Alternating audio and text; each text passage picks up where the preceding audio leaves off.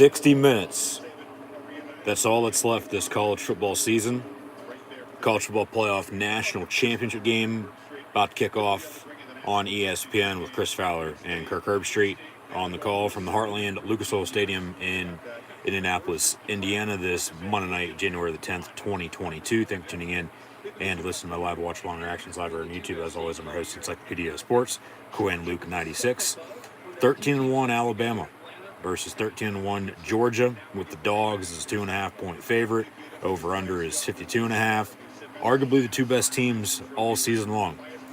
SEC Championship rematch from last month. Alabama won 41-24. However, the next day, both made the playoff, though. And then on New Year's Eve, Alabama defeated Cincinnati, whereas Georgia later on the night defeated Michigan. Those were your two semifinals in this year's college football playoff in the Cotton and Orange Bowl, respectively. Over a week or so now later, here tonight, the 2022 college football playoff national championship game to crown the champion for the 2021-2022 season, as Alabama is trying to repeat as national champions once again, as Nick Saban, the head coach of the Tide, is also trying to win his 7th title in Tuscaloosa since arriving in 2007. That's averaged at one every 2 years. And then, of course, his 8th overall after he won one at LSU before he left to go to the Miami Dolphins. Maybe they'll call him back up after Black Monday hit earlier today in the NFL, but I'll digress. As Saban is also 25-1 versus his former assistants. That one loss, the 1-25-1, was this year. That's why Alabama's 13-1, and that was Jimbo Fisher and Texas A&M, who opted out of their bowl game. Kirby Smart, another one of his former assistants, he's back at his alma mater. He has the Dogs back on top. However, he's 0-4 versus his former boss. Last year in the regular season, twice in the SEC Championship game, and then once in the playoff. As this game here tonight is also a college football playoff national championship game rematch from the 2017 season, January of 18, in which Alabama found a way to win in overtime by a final score of 26-23. Remember, at halftime, Jalen Hurts was benched, Tua Tagovailoa came in, Devontae Smith touchdown in overtime, roll tide. Georgia tonight, though, they're trying to win their first natty in 40-plus years since 1980. But in my opinion here tonight, whoever has a better running game between Alabama and Georgia, with Brian Robinson, Zamir White, James Cook, as this game is going to be one up front in the trenches. Whatever defense bends but doesn't break. Defense wins you championships. National championship here tonight. Defensive pressure into turnovers. Turnovers and special teams in the end are going to be the difference. Special teams. No one's talking about special teams. I don't know why. Could be, I think it will be, the difference in the outcome of this game, along with turnovers, as just mentioned. First team to 20 points, though, however, will win here tonight and be crowned national champs. So roll tide or go Dogs, let me know in the comments below. It's a little hard to pick against Nick Saban, so give me Bama. But the big dog says go Dogs, so go Dogs. But as always, thanks for tuning in and listening. I am your host, Encyclopedia Sports, Cohen Luke 96. Be sure to like, follow, and subscribe on social media. Links in the description below. Scroll down, check out Facebook, Twitter, Instagram, and hit that red subscribe button right here on YouTube. Notification bell next to as well, so you can stay up to date. Thumbs up button if you want Alabama to win. Thumbs up button if you want Georgia to win. Be sure to share hashtag college football, hashtag CFB playoff, hashtag national championship, hashtag Alabama, hashtag Georgia.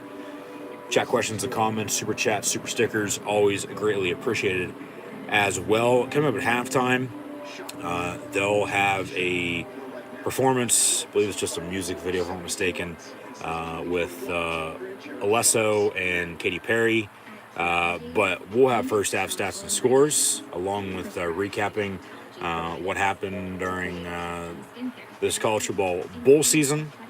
That wraps up here tonight with the national championship game, and we'll close out the season officially before we're on to next year. But also here tonight, WWE Monday Night Raw underway, as they are in the city of brotherly love, Philadelphia, Pennsylvania. And we'll see what they have planned. Hashtag WWE Raw. But the new WWE champion, Brock Lesnar, just made his entrance. He's in the ring. We go backstage in Gorilla with Hurt Business. Bobby Lashley, the new number one contender, to challenge for Lesnar's newly won title at the Royal Rumble a few weeks from Saturday at the end of the month. It looks like a promo segment's going to kick off the show, and then we'll get into the next few hours or so and see how tonight goes. But my main attention is going to be this college football national championship game, that big 2022 logo for the CFP playoff on the window of the stadium. We're going to rise, remove our hats, not kneel, and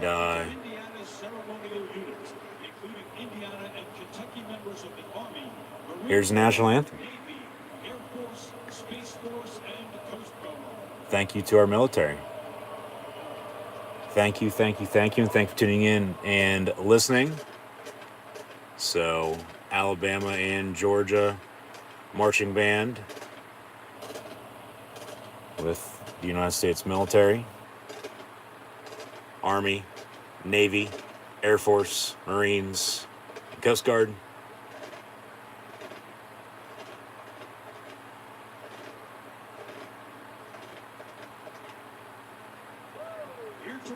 Who's performing the national anthem? Please welcome nine-time Grammy nominee and five-time Gospel Music Association Female Vocalist of the Year, Natalie Grant. Natalie Grant for the national anthem. So I'll shut up and let her sing. But God bless the USA.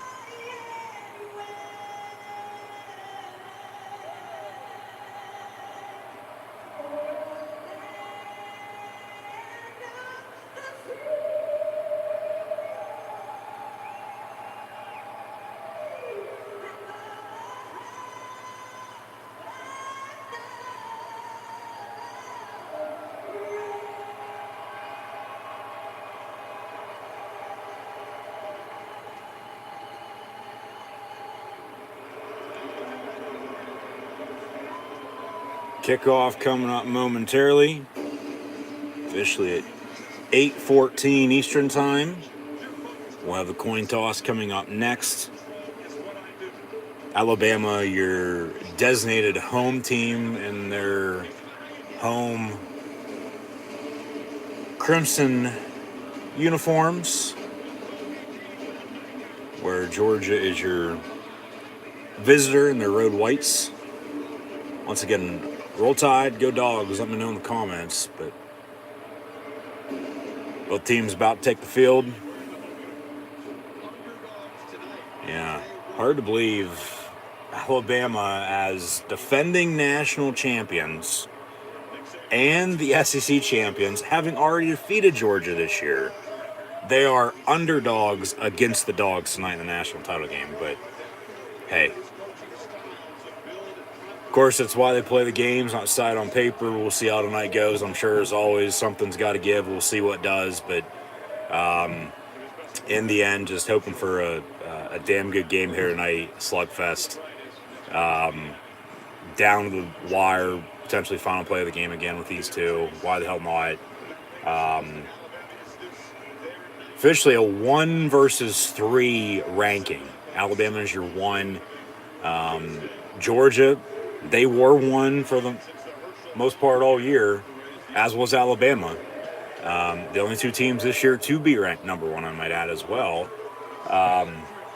As the Tide take the field, Dogs to follow. Alabama beat them December the 4th in the ATL in the SEC Championship game.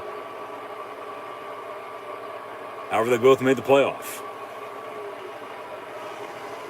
Alabama is your 1. They defeated the 4th-ranked Cincinnati Bearcats. And then, as that was the Cotton Bowl and the Orange Bowl,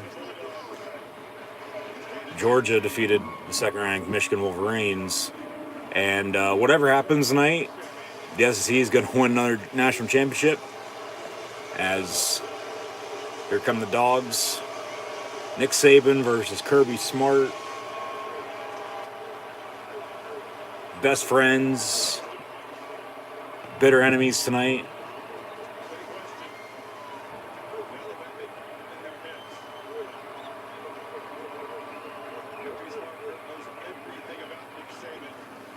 Yeah. Obstacle course. Yeah, Kirby Smart. At his alma mater. I mean, they defensively, and I mean, they can score points on offense too.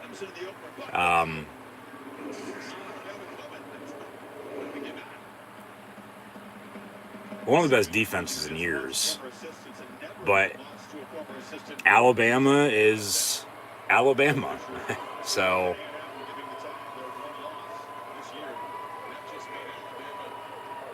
kryptonite, nemesis, whatever word you want to use. Team's coming out now for the coin toss.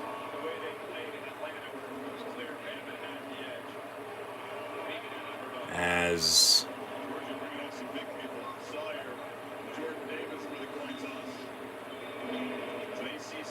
ACC officials, okay. ACC officials here this evening. We'll see how that goes. Georgia, Alabama, congratulations on your great seasons and welcome to 2022 National Championship game. National Championship. My name is Dwayne Hay, and this is Johnny Fort of the ACC. We're honored to be here today.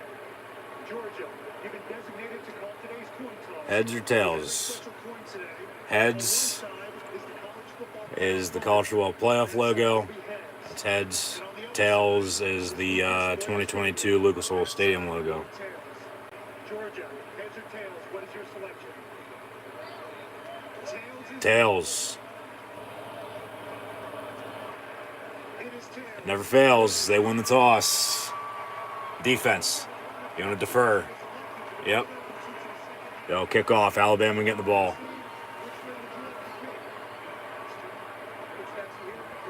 We'll get to see the Heisman Trophy winner, number 9, Bryce Young, and the Crimson Tide offense on the field here tonight first.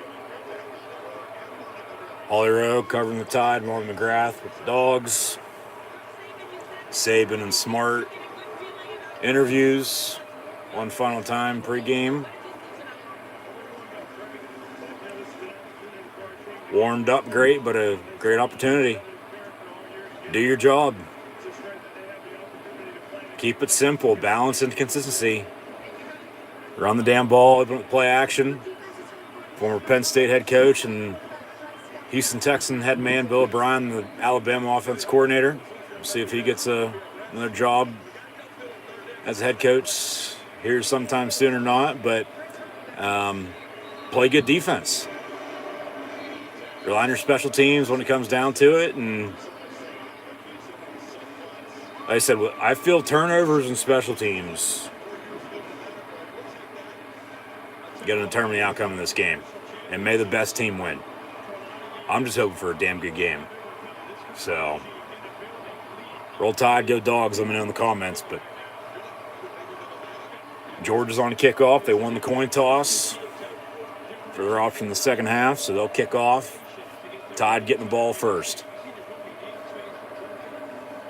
College football playoff logo midfield with the 2022 year and the city of Indianapolis name below it with the Alabama and Georgia end zones with the black background. A lot of crimson and white or red and white here tonight, but in the meantime, the race is on. Let's dance. We're underway. And we'll have a return from the 1. Actually, a fair catch signaling for. So, first and 10, Bama from the 25. And once again, here comes Bryce Young. And the Alabama offense, he won the Heisman Trophy last month. Sort of put the team on his back last month or so of the season. And they found ways to win when it came down to it, and really that's all that matters. And as both teams are 13-1, here we are in the national championships underway. So first and 10 from the 25. They'll line up out of the gun, left to right across your television screen, radio and IL dial. Hand off to 4, Brian Robinson Jr., who gets 4 yards of the 29. So make it 2nd and 6. They're going to go hurry up here a little bit, it looks like. And toss near side to Robinson. Slipped on the tackle, and 2.5, 3 yards on that pickup, so make it 3rd and short for Alabama here early. Half a minute into tonight's game, and once again, thanks for tuning in and listening. Be sure to like, follow, and subscribe on social media. Links in the description below. Trips in a bunch, top of your screen from the 33, officially a 3rd and 2. Robinson to the left to Young. The right of Young, but he passes to the left side, top of your screen to 18, Slade Bolden, and Alabama gets a first down a minute in here, and they'll move to 6. Some pressure, but a quick pass, and able to get it out, and it's caught by Bolden, who's, a Brandon Stokely, Wes Welker type of wide receiver for the Alabama offense. And he gets him to the 44 for a tied first down. So empty set now. Young going to go down on the sack. Ball come out. Did he get rid of that? It did. And Nakobe Dean's running down the sideline into the end zone and touchdown Georgia. So a strip sack fumble for 40 yards, and there's a defensive touchdown for you. Turnover, leading to 6. Yeah. There wasn't any whistle. I thought that ball came out. They were rolling them down, though, for some reason. It looked like the one ref was just standing there. Official's going to huddle up here. What's the call? Can't hear him. Touchdown. That's the only signal you need to see. Hands in the air. Touchdown, Georgia. So they force pressure. They get to him. The ball comes out. Was an incomplete pass, though. Was his arm going forward? No. I mean, it bounced forward, but, well, maybe if they do look at that, they do. Yeah, I think that might get overturned. That might be an incomplete pass. Looked like a kindergartner throwing a football on that pass on the sack. Jordan Davis takes him down. He's a projected first-round pick come April in the draft. And Nakobe Dean, another projected first-rounder, he just picks it up and runs it in for 6. So it's a touchdown on the field. They're going to have to find undisputed evidence to overturn it. Fumble and a touchdown on the field. We'll see if it stands or not. It's going to be close because, once again, it was a touchdown. Fumble and a touchdown on the field. So they have to find undisputed evidence to overturn it. I think they're going to have it. I think they're going to overturn this and say incomplete. And then what? It's going to be 2nd and 10 for Alabama. And then I'd expect them to get back to the run game. Maybe take a deep shot, catch them off guard. Yeah, that arm's going forward, sort of at a slant, but yeah, that's incomplete. That's not a fumble. I mean, at least they let him play. There wasn't a whistle.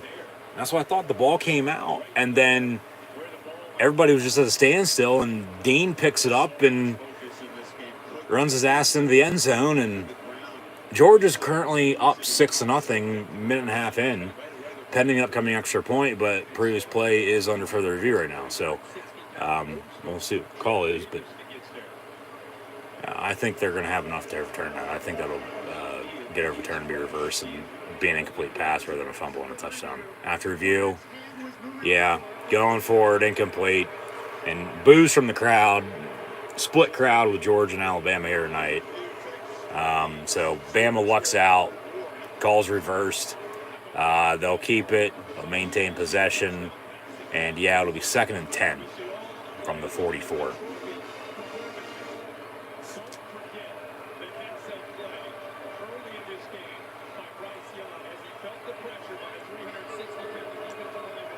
If I'm Georgia, I'm continuing to bring pressure on them because, I mean, hell, a few plays into the game, you get to them, you get a turnover, and You get a touchdown out of it, but it goes to review and it gets overturned. I mean, it's the right call. But yeah, what I say about pressure. Defensive pressure in the turnovers with special teams going to be the difference here tonight.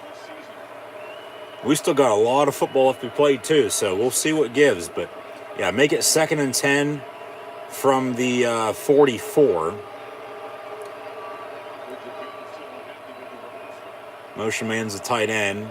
Young going to fake the give. Bubble screen complete to Jamison Williams, a former Buckeye, and he sort of hurdles his way for a first down, and they'll give him 11 and the Crimson Tide first down, so they'll move the 6 once again here.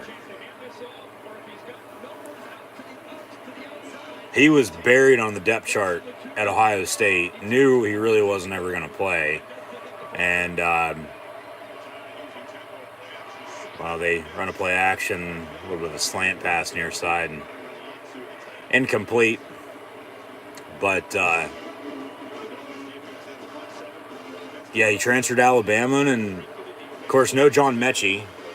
He suffered a season-ending injury in the SEC Championship game against Georgia last month, so he's not playing tonight. So Williams is your number 1. But, yeah, Chris Olave, Garrett Wilson, Jackson Smith, and Jigba, they're all ahead of him. And, of course, with, college football in the transfer portal nowadays, everybody's transferring, so why not me? I'll go make my mark somewhere else, and he has. And, of course, that one for first down. They just got 9 on that play there, so make it 3rd and 1.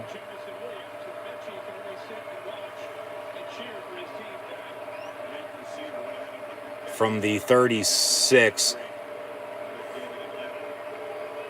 I doubt they'll kick a long field goal if they don't get it here. They'll punt. They'll play it safe and pin them deep because it's early. They run a toss. Good play. Has a block, and Robinson gets a first down. Yeah. Just keep defense on their feet. Keep them off balance. And the motion, I mean, for some reason, it always catches the defense off guard. I don't care who it is. Like, honestly, you should know better than... I get you got to go with the guy, but...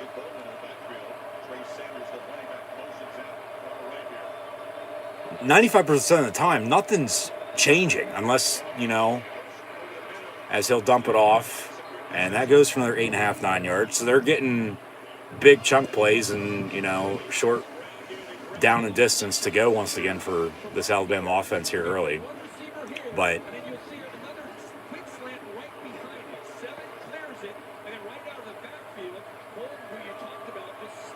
Alabama gonna luck out here, it looks like, after that turnover.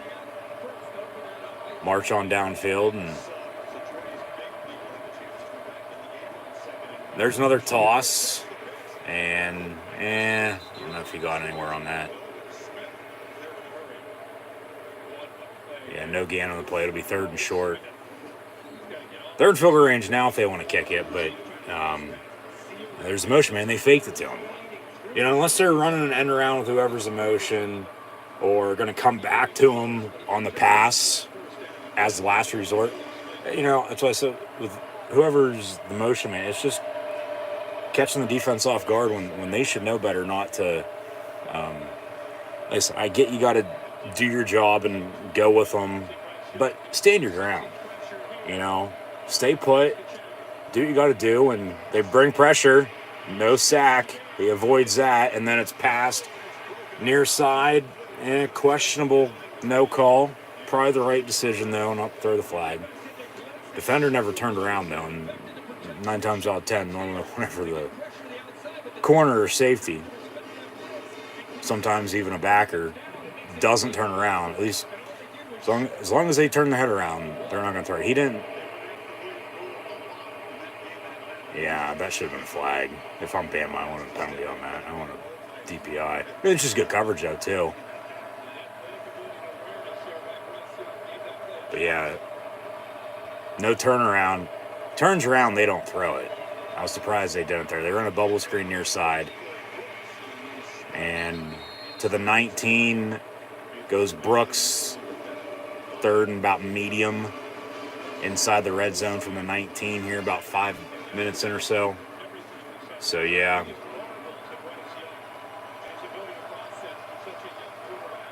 Why don't you work something over the middle? Maybe go route, near side. Well, receiver slipped and fell, and yeah, he had him open, but Billingsley, the tight end, number 19, lost his footing, slipped and fell a little bit. Might have got tripped up there a little bit, yeah. And he was right there, O'Brien up in the booth, pissed off. Fuck. Yeah, he knew it too. I think they all did, and he had him. He just got tripped up, and I mean, the refs are at least letting him play. I mean, that's not a penalty, but the other one might have been. Field goal from 37 yards up is good. So 9:55 to play in this opening quarter. Alabama leads it 3-0 over Georgia. So the Dogs are going to be out in the field on offense momentarily when we return for the first time. But yeah, they luck out on the turnover. It was the right call though with the overturn. To make it incomplete rather than a fumble. Because, of course, Georgia could be up 7 right now, and Alabama could still be out in the field and try and tie it up. But they continue to drive, they roll on, and, of course, drive stalls there. A few passing plays didn't go their way, and the self of 3, but it's still early. You take the points, of course, kick it. Yeah, so from 37 yards out, it is up and good. So tied lead 3-0. 9:55 once again to play in this opening quarter. But I mean, Georgia didn't play bad on defense. I mean, they gave up 7, 8, 9 yards here or there, it seemed like. And if Alabama can do that the rest of the way, especially when they need to run the football in the second half, see if they can when they need to. Georgia's defense might be hands on hips when it comes down to it, and there might be that big play late that just completely flips the game, flips script, and not necessarily gives them a chance to pull away by any means, but maybe, and not even, I won't even say necessarily out of reach, just when you have a lead in a big game, and then, well, we haven't seen Georgia yet, but still, and whether you have something going for you or not, but more so than if you don't, and, turnovers are key, like, it's just going to be tough to get back into it, like, whether it's still one score, but even more so not if it's, at a minimum of 9, because that's 2 possessions, that's 2-score game. Even though it's single digit, that's still a 2-score game.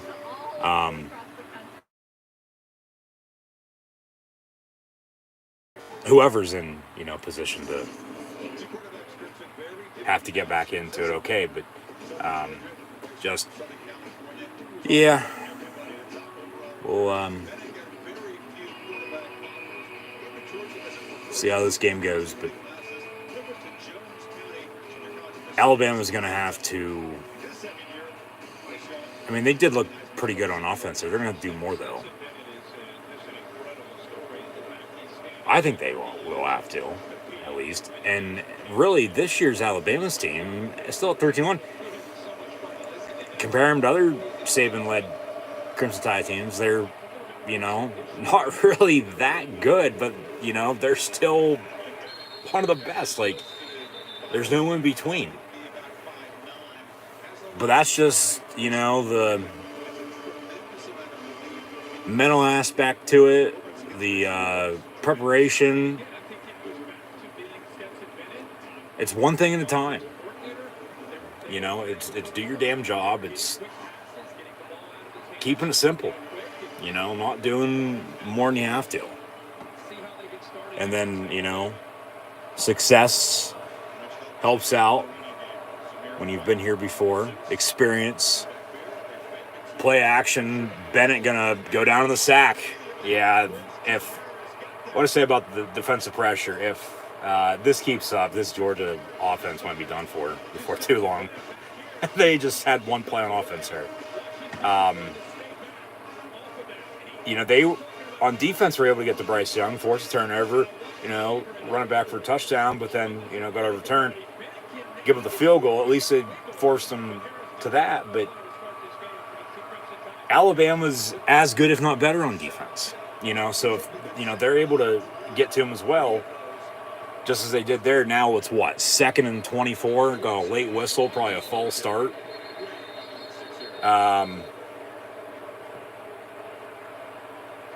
Yeah. Actually, a delay game. Or a delay game on the defense on Alabama. Was he clapping?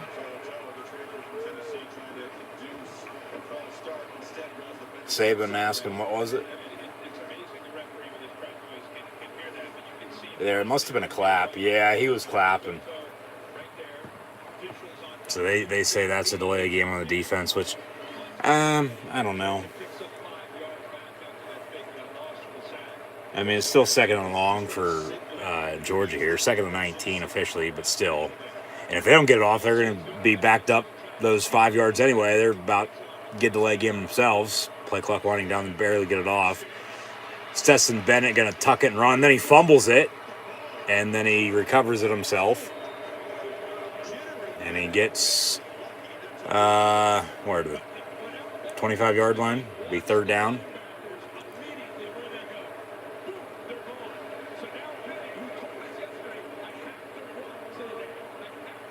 Yeah, his legs might give him a chance if he can escape sacks, but if they can't find a running game, if the pressure is going to still be there all night, I mean, might be back and forth, might be a low-scoring affair, which I think it will be later. So I feel whoever's first to 20 is going to win. That's a late game on Georgia. Yeah, it'll be 3rd and 10, so 2 delay games. Got to know better. Got to play through it, though. Let's go.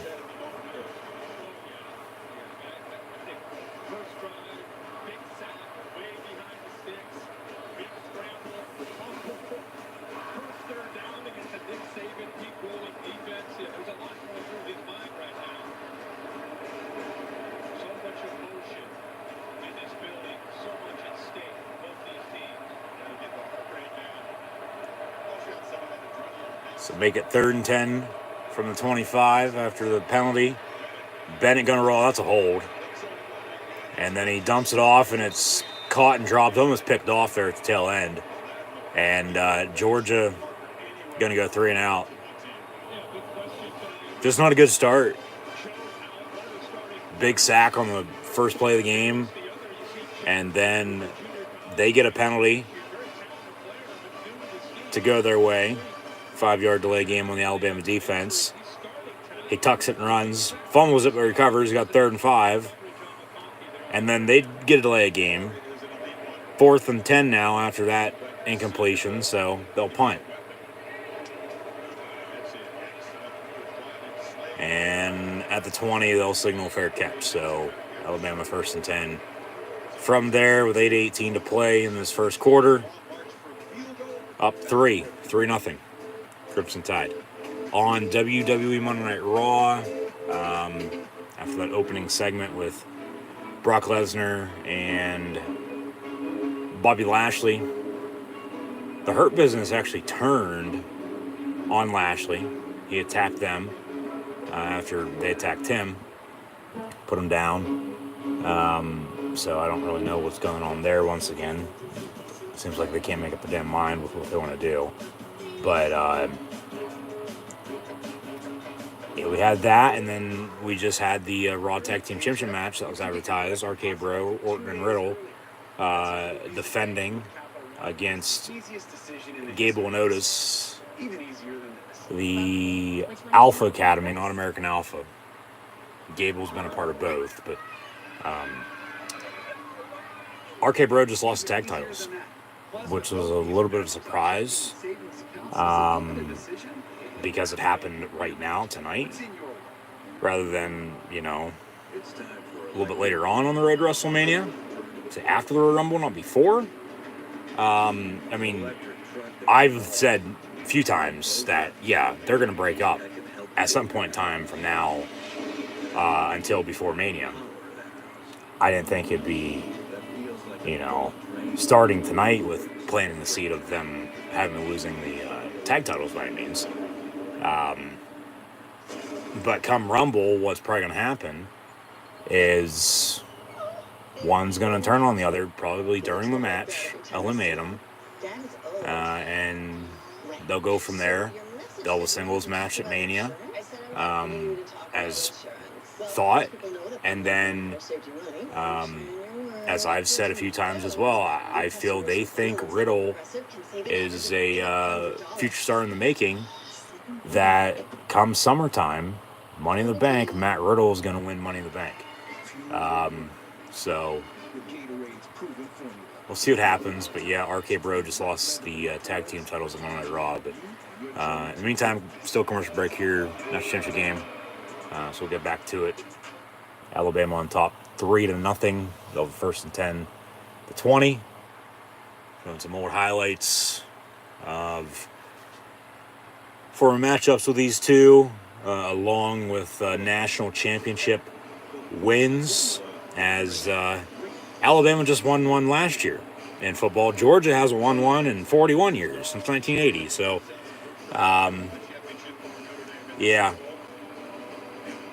we'll see how tonight goes. If Alabama reigns supreme again, or the Dogs are on top once this is all said and done here in a few short hours. But the defensive pressure into turnovers, special teams. Right now, though, both these teams need to settle the hell down and settle into this game. Pass complete to Williams. Nowhere for him to go. He's going to lose a yard. 2nd and 11. I get it's a national championship game, but it's just one more game.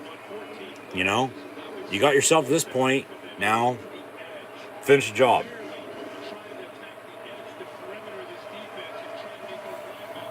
Second and 11. And Bryce Young, nice slant over the middle, complete to Williams. And a big first down for the Tide. First and 10 out around the 40. And just simple 10-yard slant. First and 10. And stuff to the line of scrimmage, nowhere for him to go. They get second. 9.5, 10 still.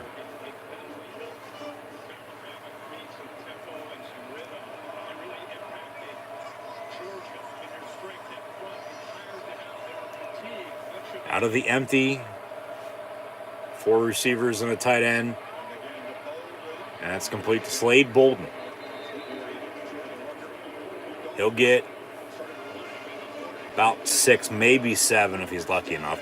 It's going to be 3rd and short, 3rd and 3 officially for Alabama.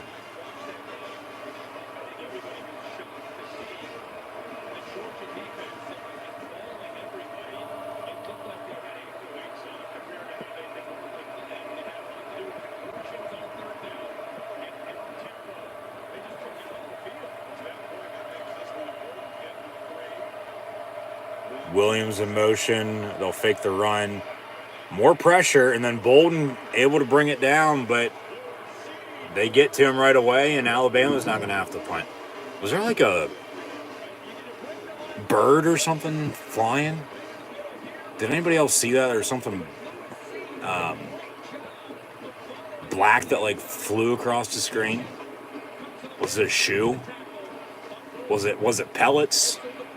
Maybe from the turf.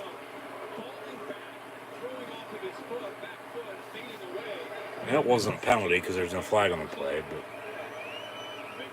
maybe it was a glove. It might have been a glove. Maybe in a mouthpiece. I don't know. I know I saw something. I don't know what that was, though. Fair catch, maybe a little bit of a kick catch interference, no call, but be first and 10 dogs from the 25. So, yeah, Georgia going to have to, I get it's still early, but eventually you're going to want to get into some rhythm. You're going to, try to at least do something. Just find a way. It starts up front, I think this game is going to be won in the trenches. They didn't run the ball at all in their opening drive. They didn't. I don't know why. And talk about the defensive pressure. If they can run the football, it's going to take a lot of pressure off Stetson Bennett, who's a former walk-on. Okay? And, he's really just an average quarterback.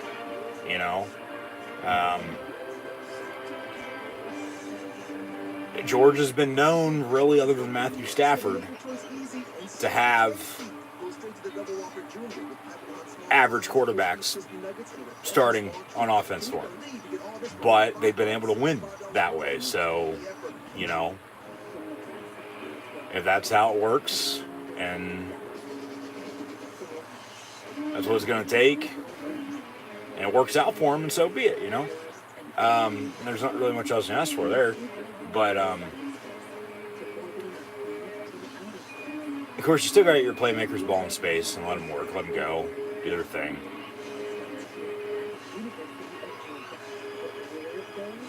Run the damn ball. Run the damn football.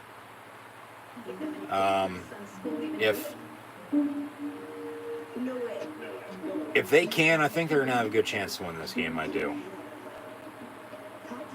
But Alabama's been known to be able to run the football this year too, along with stopping it. So, something's got to give there, of course.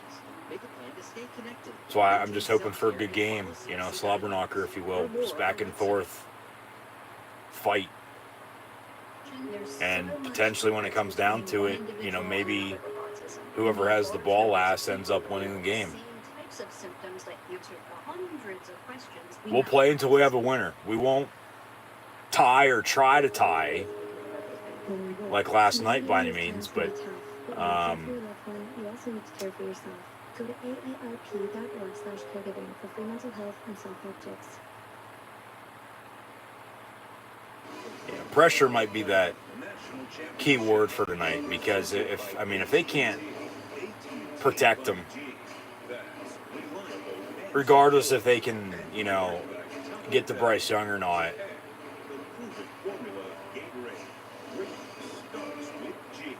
which they already have, okay? And then you had your return scoop and score for a touchdown, but then it got overturned.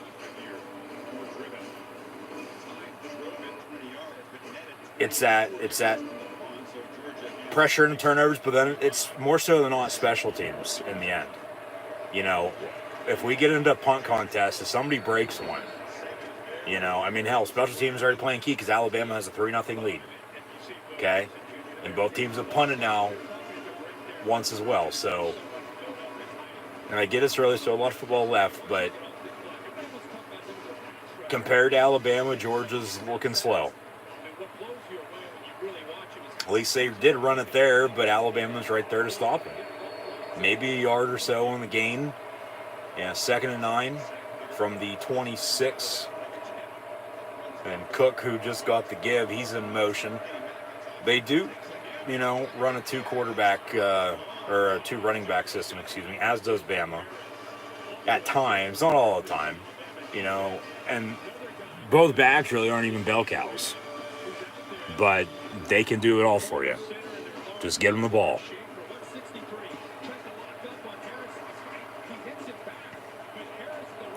Missed tackle, but still able to bring him down for no gain. So, 3rd and 9. Got all day on the play clock. Walks up the line of scrimmage. We'll see what they go with here. Alabama going to bring 4 in the pressure, and they get to him again. He avoids that, though. Boom! Big hit, and that forces incomplete pass. And Georgia, well, they're going to do the same damn thing they just did on their opening drive, and that's punt. So, yeah, get used to seeing these punters here early and often here tonight.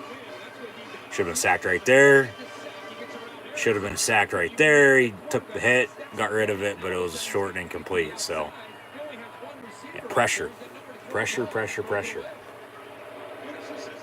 And as much pressure as you put on whatever it is, eventually it's going to pop. Eventually you're going to get to them. And, both defenses already have. They almost blocked the punt. This is going to be fair caught once again to the 30. Then they throw the kick-catch interference, which the same damn thing just happened to Georgia, but they didn't throw it. And if the officials are going to call a game like this, no, you got to call it down the middle. Come on, man.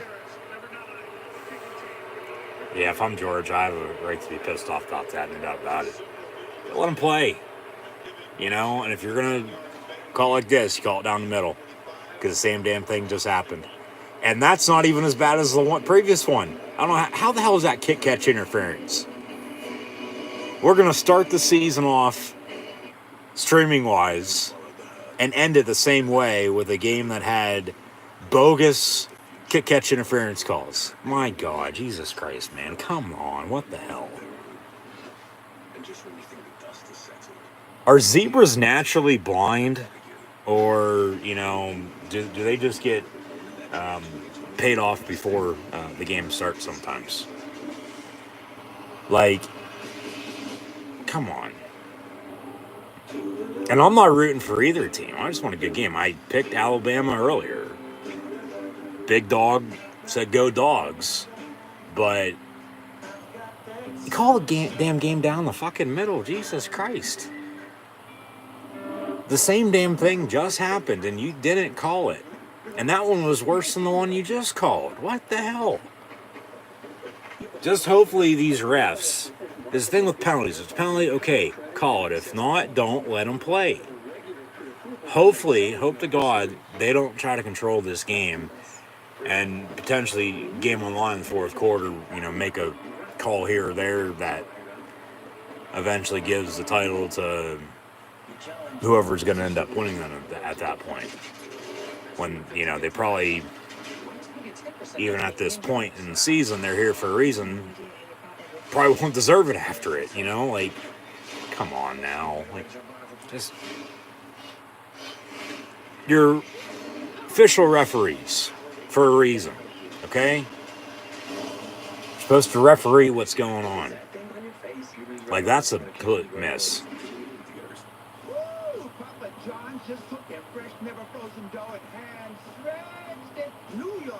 I don't know how ACC refs typically are by any means, being a Big Ten fan myself. Which, I don't have much room to talk with their by any means. I know how bad it is sometimes, but, I mean, come on now. Like, it's a national championship game. Like, that was not a penalty. And if I'm Kirby Smart, I'm going to be giving him an earful all night. Like, you got to call it down the middle. So, let's see when they give us a makeup call. That's what I'm going to be interested in seeing now.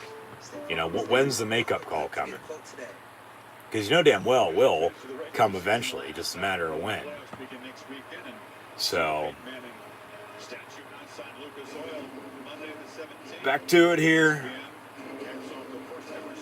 This is really, other than for college football season,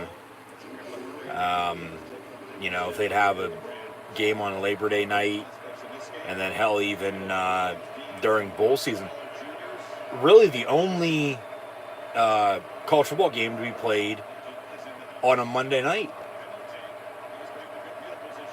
But it's been like this for years now, when, college football is played on Saturdays throughout the fall.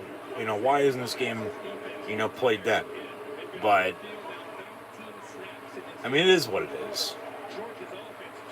So, that pass, incomplete. They got a 2nd and 10 from the 45. So, yeah.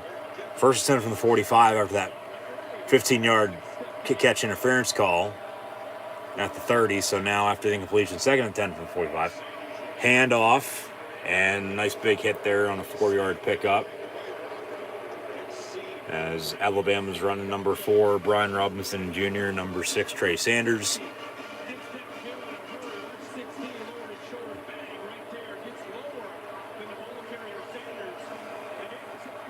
Third and 6.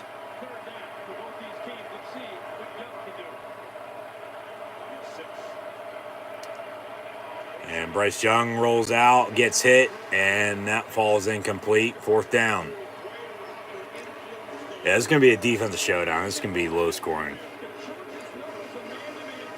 Like I said earlier, first team to 20. First team to 20 is going to win it.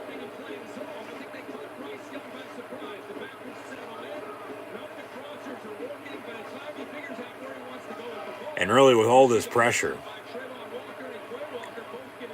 yeah, they're trying to get it out on short, quick passes.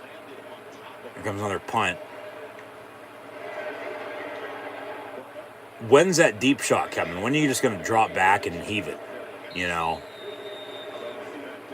you're going to need a spark. You're going to need some momentum at some point in time. You got to, both these teams still near this end of the opening quarter, no doubt about it, still need to settle the hell in, settle down. You know, like, just.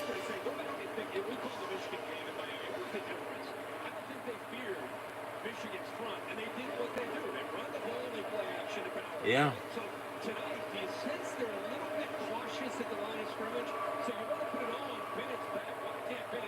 You got to keep it simple. You got to keep it simple.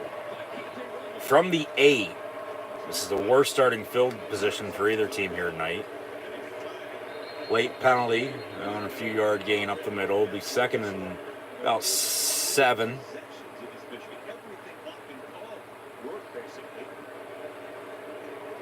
And read lips, Kirby Smart. What do we do now? Personal foul, hands to the face on the offense. So it'll be half the distance. First down. Yep.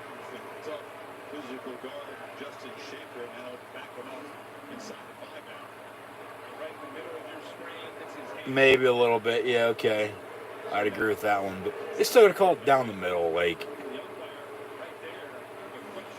especially if this keeps up all night, yeah, I'd have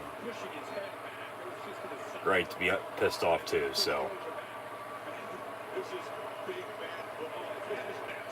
from the 4, the first and 14. And handoff. White gets those 7 yards back.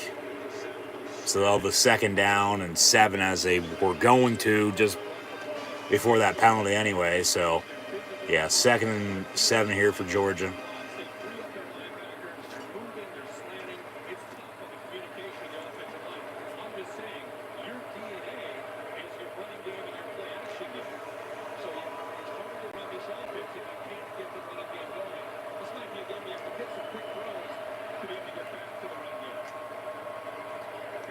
Bennett looking to throw down the middle. It's caught, and a Georgia first down. That's Georgia's first down of the night. And we'll have first and 10 out around the 20.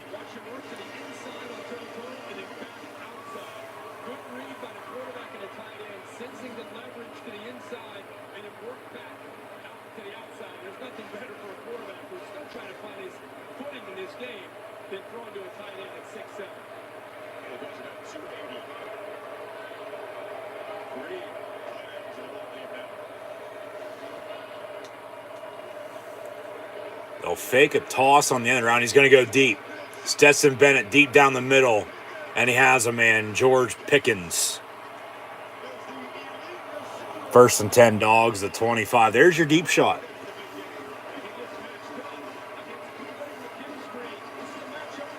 Yeah.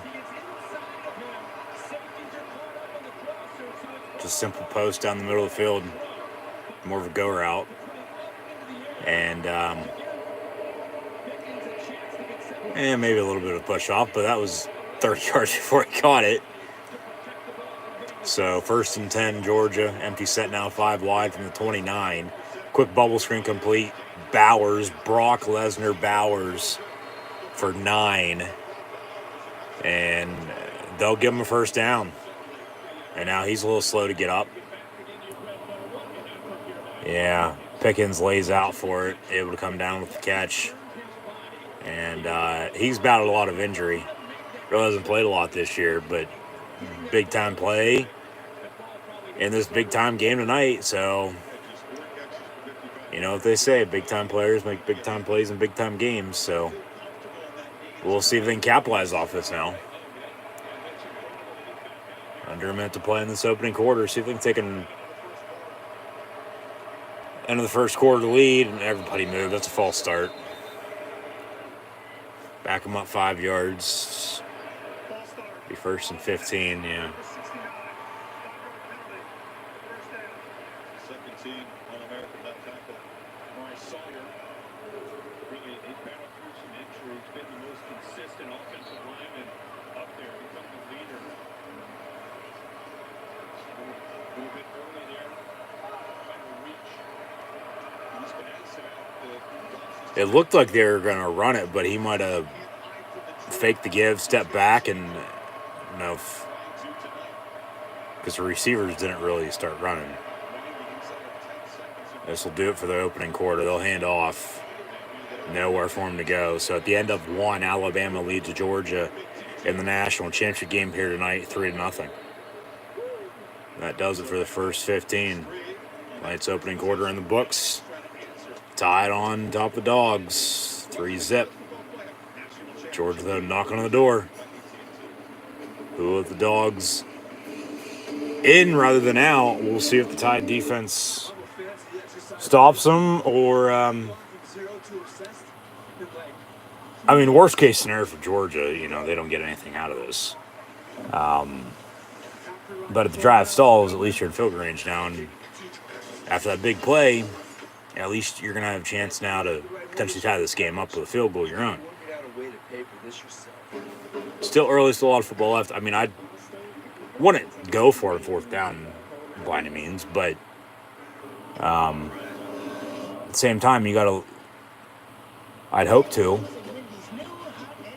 or I'd hope you at least want to leave it all on the field here tonight. It's the final game of the year, especially seniors. 4th and 1 inch situation. Maybe do go for it. But maybe that's a turning point, though, too, when it comes down to it.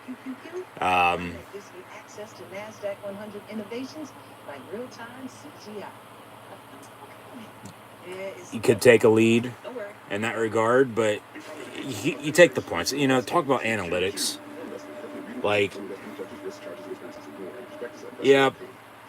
People hounded for those to, start being used for years and years and years, and then, when they finally do start getting used, 50-50, they work out.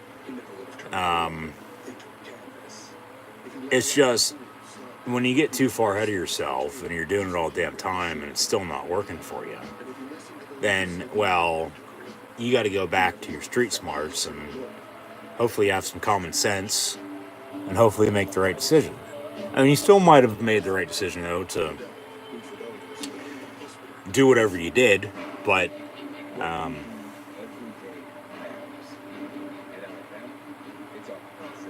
worst case scenario here for Georgia, they'll flip ends of the field here. Georgia's going to be going left to right now. They don't get anything. Maybe another turnover's on the way. We had 2 there in the opening quarter, both fumbles, but they both maintained possession.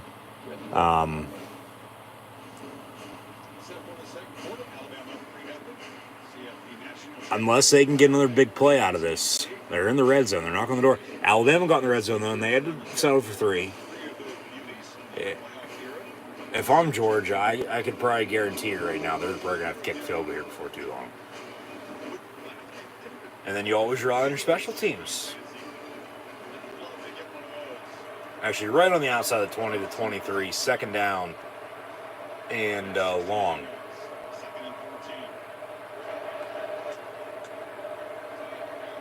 And Bennett caught by Bowers.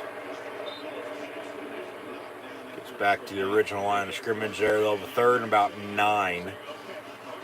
Early second quarter now.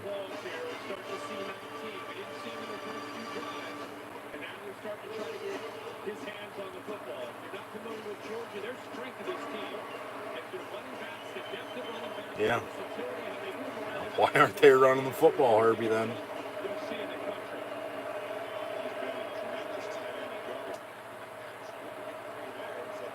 Third down from the 18. And Bennett. Slant complete. Pickens again. Or excuse me, that wasn't 1. That was 7 for the Georgia offense and Burton. And now they got a first and goal inside the 10 at the 8. Trips near side. Handoff to Cook. Younger brother Dalvin Cook, James Cook. Gets stuffed and no for him to go. Second and goal.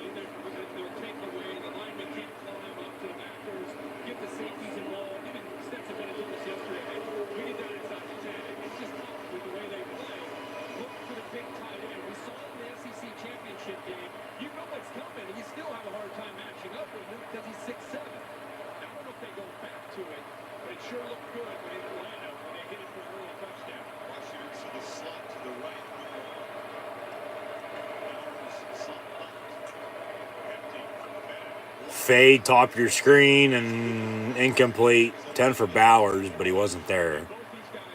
Third and goal. Third down and goal for Georgia from the 8. You got to punch it in now, right? You would think so. I don't know why. I mean, they're trying to, but they can't run the football. Credit to Alabama defense.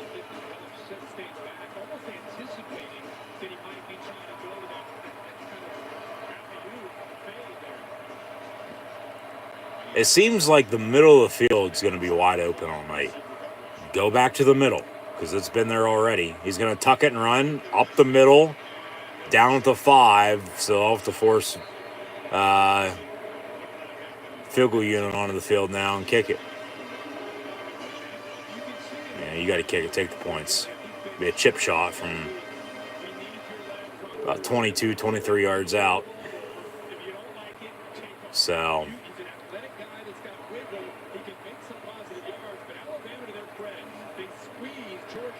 and as long as you don't take a sack there, he tucks it and runs and gets a few, especially 24. Kicks up and good. So 3-3, 12 and a half to play before halftime. Alabama going to get it back.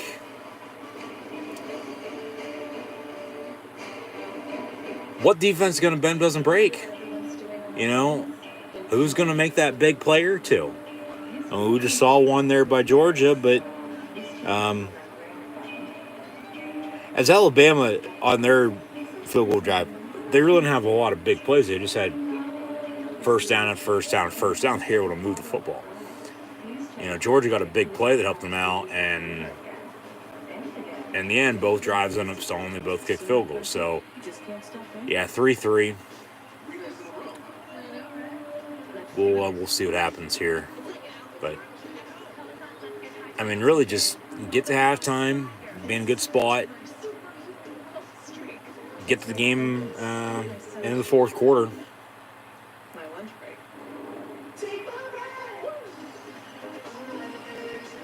I feel Georgia's going to be in trouble, though, come second half right now. I do. With how this game's gone, you know, both defenses are forcing pressure on these quarterbacks. They are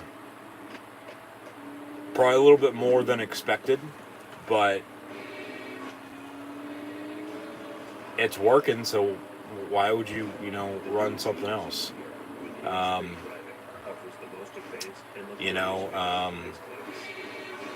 Just I still, once again, feel it's going to come down to the turnovers and special teams, potentially. I do. So watch out for the returns. Watch out for with that pressure, once again, to force a turnover. And that happened, what, a few plays in? So don't tell me, it can't happen again later on when the game's on the line, when it happened just as the game started. When it's a 60-minute game. That's what I said at the start. 60 minutes. That's all that's left this college football season. Unless, of course, these two go back to overtime in the national championship game. But, You're the tip guy. How do you want me to share? if I'm Alabama right now, if I'm Bill O'Brien, knowing him fairly well, not personally, but as a fan, Penn State fan, and then sort of, not necessarily following him to Houston, but, keeping a close eye on what they were doing. He sort of got run out of town, but he did to himself, though, too. At least in management position-wise, not as a head coach, even though that's still in management. But as a GM, he wasn't as good as he, is as a coach in general, whether that's as an assistant once again now or as head coach, see if he gets another job. But if I'm him, I run the football. I get back to the run game, and I'm going to, as Georgia should be doing with the run game, trying to take pressure off Seth Bennett. I'm going to try to take as much pressure as I can off of Bryce Young. And, Jamison Williams, the two receivers that wear number 1, Williams and white picket fence, George Pickens, they've been the playmakers so far here tonight.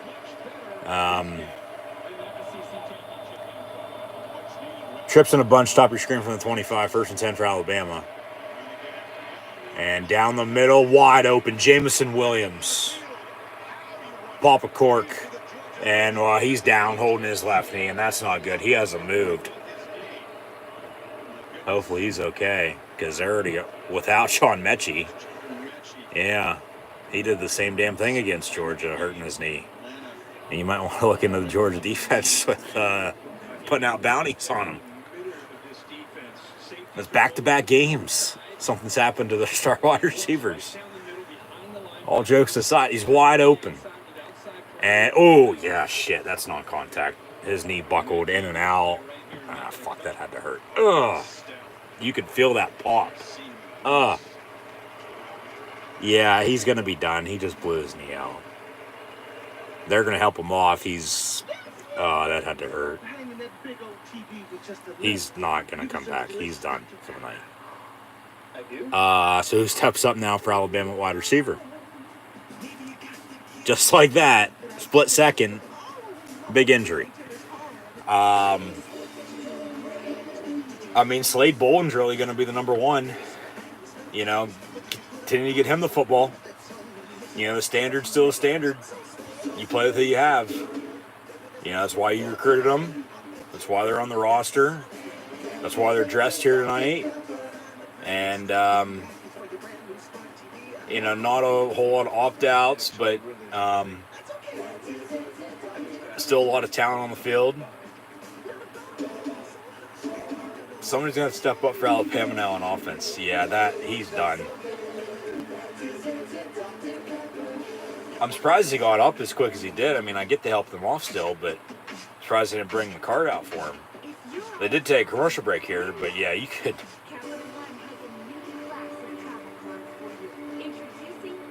See clear as day what the hell just happened there. And myself having knee injuries in my past, like I said, yeah, I could feel that at least. That had to hurt, man. But the non-contact injuries are always the worst because it's always with ligaments. It's what attaches everything together. When that goes, yeah, you're screwed, buddy. And especially the knee, you know, your lower body, walking, running, yeah, especially as a fast wide receiver, he's not going to be able to do that now. And a severe knee injury like that, you know, just lucky for him maybe. I'm sure they'll get him checked out with some x-rays and MRIs and whatnot. You know, that's 6-9 months. You know, we're looking at next year already for him. So he stepped up for Mechie, who went down with an injury. Now he gets hurt. Who steps up in his absence? That's the big question. We'll see. Bryce Young might have to make some plays with his legs now. But then this also factors into you got to be able to run the football. Maybe they just go back to running it for over 300 yards like they did against Cincinnati in the semi. Yeah, he got wide open over the middle, and then he caught it, turned, and then tried to make a move, and his knee just buckled and popped. Left knee, and he's in the tent. Hopefully he's okay. But after that, Alabama's got a 1st and 10 from the 35. Bryce Young complete to Slade Bolden, and he gets 8.5, 9 yards out of bounds. So 2nd and short. I mean, he's sort of a Hunter Renfrow for Alabama as well, who caught the game-winning touchdown against the Tide in that National game a couple years back and defeated Alabama with the Clemson Tigers. Yeah, he's going to be done for the night. Don't know why they're giving injury updates. He's done for. Ooh. Pass a little high, incomplete. Defender would have been back there, would have been picked off. And he's going to walk out of the tent. He's still got his helmet in hand. He's walking fine as can be. And Saban's right there. I'm sure they're going to give him an update here before too long. He might be walking in the locker room now. See how severe it is and see if they'll clear him or not. Late whistle, we'll have a delay of game. Or a false start, excuse me. So rather than 3rd and 1, they'll have a 3rd and 6. Yeah.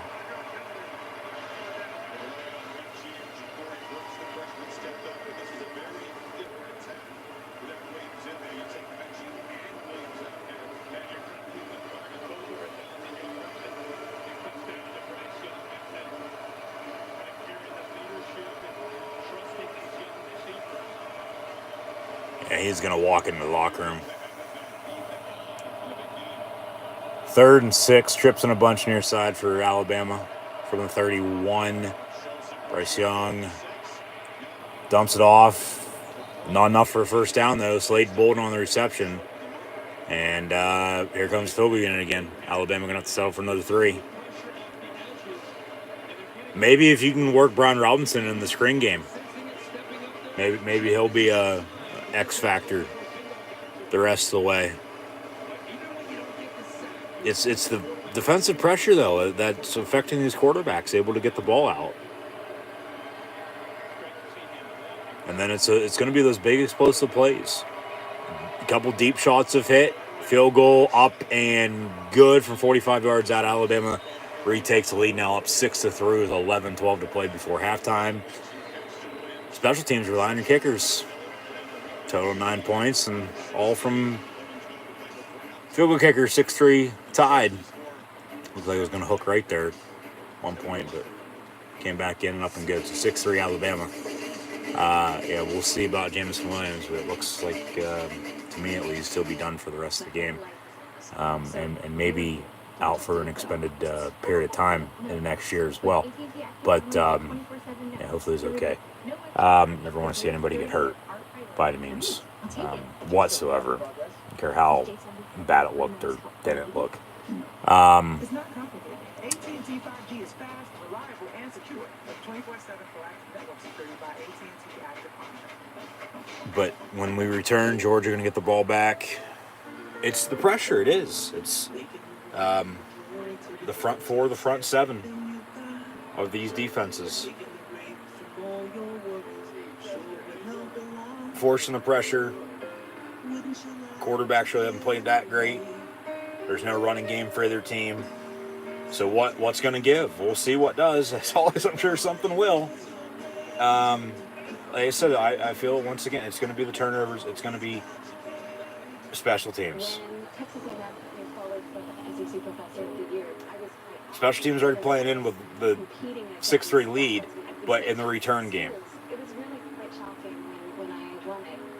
Especially with 3 and outs.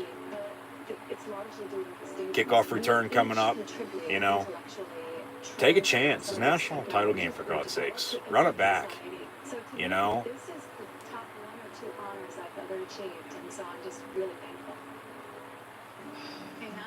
Just keep an eye on special teams later on. But, yeah. Really not a whole lot else going on. Got a singles match on Raw underway with Big E and Seth Rollins, as they showed the video highlight from last week on SmackDown. Roman Reigns' new #1 contender is in fact Mr. Nickname himself, Seth frickin' Rollins. So they'll cross-brand that, and we'll see how that works out. But, in the end, long run come Mania, we're still going to get what we were going to get there last weekend anyway, with Reigns and Lesnar for the Universal title, it looks like. So, matter of fact, how we get there. So, yeah, a little bit of a slow night right now. I said, once again, really not a whole lot going on here. Not necessarily boring by any means, but just not a lot of action. Just until, once again, and it does seem like they've settled in to an extent. We will have a return from about 2 yards deep in the end zone, and here we go, 25-30 on the return. It's coming back. There's legal block in the back, out past midfield, 45-40. All right, there you go. Penalty on the play, though. It's coming back. Yeah, legal block in the back or a hold. So a good return. It's coming back. Penalties, turnovers and penalties. During the return, hold 10 yards from the penalty spot. Yeah, from spot of the foul, first down Dogs. See if it was a good call or not.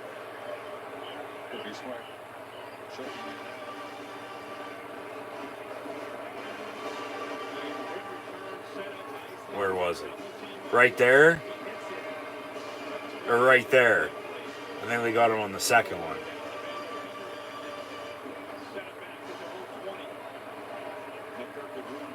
Yeah, they got him on the second one on the near sideline.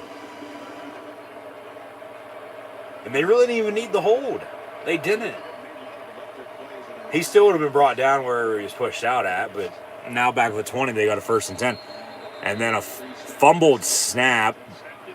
Yeah, the center never snapped the ball.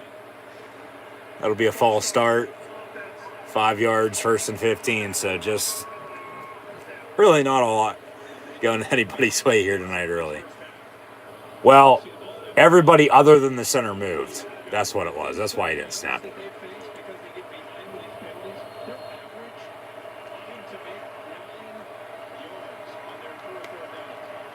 So 1st and 15 here from the 15. And Bennett fakes a give. A little high. Ooh, almost picked off. Intended for Pickens. And that would have been a pick 6, it looked like. And then you get out to, 2-score game. 2-score lead. Right through his hands. Ooh, he's right there again. That's a pick.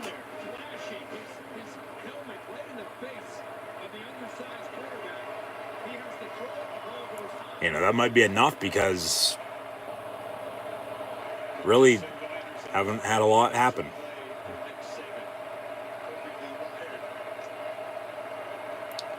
Bennett once again looking to throw, and it'll be caught, but then they're right there to bring him down. Push him out of bounds after a 2-yard gain.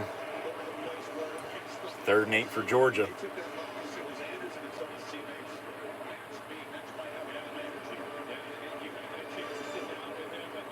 10:42 and counting to play in the first half.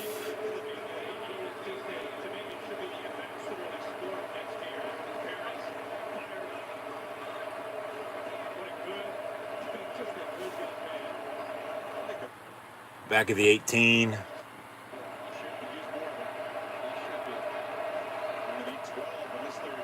And they simple screen here. 4th down, and Georgia's on a punt. So a good return, but because of the penalty, it backed him up, and it just affected the whole drive. It did.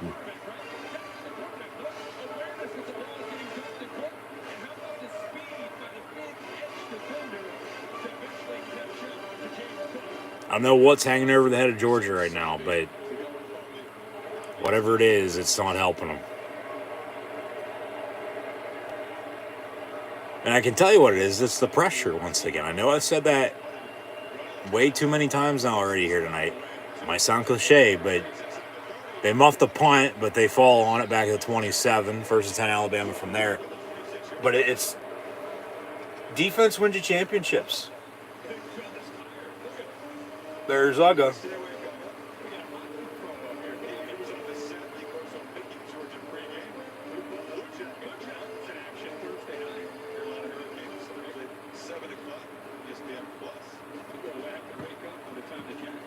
Yeah, even Uga the Bulldog, Georgia's mascot, even tired. He wants to lay down and go to sleep. That's what the big dog's doing right now as well. But bubble screen complete. Alabama gets about 5 on that. Be 2nd down and medium. Yeah, it might be Brooks, number 5, or number 7, excuse me, for Bama. It's Corey Brooks stepping up at wide receiver with Jamison Williams now out from the 31. Work your tight ends into it too, Bill O'Brien's been known to use a few good ones of those. So that's caught. And there's a tight end for you. That's 81. And Cameron Latou, and he gets down inside the 10 before he is brought down the tackle. So 1st and goal Alabama. So speak of the fucking devil. Yeah. Good play call. Simple out route on a post. Right on the money, and he's off to the races down the far side, near sideline, excuse me. And out of the pistol, they'll hand off Brian Robinson Jr. back to the run game. And 2 yards on that. 2nd and goal from the 6. Yeah, right on the money. Stayed in bounds the whole way, and then was brought down the tackle at the 8. Yeah, Latou and Billingsley, they need to step up too. He just did there. See if they can punch it in. Take that potential 10-point lead here before halftime.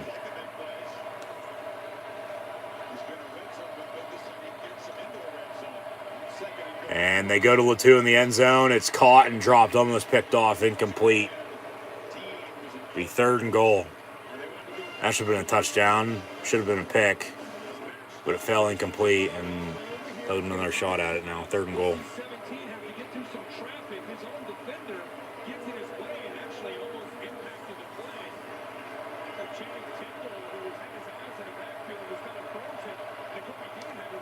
So from the 6th, 3rd and goal, empty set.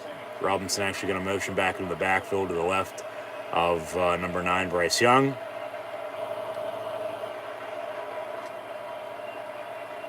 And he's going to roll out.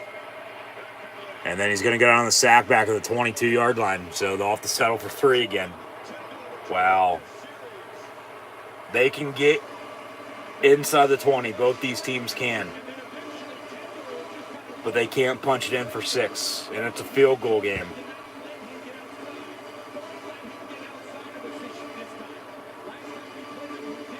It's a field goal game.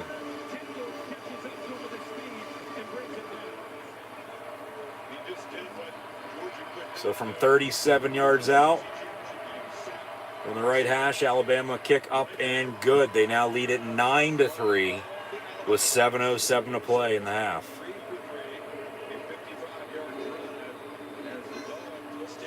At least they got some more breathing room, but Georgia's right there though too. They are. It's just until both these teams, find a way to punch it in, we're stuck. But that's why you always got to rely on your special teams. And special teams are playing a bigger factor than I thought. Or I think that anybody would have thought. 12 points, 9-3 lead. I'm hoping for some stuff in the return game, no doubt about it. We just had a big return there, but it backed up because of the penalty and, nothing afterwards. So they get another 3 off the punt. And remember that punt, they muffed it, so that they lucked out on that too.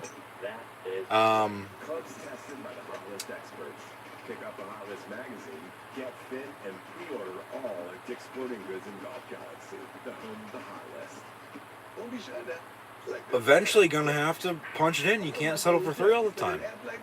Not unless with Alabama. They're in a position now to not really do whatever the hell they want. They're controlling the game. They're in full control right now. But once again, Georgia's right there. They're not far behind, but at the same point in time, not really doing a lot either. So that's just until both these teams find a way to punch it in. Can't settle for 3 all the time. This is where we are. There's not much else to be said, so I'm not going to say much else about it. I'm not. I'll shut up.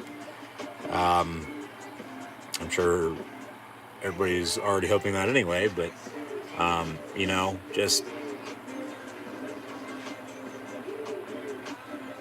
like I said at the start, coming in, nobody was really talking about special teams.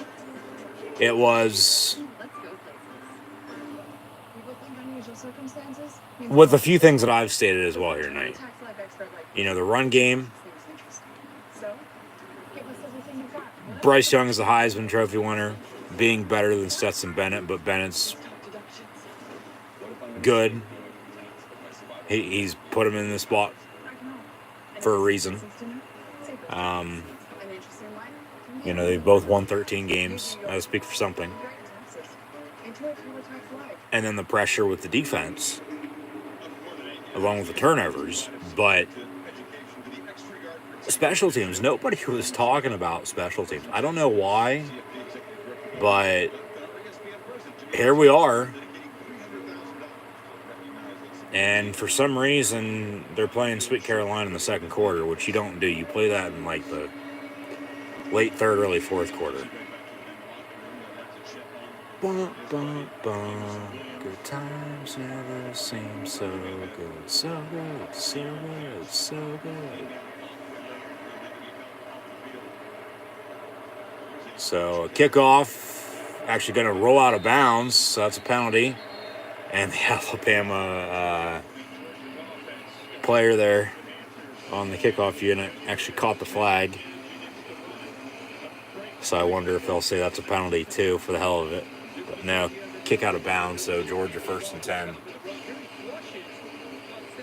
At the 35-yard line.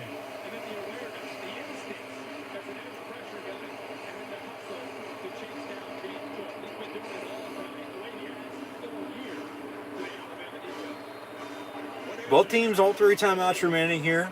7:07 to play in the half, 9-3.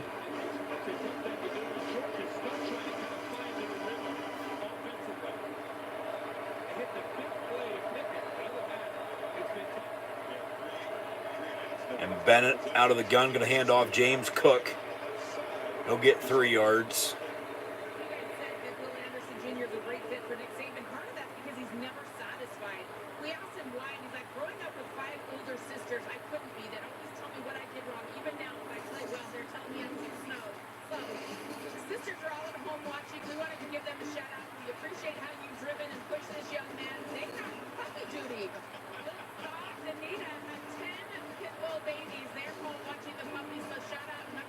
Back at the 39, 2nd down and 6. Adopt, don't shop, but they get a 1st down. And McIntosh.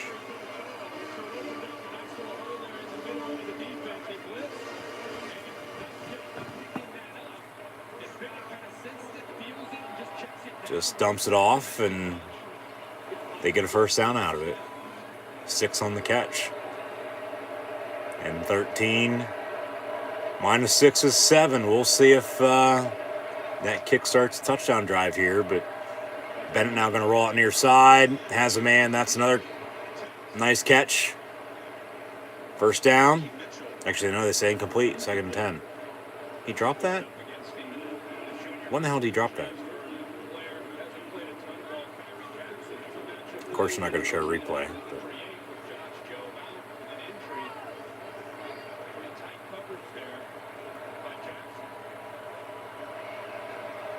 Yeah, 2nd and 10 now from the 49.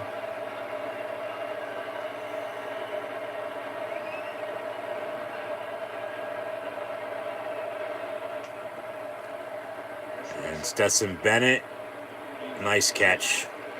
Brock Bowers. And then he will have to get gang tackled. Penalty come in there late? No. They don't want to go down. They had to gang up on him and push him out. He balled it as he caught it, and then was able to bring it in for a catch, and then just kept pulled those in his way. Tried to go forward, but they pushed him sideways and out of bounds. A 6-yard gain, 3rd and 4. 3rd and 4 from 45. Bennett over the middle, slants caught for a 1st down. Fumble late. They're going to say he was down by contact. Which, down by contact is when you hit the fucking field in college football. So, he was down, yeah.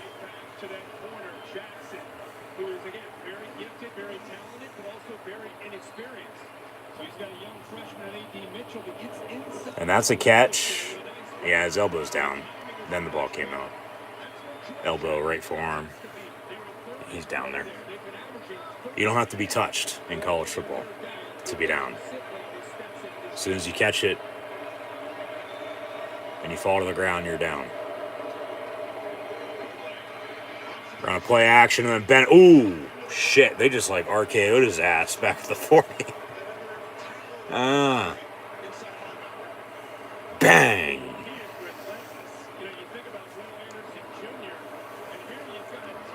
See a replay. That was simple play action. He had all day to throw, and then he just waited too long. Stepped up, and then from behind, wasn't a horse collar. They grabbed him by like the right arm underneath the shoulder pad, it looked like a little bit, right there on the chest, and just slammed him to the ground, just turned him over and threw him down. So make it 2nd and 14 after the sack. Back at the 39-yard line. And Bennett, once again, all day to throw now. So Georgia's done a little bit better job on this drive protecting him. He's going to have to roll out now near side and throw it away out of bounds into the Georgia cheerleaders. Incomplete. Pie, 3rd and 14 to come. 3:55 to play in the half. And coming up at halftime, we'll have first half stats and scores and recap college football bowl season, so stay tuned.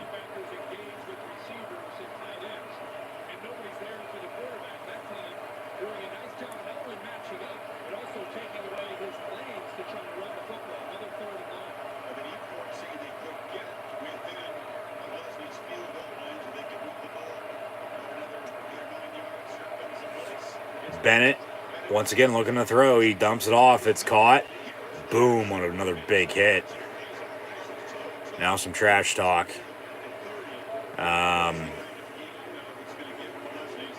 Yeah, they should have enough for a field goal here. Because that went for 8, and they're just right on the outside field goal range there. Yeah, here comes Jack Podlesny, not Puzzlesny, for the field goal. 49-yard field goal attempt to make it a 9-6 game. And number 96, his kick is up and good. So Georgia cuts it back to 3. Alabama still on top, though, with 3:09 to play in the half. 9-6 your score. 5 field goals total for both these teams. That's our score, 9-6.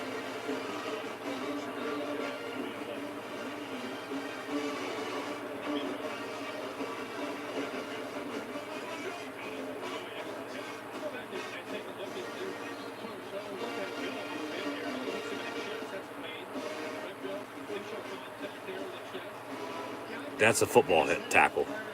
You should know that, Herbie. That's a clean hit. That's not a roughing the passer. That's no targeting. That's no helmet to helmet. That's how you're supposed to tackle.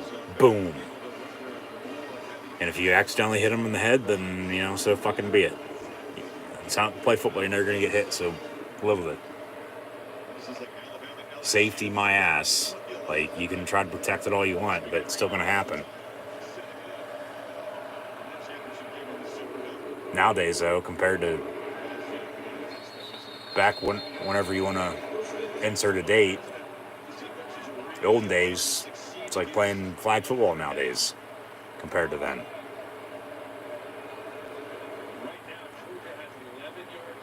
Got a turn on Monday Night Raw.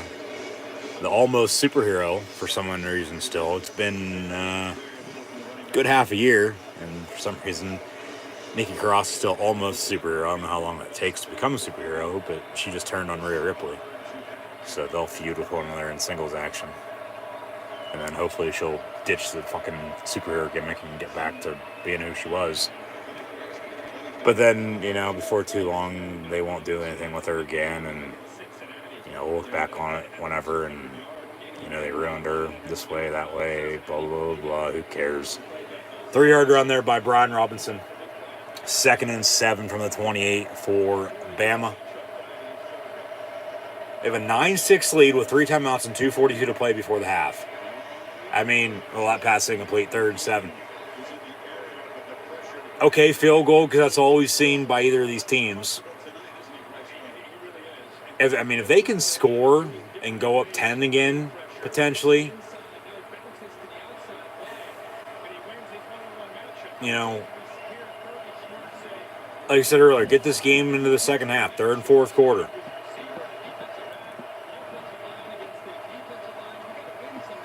Yeah, just we'll see. I mean, not necessarily, like I said, do damage, but, well, they jumped off sides there. That'll be a free 5 yards. It'll be 3rd and 2, unless they say false start, it'll be 3rd and 12. Same time, if George gets the hell off the field, you know, got an offside, it'll be 3rd and 2. If they can get off the field, get the ball back with that time, you know, then all right. Maybe they do something before halftime. And then remember, George is also going to get the ball to begin the second half as well, as they kicked off to begin the game, deferring their option in the second half.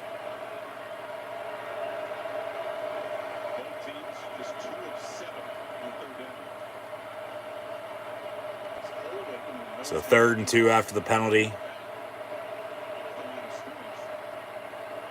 Bryce Young complete.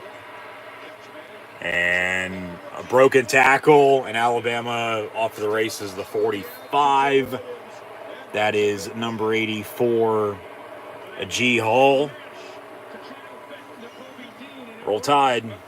Big first down. Yeah, double cross. Not a pick. Not even a rub. That's just a good play. And that was executed to the fullest extent.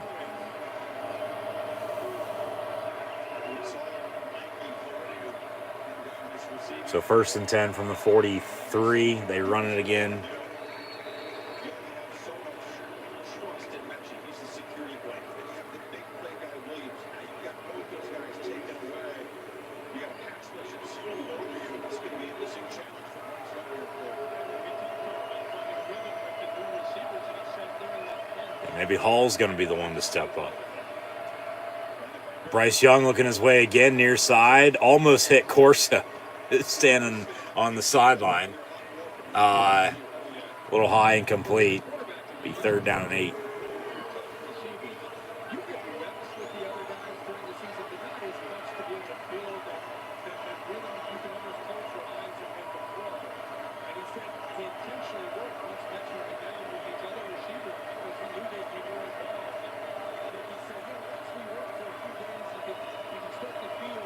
So from the 41, 3rd down and 8. Following the incompletion. Gonna have a timeout. Georgia timeout? Yeah, Georgia with a timeout. They'll have 2 left with 1:45. I get it. Of course, make sure you're set. Get it right. You don't want to give a big play here because you can potentially get the ball back. Maybe with some good starting field position, if you get a touchback, 1st and 10 from the 20. Might have to drive the length of the field, though. Time and 2 timeouts. At least try to tie it up before halftime. Maybe even take the lead and then, do something early 3rd quarter. A whole new ball game then at that point. I mean, we'll see what happens here. This might be a big 3rd and 8.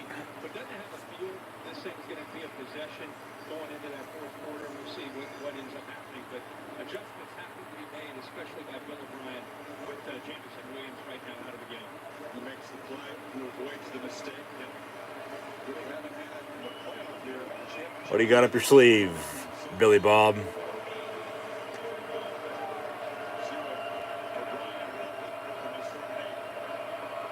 Bill O'Brien, Penn State head coach, Houston Texans. He's in his 1st year at Alabama. 3rd and 8 down the middle, and wow, what a catch. Slade Bolden had it, dropped it. Are they going to say incomplete after that? That's a catch. Did it hit the turf on the bounce before he officially caught it? That's a catch. He caught it. Ball did hit the ground as he came down, and then as he turned on his back, it popped up and it landed right in his hand. So, yeah, that's going to be incomplete, 4th and 8. All right. It's a good call. And with the incompletion, of course, the clock stops. Yeah, Alabama's going to have to punt here. Georgia going to get back with about 1.5 minutes and 2 timeouts, potentially tie, if not take the lead before halftime. Then they'll get the ball to begin the 3rd quarter as well. Fair catch to the 10, so they'll have 90 yards for pay dirt. 2 timeouts in 1:33. You got to go. You got to keep it simple, though, because you don't want to hurt yourself, though, right now either. You don't want to turn it over. You don't want to give Alabama another chance because they still have 3 timeouts, because potentially they could still get the ball back with probably at that point in time a little bit of time left and no timeouts. Maybe a kneel down and we hit halftime as we sit 9-6 right now anyway. But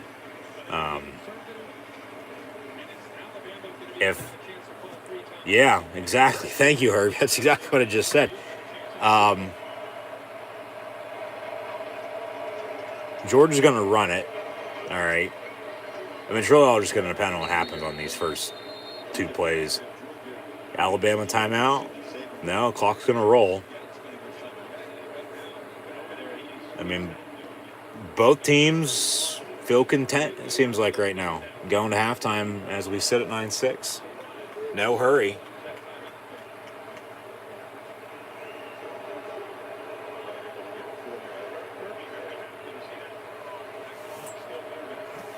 Maybe give a timeout after this. You get them a 3rd and 4th down. You get the ball back with 30 seconds maybe or so and a timeout still. Yeah, I call timeout now. 44 seconds. But why, when you just didn't? So, yeah, we're going to go to halftime at 9-6 Alabama on top of Georgia in the national championship game here tonight. What is this? 1922, not 2022?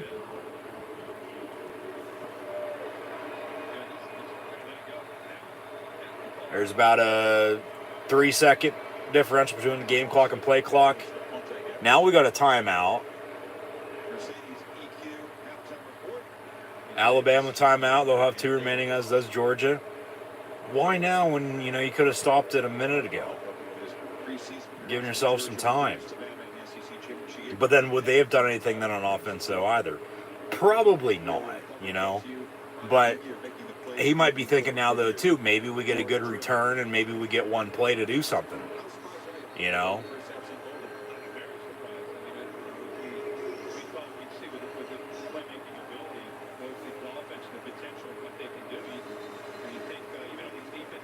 We'll see.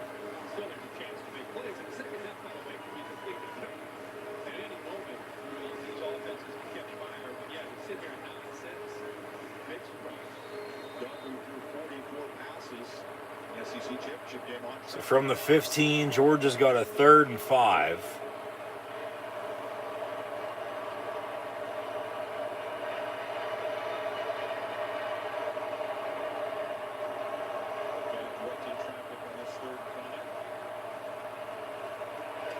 And a handoff. Zamir White going to get to the 25 on a 10-yard run. Georgia with 17 seconds to 2 downs. I mean, I'd call one now. You got a new set of downs, first down. I mean, you get a... Well, they're going to let the clock roll. Georgia's going to get the ball to begin the third quarter. Down 9-6 at halftime here against Alabama. I would have called... I mean, that's just poor clock management, I think, by both teams. But both head coaches, both teams feel content right now, it seems like, where they are. We're going to take this game as low scoring as it is into the second half. As we said at halftime with Alabama on top of Georgia, 9-6. I would have called a few timeouts. But, we'll see if it comes back to cost either of them. Because who knows? I mean,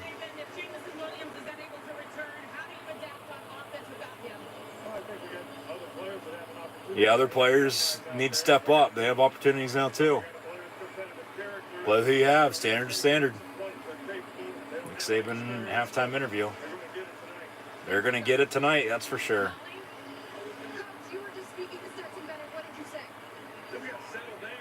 Settle down still, yeah.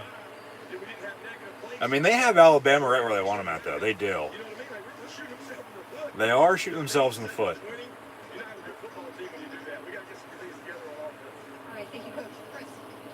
So, as almost defeats a jobber on Monday Night Raw, not that phenomenal of a first half here tonight in college football playoff national championship game by any means. But at least we do have some points on the board. It is 9-6 Alabama.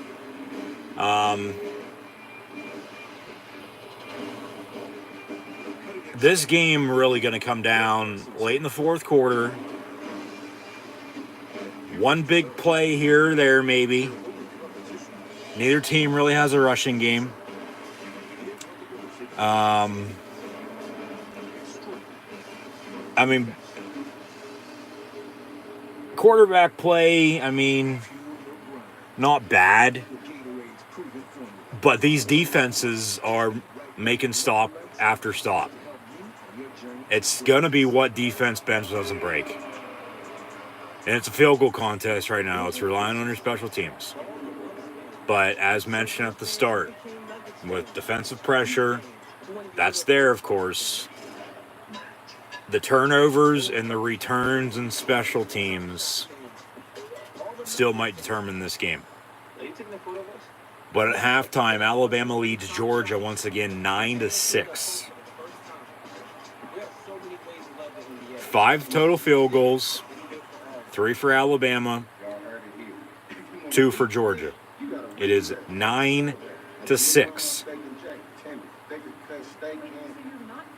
Stetson Bennett is 11 of 17, 127 yards passing. Bryce Young, 15 of 26, 206 yards passing. Zamir White has 5 carries, 22 yards rushing. Brian Robinson Jr., 7 of 18. George Pickens has that 1 catch for 52 yards. But as that was a big play, have been a few other decent-sized plays. Neither team, once they get inside the red zone, or hell, just even out past midfield, they can't punch it in for 6. Eventually, you're going to have to quit settling for 3, and you're going to have to punch it in for a touchdown. Okay? Because if you continue to settle for 3, before too long, you're going to be up shit creek without a paddle. Pickens has a catch for 52 yards. Brock Bowers, 3 of 21. Kenny McIntosh, 1 catch, 10 yards. Jermaine Burton, 1 catch, 10 yards. Mitchell has a catch for 10 yards as well. Darnell Washington, 1 of 9. Jackson, 1 of 8. James Cook has a catch for 4 yards out of the backfield as well, as he also has 3 carries, 4 yards rushing. So he's not really doing a lot right now. McConkey, 1 for 3. Cameron Latou, 2 of 70. Pickens' catch for 52, and Latou's catch and run for 61 have been your 2 biggest plays of the game. Neither team has a rushing game by any means whatsoever. It's those big catches, but they can't punch it in. After that, drive stalls, here comes field goal unit. You got to kick it. Jameson Williams has 4 catches, 65 yards, but no catches, says, of course, went down with that knee injury, has not returned since. He won't be coming back, it doesn't look like it. So, who steps up? Well, Slade Bolden has 6 catches for 37 yards. Hall, 1 for 24, and Ja'Cory Brooks, 2 catches, 10 yards. So, yeah, not a lot going on right now in the national championship game. The year of the upset, if you will, in college football. The year of the defense returning, and defense wins you championships. Running the damn ball, playing good defense, relying on your special teams, balance and consistency in order to win. No, nothing stupid, no turnovers, no penalties. The refs have sort of calmed down as well since the start, but we're in a slugfest right now, a low-scoring defensive affair with Alabama on top of Georgia at halftime, 9-6. 9-6 tied on top of the Dogs. So we'll see what happens come third and fourth quarter. Got to have football to be played here tonight. At least it's no blowout like the FCS championship game was on Saturday. But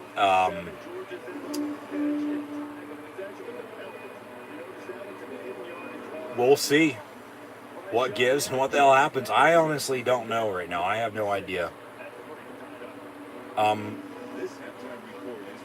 Not even necessarily stunned or speechless. It's just been unexpected for the most part here with this tonight. I mean, because really, who saw this coming? I don't think anybody really did, to be honest with you. I said at the start, though, nobody's talking about special teams. That's all it's been, has been special teams. 9-6 has been a field goal contest. So if it continues to come down to field goals, well, who's going to be the first to miss? And we'll see it, minute and a half, 2 minutes there just prior to halftime with being content. Poor clock management comes back to hurt either of these teams third, fourth quarter. What would you design today? Because we might look back at that and say, well, they could have done something here, they could have done something there, but they didn't. They decided not to, or if they would have done, more early.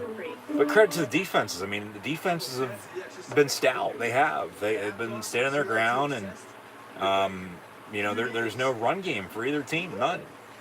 So, who's going to try to continue to run the football? Who's going to try to do a little bit more than that? Not necessarily a band it, because you never want to ban the run.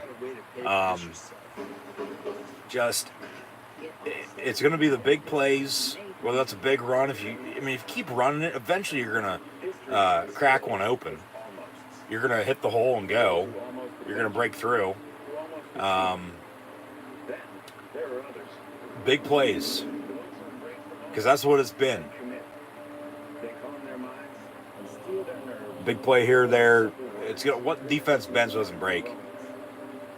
And Alabama has a 3-point lead. I mean, if they continue to do what they're doing right now, even with the quarterback numbers there, Bryce Young's thrown for almost 80 more yards than Stetson Bennett has, but neither quarterback's really playing that great though either, So, I mean, who's going to be that X factor? Who's going to be the one to step the hell up and make a play when the game's on the line?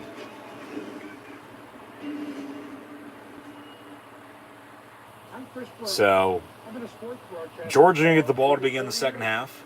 Of course, because they won the coin toss, the further option the second half. They kicked off. And since the start, remember, opening drive for Alabama, there was a fumble that was picked up and returned for a touchdown. Georgia up 6-0. Make it 7-0. If the extra point would have been attempted and then good, but play was reviewed and it was incomplete. It was the right call. They overturned it. Alabama rolled and they got out to an early 3-0 lead. It's been slow tonight, no doubt about it. It's 3-3, 6-3, 9-3, now 9-6. That was a defense touchdown.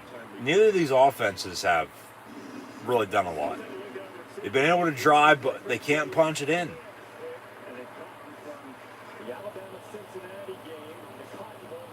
It's going to be big plays, turnovers, what defense bends doesn't break, special teams, and really whoever can continue to try to establish a running game.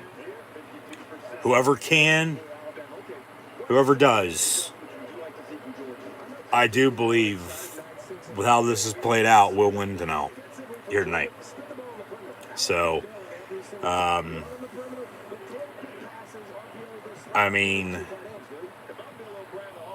tight end to Cameron Latou and then Billingsley, who they need to get more involved. Yeah,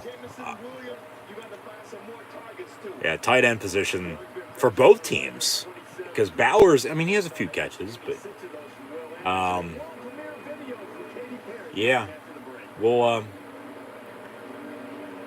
we'll see what halftime adjustments they make.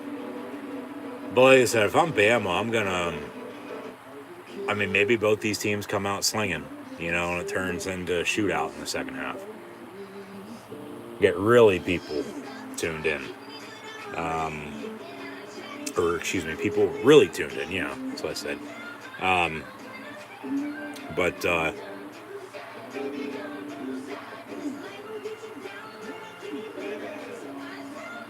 Just a little unexpected, no doubt about it. I'd just continue to do what I'm doing, though. I would. You're playing good enough, but you're not playing as good as, you probably should be. Like I said, Georgia has Bama right where they want them at. They do. So,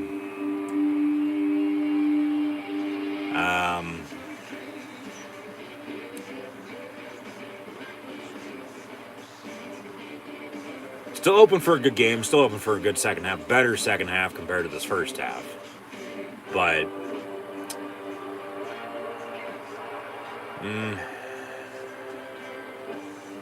yeah, there's not really much else to be said. There's not.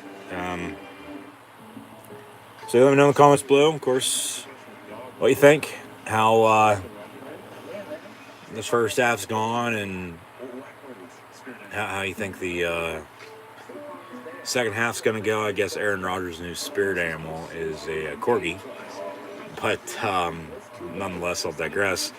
Yeah, just once again, thanks for tuning in and listening.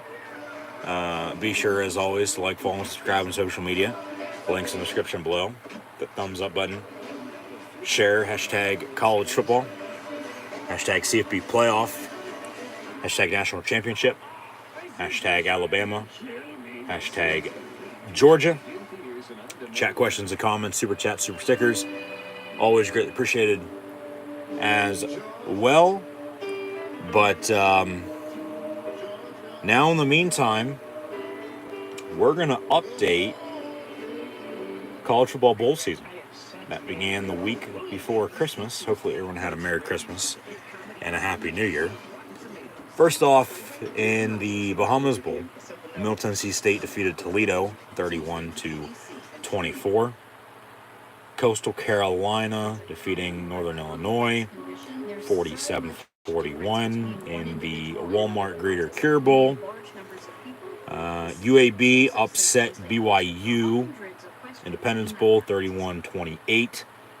Louisiana Lafayette 36-21 winners over Marshall in the New Orleans Bowl from the Bayou.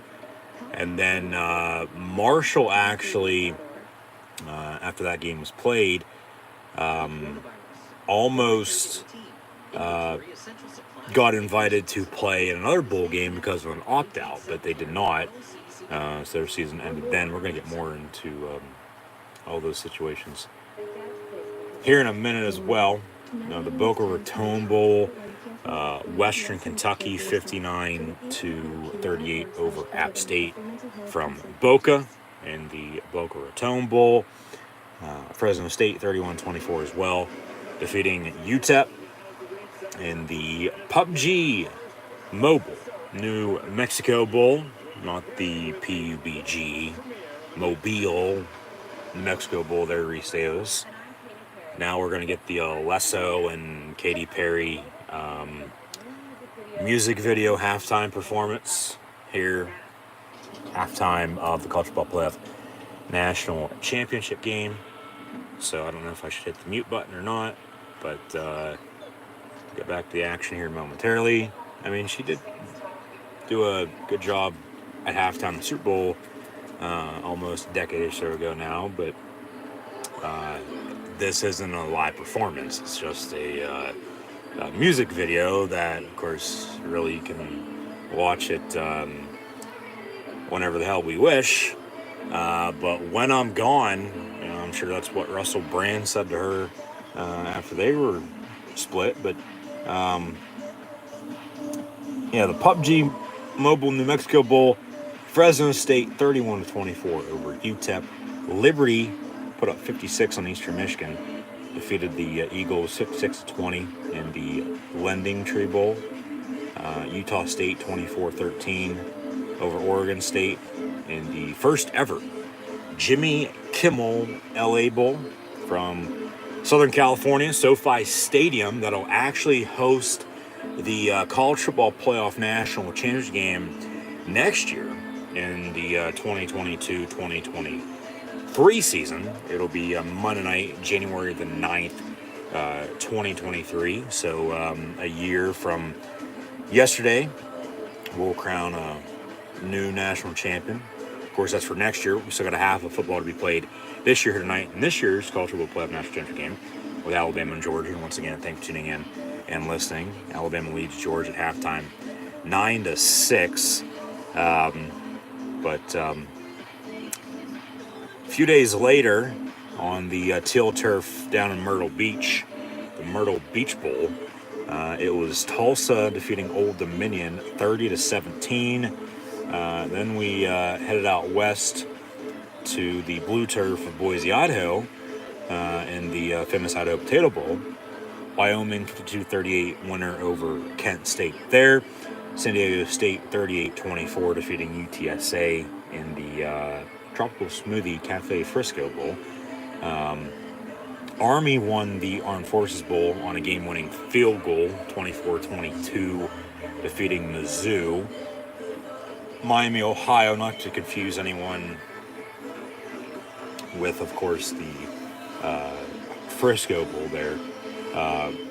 They defeated North Texas 27-14 in the Frisco Football Classic. This was an add-in bowl game, actually, because this year for bowl season, there were more teams bowl eligible than there were bowl games.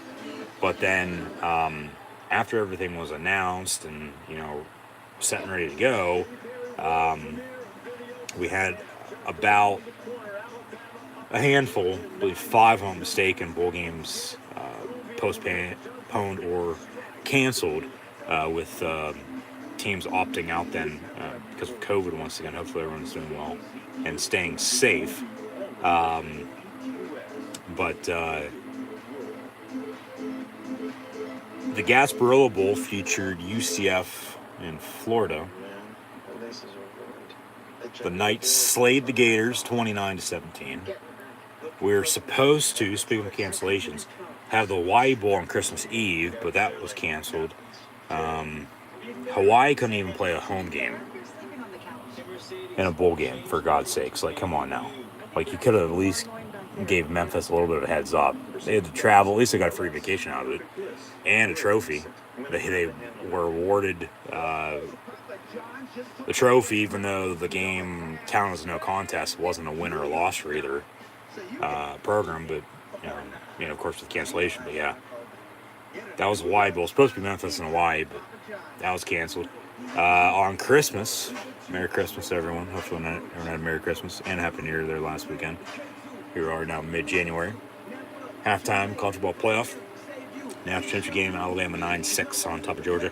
Georgia State in the Camellia Bowl defeated Ball State 51-20. We were supposed to have the Military Bowl as well. However, that was also canceled with Boston College in East Carolina.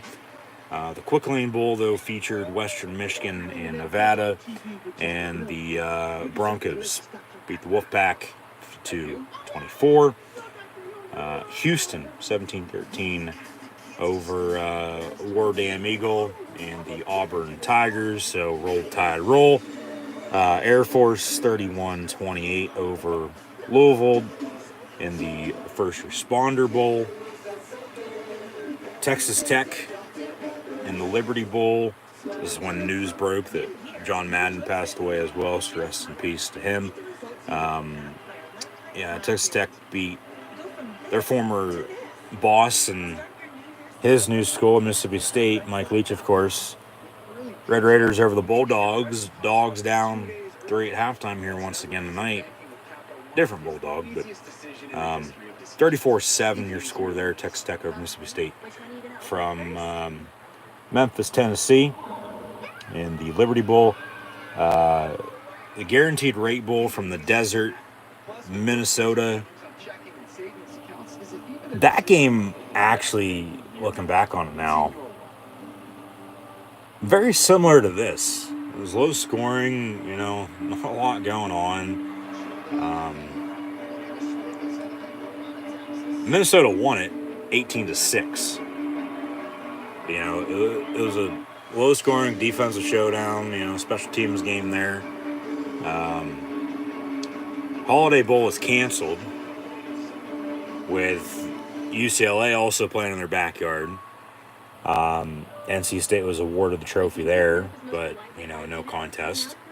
So they don't technically officially win it. The game was never played. It was canceled. So no Holiday Bowl, unfortunately, once again this year. Oklahoma 47-32 over Oregon in the Alamo Bowl. Clemson 20-13 winners over Iowa State in the Cheez-It Bowl. They have now won at least 10 games in 10 straight years, which is pretty remarkable.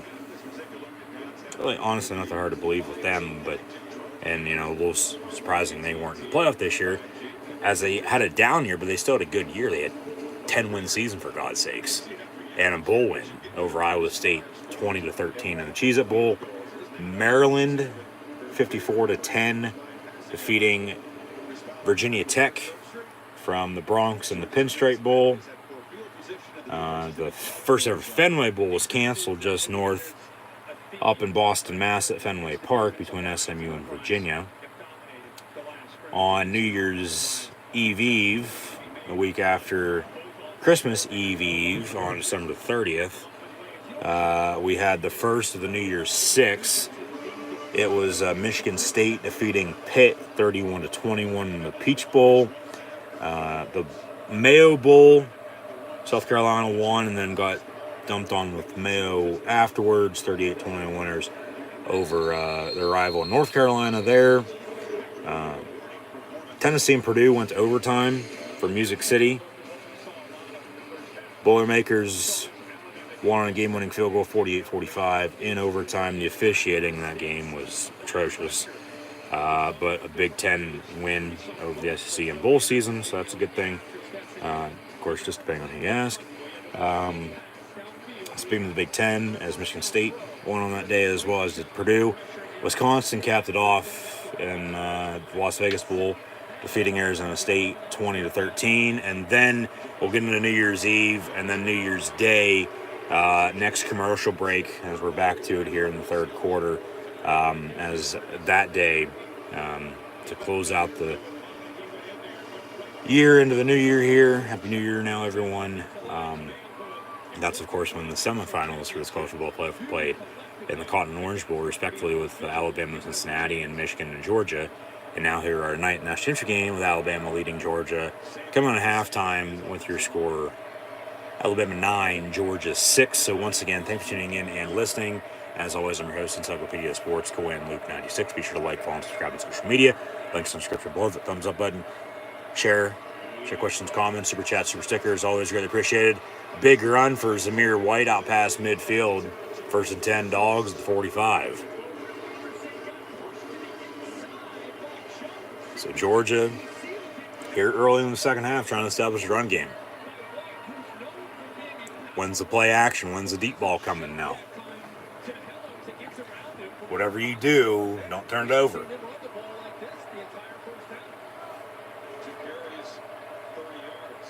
From the 45, first and 10. They'll run a flea flicker. And he's going deep near side, out of bounds. Nobody there, incomplete. Yeah, he wanted to go deep down the middle, but he was covered. And then maybe a wheel route, yelling, hey, get the hell open. I don't mind the flea flicker. I mean, catch him off guard. Yeah, well, the receiver near side ran a curl rather than a go route. And no wonder it was incomplete. Nobody was there. So we're going to have a penalty. And how the hell is that intentional grounding when he threw it 30 yards downfield? I don't care if anybody was there or not. That's not intentional grounding. No. Intentional grounding is when you don't throw it back or throw it past the line of scrimmage, whether you were in or outside the tackle box, which is imaginary, you can't see it. But just, and the loss of down has never made sense, because the incompletion on that play, it's going to be 2nd and 10. They say loss of down with the penalty, yet it's still 2nd down, when it should be 3rd down then if it's a true loss of down, right? You would think so, right? Yes, exactly. But 2nd and 10, or, well, 2nd along with the penalty. Now it's 3rd and 8. 13-13 to play in the third quarter. So, and I'm surprised AJ Styles is in the ring right now on Raw. Would have thought he would have at least asked for the night off so they could at least watch this game, if not go to it. being a big Bulldog fan that he is, but he's going to be in the Royal Rumble, and I think he's going to have a good chance to win it. There's T.O. What the fuck's T.O. doing?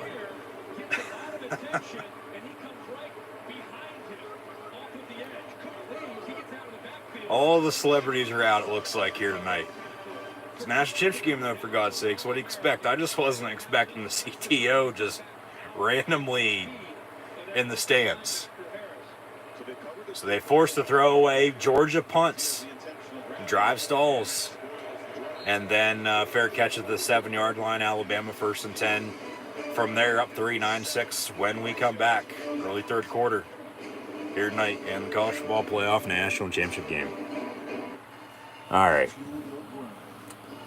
Left off, recapping this College Football Bowl season now on New Year's Eve, of course, with semifinals. It was actually before the semis, we had a few games to get to here. The Gator Bowl, it was supposed to be Texas A&M, who beat Alabama. That's their one loss this year. Georgia's one loss was to Alabama. So, voila, here we are. But they pulled out of the Gator Bowl. Rutgers replaced them. And then Wake Forest beat Rutgers 38-10. We were supposed to have the Barstool Sports Bowl, Central Michigan and Boise State. However, Boise State backed out. Game was eventually canceled. However, the Sun Bowl, Miami had pulled out to face Washington State in the Sun Bowl. So Central Michigan, as I would have thought in a few of these other games, the teams that were good to play, why didn't they just meet up and then go to that bowl game and play? Like Central Michigan sort of took a detour on the way home, and then they won the game as well. Central Michigan defeating Washington State in the Sun Bowl because they were supposed to play in Tucson. So why not go to El Paso, potentially win both games? The first one gets canceled. You win the second one, then you go home a winner. So Central Michigan defeating Washington State 24-21 in the they're great Tony the Tiger Sun Bowl. Then it was the College Football Playoff semifinals. It was Alabama defeating Cincinnati 27-6 in the Cotton Bowl, and then Georgia defeating Michigan 34 to 11 in the Orange Bowl. 34-11 dogs over the Wolverines from South Beach. So a 3 touchdown win for both teams in those semis, and now we got a 3-point game here tonight. It's 9-6. Defensive showdown with 5 total field goals. Then on New Year's Day, first game of the new year was the Outback Bowl. It was Arkansas and Penn State from Raymond James Stadium in Tampa, Florida. And thank you to anyone and everyone who tuned in and listened to my live watch-along reactions then live right here on YouTube to wrap up the line. Very frustrating and disappointing season down the stretch, to say the least, as the Hogs defeated the Nitwits 24-10, the Outback Bowl. Oklahoma State came back and beat Notre Dame in the Fiesta Bowl 37-35. Kentucky once again won the Citrus Bowl, even another Big Ten school in Iowa now, 20-17. Utah had Ohio State right where they won them out in the Rose Bowl in Granddaddy Mall out in Pasadena. But Ohio State came back and won it 48-45 on a game-winning field goal with about 10 seconds to play. Sugar Bowl, it was Baylor on top of Ole Miss after an early injury to Matt Corral. We've had an early injury with Jameson Williams here tonight, but Alabama's still on the top. 2nd and 7 after 3-yard gain. Going to go deep near side, and it's going to be picked off at the 42-yard line. So there's your first turnover. See if Dogs can capitalize. Tie this game up, if not, take the lead now. Turnovers, I tell you. Turnovers. Can't happen. Cannot happen. Can't put yourself in a spot like this, and even with a lead, expect to have a chance to win now. Just stupid. Completely overthrow him.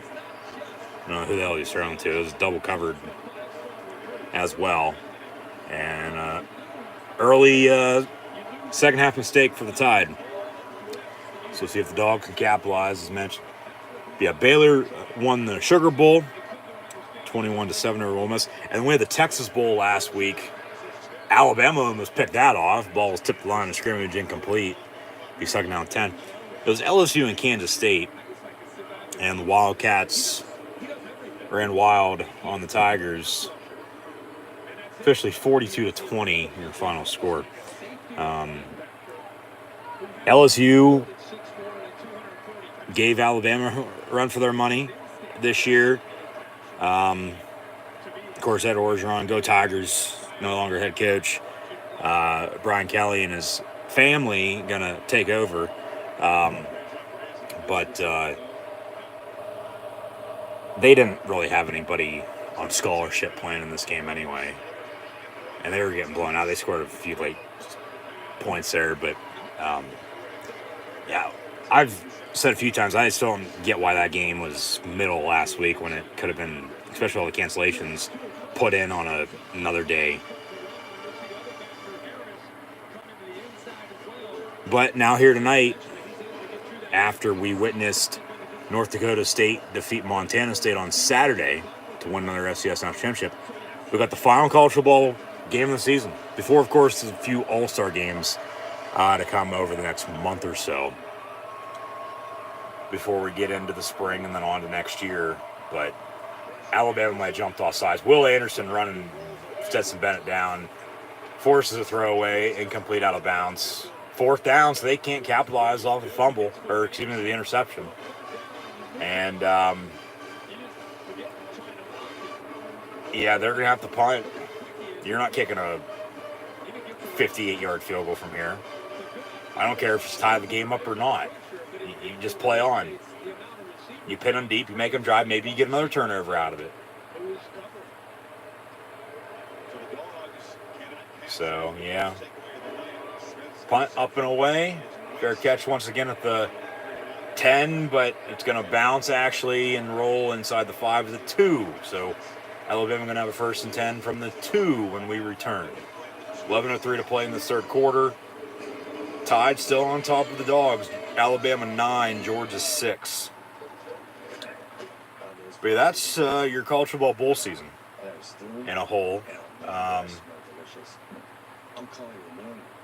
Been a crazy, wild year, no doubt about it. Just want to say thank you once again for tuning in and listening here tonight and all season long. I'm sure I'll say it again before we sign off at the end of this here tonight. But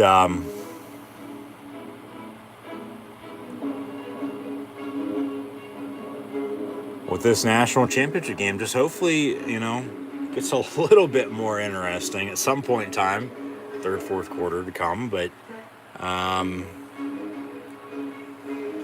even the turnovers now, they can't capitalize off of them.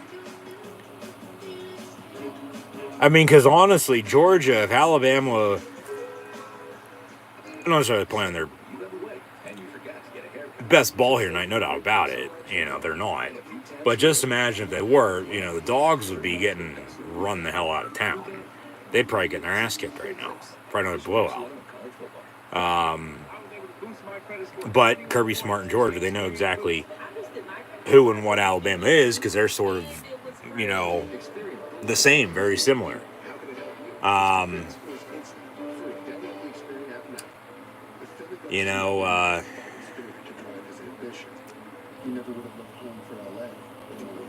It's turned into a field position game. It is. Unless they can drive and score, Georgia's going to force them to switch fields again. I mean, eventually you would think Georgia's going to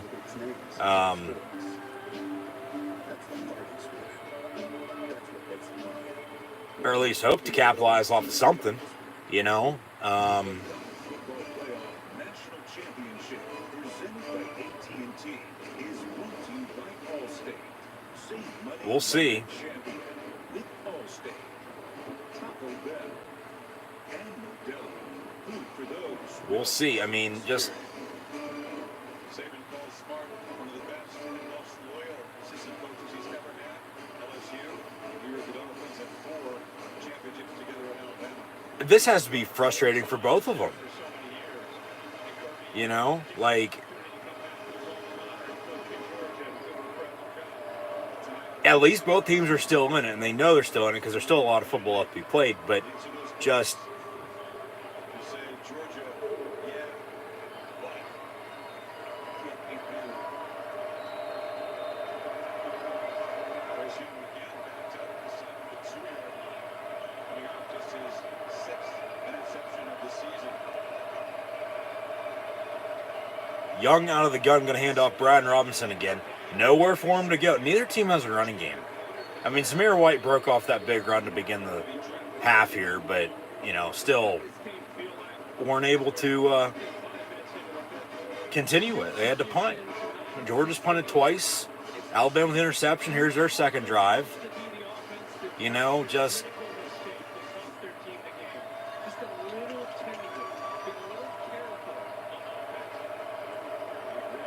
keep it simple. You don't want to turn it over again. Another handoff. There's a run. Brian Robinson gets a first down out past the 15 to the 19.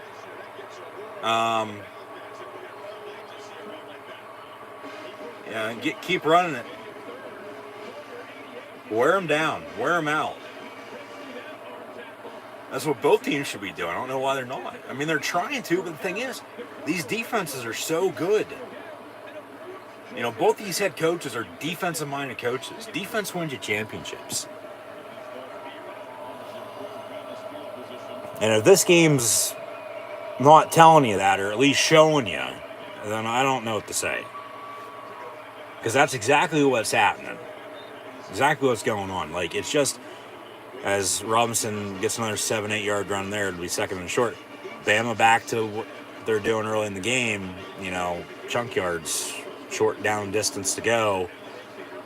Just until these teams quit settling for field goals and they start to punch it in for 6, scoring touchdowns, you know, this is just where we are. It's just, there's not much else to be said. There's not. Like, that's why I said it has to be frustrating. They fake the bubble screen and goes back to it, though, because nobody's open downfield. And then they dive and get the first down. So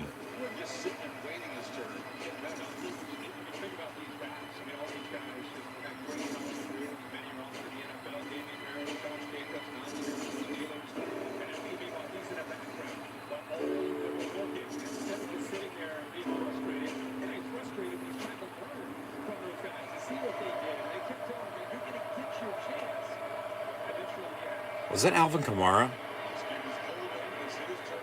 Alvin Kamara went to Tennessee. Why is he on the Alabama sideline?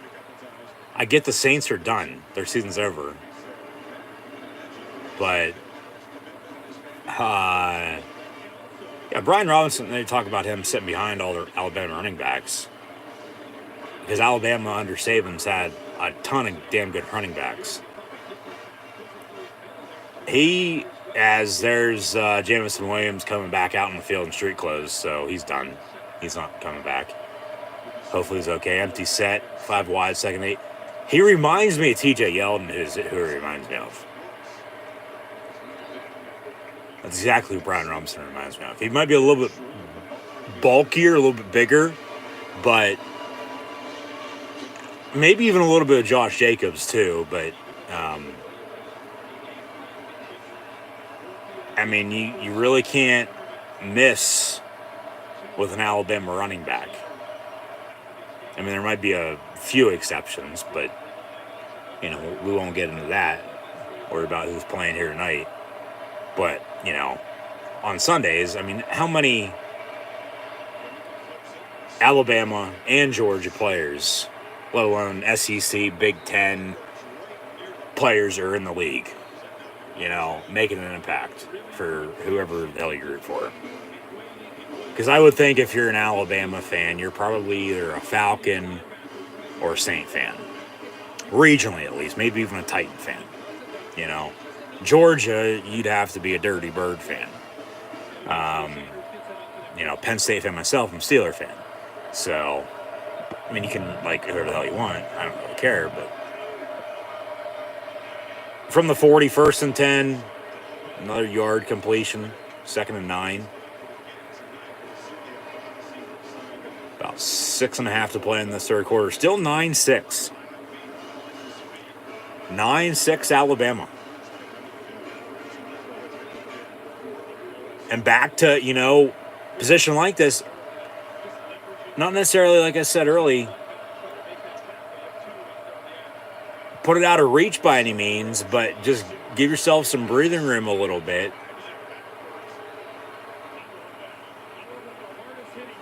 Game down to the wire.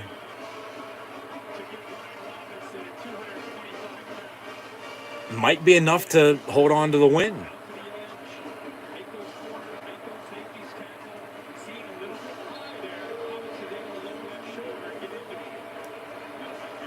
So 3rd and 2 for the Tide.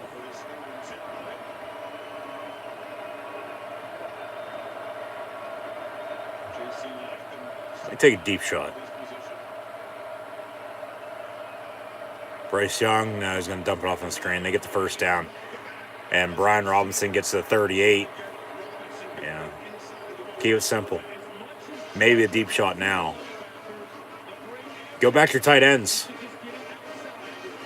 Go back to your damn tight ends, Billy Bob. Well, shit, if he would have, because he had some time to throw, if he would have decided to hold on to that, they did have a man go deep down the middle. He would have had him. He'd be in the end zone right now for 6. Another handoff, Brian Robinson for 5 yards maybe, 2nd and medium. Yeah, so.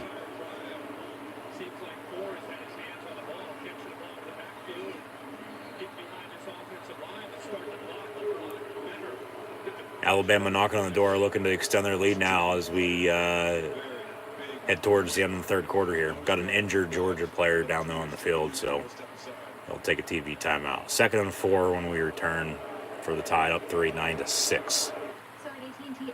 5.5 to play in the third quarter. Meanwhile, on WWE Monday Night Raw, this, I don't even know what the hell you want to call it. We think it's only fair that all customers get our best deals. And you get a trusted plan. She said to do it. It's not complicated. Only AT&T gives both new and existing customers our same best deals. Return of Alexa Bliss.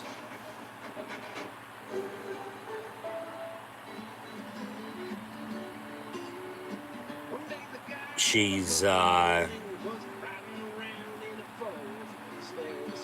course, once again, making me speechless, but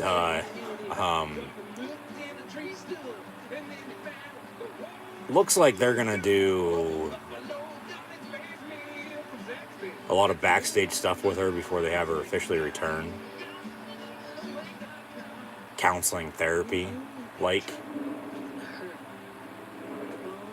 And now she's, just going crazy, it looks like. All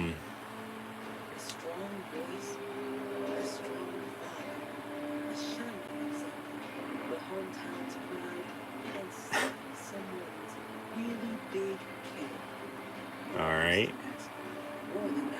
So she's still going to be a heel, but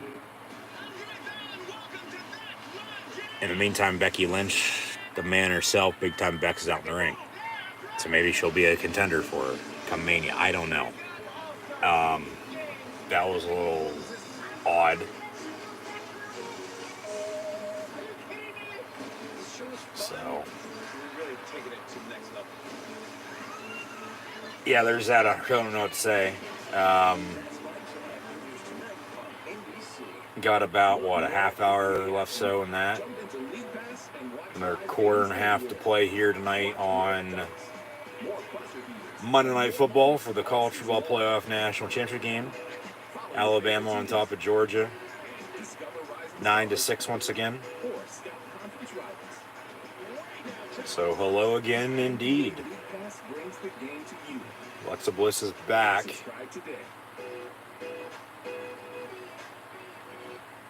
focus on the game.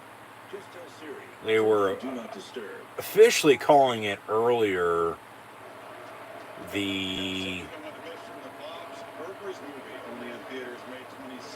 Okay.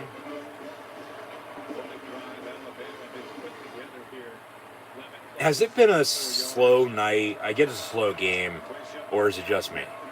Like, something just feels off. I don't know what.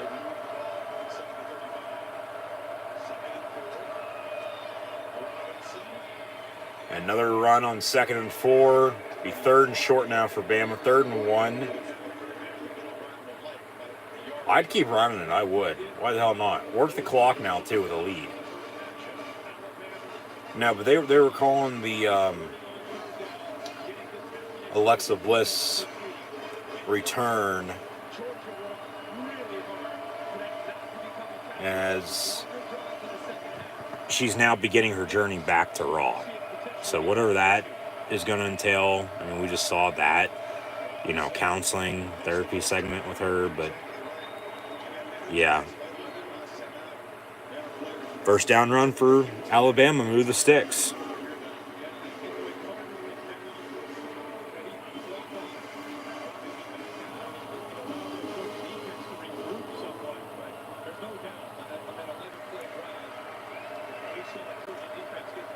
They're going to run it again from the 29, and, well, yeah, you might want to start to air it out. Or at least, because, well, remember, Bryce Young really hasn't run it yet. He can if they need him to. Why not have everybody, run go route, run a Hail Mary, and then just quarterback draw?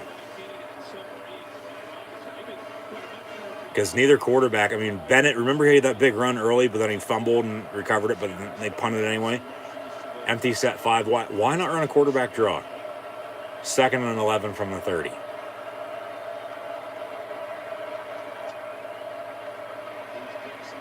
Pass near side, back shoulder incomplete, intended for Ja'Cory Brooks.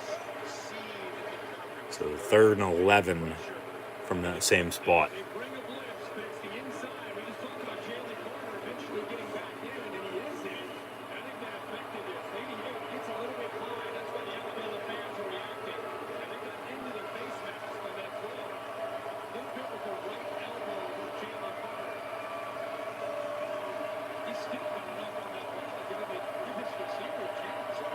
At least they're in field goal range. They can kick it again if they don't convert here. 3rd and 11 from the 30. 3:28 to play in the third. It's 9-6. Young once again looking to throw down the middle. Oh, he had him. Hall had it, and he dropped it incomplete. That's a catch and drop. But he is a freshman, though, too. He stepped up a little bit, but still, you got to make that catch. He had him. Beautiful pass by Bryce Young, too. In stride. Defender didn't even know the ball was coming. But now, here's another field goal for Bama. And the 48-yard kicks up, and it's blocked. No good. So what I say... halftime. Who's going to be the first to miss? Well, now it's Alabama. And Georgia's still only down by 3. You got to capitalize off this, though, now, dogs. 9-6. Yeah, they got a hand on it. Left hand blocked it. No good. No return by any means, but they'll have 1st and 10 from there. You got to capitalize now. You can't. They'll take a TV timeout here at the commercial break. You can't just continue to sit. You got to do something. You got to find a way to get out of the spot you're in. Move. We'll see how Alabama's defense answers, if they can hold them again. But, yeah, this Georgia offense is going to have to do something. At least get in field range, at least try to tie it up. Because if that kicks up and good, you're down 6 again, as you were 9-3. you need a touchdown to take the lead, 13-12. And then Alabama would come down to them probably kicking a game-winning field goal at 15-13. But,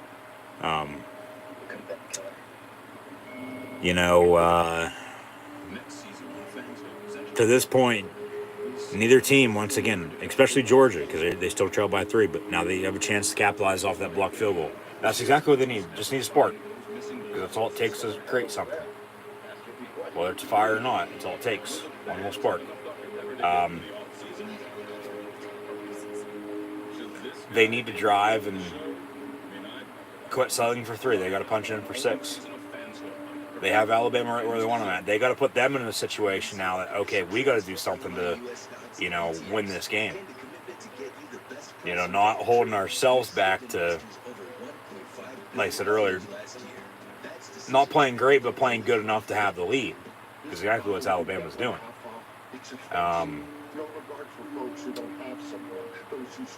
It'll be interesting to say the least, no doubt about it. And if Georgia can't do anything, credit to Bama, potentially hold on to this lead that they have. And, still a lot of football to be played. Another full quarter comes still. Still could have something happen then, but, there's really not a lot going on now, so what makes us think that something's going to happen then? Even with the game being on the line. Because even with that turnover, they couldn't capitalize. So a blocked field goal, can they capitalize? Be a totally different story if they can.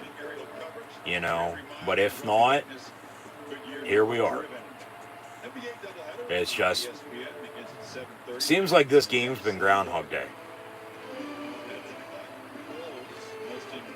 Like, the same damn thing has happened for the most part the whole entire way. Honestly. Okay, you have the turnover, the interception, the blocked field goal, but as those would be outliers, James Cook gets the give, big run out past midfield, inside the 30, 25, 20, pushed out of bounds to the 15. There's a big run for you. So now they do have a running game. That's 2 big runs by Georgia in this third quarter alone. Now you got to punch it in for 6. You can't settle for 3 after that. It all starts up front. You give it a block to run up on the pass. I wouldn't put it in Sesson Bennett's hands. I'd continue to run the damn football. Run number 3 is Amir White, and run number 4, James Cook. Run the damn ball. Inside the 15 at the 13, 1st and 10. They got 8 shots to punch it in. They got trips and a bunch near side. And Bennett got a quarterback draw, tuck it and run, and gets hit at the 10. Ball came out late. Georgia recovers it anyway, but he was down as it was. So 2nd down and, 7? 2:18 and counting to play in this third quarter. Yeah, you got to punch it in and take this lead and have the control. Have the momentum on your side. Because, you've had Alabama right where you want them at. Now you got to take the bull by the horns.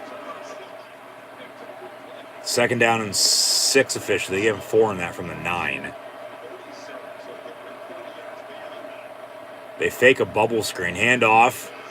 And, late penalty. They're going to get a face mask, it looks like, on the tackle. Double flag came flying in. And, be 1st and goal inside the 3, it looks like. So half the distance from there. They'll 1st and goal from the 1.5 yard line. If they can't punch it in now, come on now. Personal foul, face mask. It'll be 1st and goal.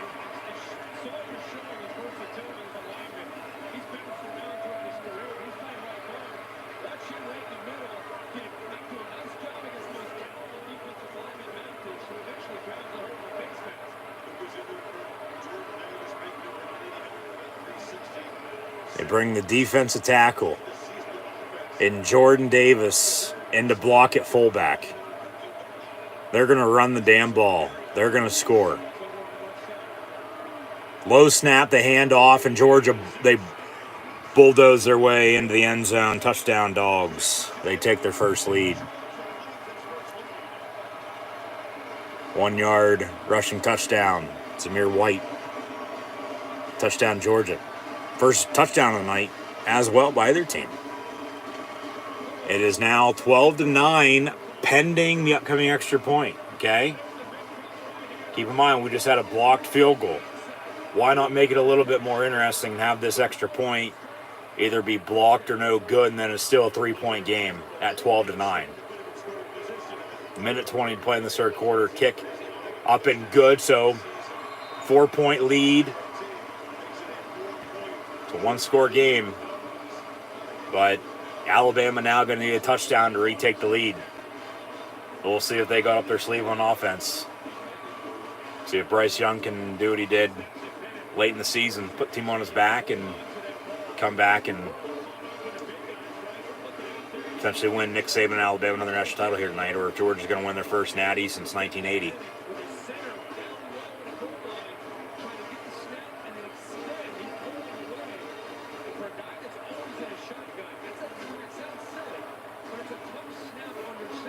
(13-9) Georgia.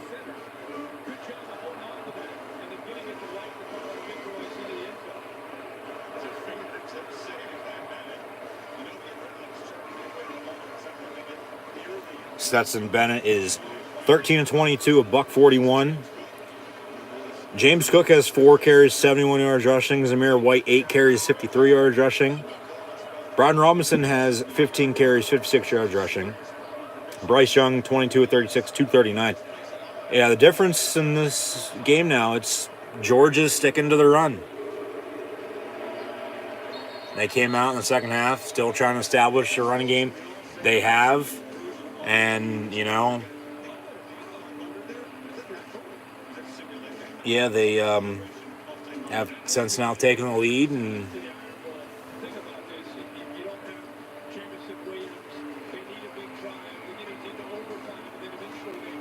Two things. One, see if Alabama come back. But then 2, defense bending but not breaking. For both. If they do come back and take the lead, okay. Or if Georgia now with the lead can hold it. Because Alabama just held their lead for almost 3 full quarters. When we got 15 minutes and change to play. And it's been a 3-point game the whole entire time, for the most part, it seems like. The largest lead was 6. Now it's 4. It's 13-9 Georgia. And on a 7-yard pass there, it's now 2nd down and 3 from the 31 for Alabama. And a handoff to Brian Robinson. Well, the 3rd and short, under a minute to play in the third quarter. Make it 3rd and 2 officially. 13-9 Dogs. So once again, let me know in the comments below who you have winning. Whether that's Roll Tide or Go Dogs, Alabama, Georgia. College Football Playoff National Championship game here. Final seconds of the third quarter, with 15 to play. 3rd and 3 officially, they say. Trips in a bunch now, top of your screen. From the 32, left to right for Alabama. Pass near side, caught. And they'll have a 1st and 10 to begin the fourth and final quarter play. Down 4. 13-9 against the Georgia Bulldogs, who actually just scored. But in the meantime, we hit the end of the third quarter with Georgia on top. Georgia leads Bama. They've been in this situation before. They've had numerous leads and have led for a good amount of time against the Tide in big games like this as well. But Alabama has found ways to come back and win them. Can they do it again, or can the Dogs hold on? We'll see. We've got 15 minutes to play here in this fourth quarter that's coming up momentarily. Stetson Bennett is 13-22, as mentioned, 141 yards. Passing, Zamir White and James Cook. Georgia sticking to the run game, still trying to establish that second half. They since have Cook has 4 carries, 71 yards. Zamir White, 8 for 53, and that touchdown to take the lead. George Pickens, catch 52 yards. Brock Bowers, 3 of 21. James Cook, 2 of 15. Kenny McIntosh, 2 catches, 13 yards. Burton, 1 for 10. Mitchell, 1 for 10. Darnell Washington, 1 catch, 9 yards. Jackson, 1 for 8. And then Conkey, 1 catch, 3 yards. Bryce Young, 24-38, has 255 yards passing. The interception, yes, but they couldn't capitalize. They were, however, able to capitalize off of the blocked field goal. So it was 9-6, could have been 12-6. And then say Georgia, still drives and scores, wasn't 13-12. But they blocked the field goal, they capitalize off of it, they drive and score, and take a 4-point 13-9 lead now here at the end of the third quarter. Brian Robinson has 16 carries, 59 yards rushing, with two catches, 70 yards. Jameson Williams, the street close on the sideline. He's done, except for knee injury in the first half. He has 4 catches for 65 yards. But you know who haven't gone to enough in the second half, along with the tight ends? Slade Bolden. Remember his name in this fourth quarter for Alabama on offense. Slade Bolden. He has 6 catches, 37 yards. Ajee Hall, the true freshman, he has a catch of 24 yards. Stepping up, of course, with Williams out. But Williams had to step up because John Mechie got hurt against Georgia in the SEC championship game. Alabama still won. Williams hurt. Nobody's really stepped up since he's gone down. And they really haven't been able to run the football. They have, but not as good as Georgia. At least in the second half, at least. So, Alabama is still going to need somebody to step up, still trying to find a running game. Being down 4 points, 15 minutes to play, that's really nothing. But as slow as it's been tonight, it's been a field goal game until that last touchdown, one and only touchdown by their team. It's just how it's been. It's just, who Georgia and Alabama are, and it's a low-scoring defensive showdown. So what gives, we'll see what does. Brian Robinson has 2 catches, 18 yards out of the backfield. Ja'Cory Brooks, 3 of 15. Holden has 5 catches, 23 yards. Sanders, 1 of 3. But Bryce Young going to have to make some plays, and they're going to have to continue to run the football with B-Rob. The tight ends, and keep in mind, remember the name Slade Bolden this fourth quarter for Alabama. 1st and 10 from the 42 as we begin the fourth. Pass caught. Well, guess who they go to? Number 18, Slade Bolden. And they'll have a second and a medium. It is 13-9 if you're just now tuning in. Georgia on top of Alabama as we begin the fourth and final quarter of play here tonight in the College Football Playoff National Championship game. Handoff to Robinson. And they'll get... Actually, we're going to get a penalty on the play as well. It'll be an automatic first down anyway. Okay. Illegal hands to the face. Yeah, his helmet came off, so he's not going to have to come out for a play. That's like the second or third time that's actually happened tonight. First time they called a penalty on it, though. Yeah, hand off to Robinson, excuse me. And it looked like he had enough for a first down, but it looked like they were going to mark him short, about a half yard, so it would have been, 3rd and inches. But then there's the penalty, so it's an automatic first down. So they'll get 15 tacked onto it. 1st and 10 from 33 now for the Tide. And Young looking to throw. Deep in the end zone near side. It's caught at the 6. And Hall, 84. The freshman, just as Devontae Smith was in the national title game a few years ago against Georgia. Making a big-time catch late in the game. And right on the money. Same play as it was earlier, yeah.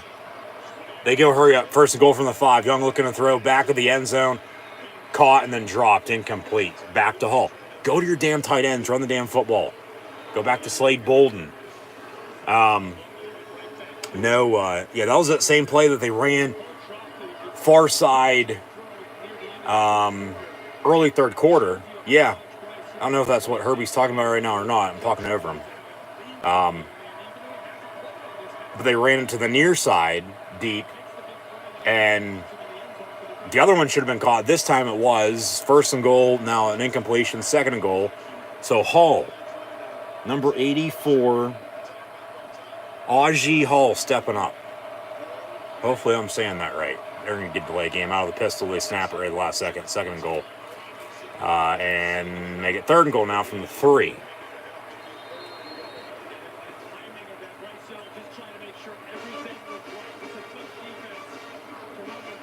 If I am, okay. If I'm not, okay. I don't think anybody knew who that hell Tua Tagovailoa was or how the hell pronounce his name when he came in against Georgia in the national game back in January of 18 anyway. So eventually we'll learn his name. But it really doesn't matter. Alabama they're trying to punch it in now. See if they can score and retake the lead or if they're going to have to settle for 3. Third and goal from the 3. Yeah, exactly. Go to Slade Bolden. Go to your tight ends. Latu and Billingsley. Young in the end zone. Ooh, had him incomplete. Fourth and goal, and they're going to have to kick it.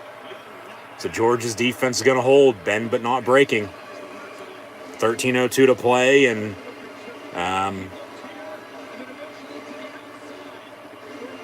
here comes field goal unit again. Last one, remember, it was blocked.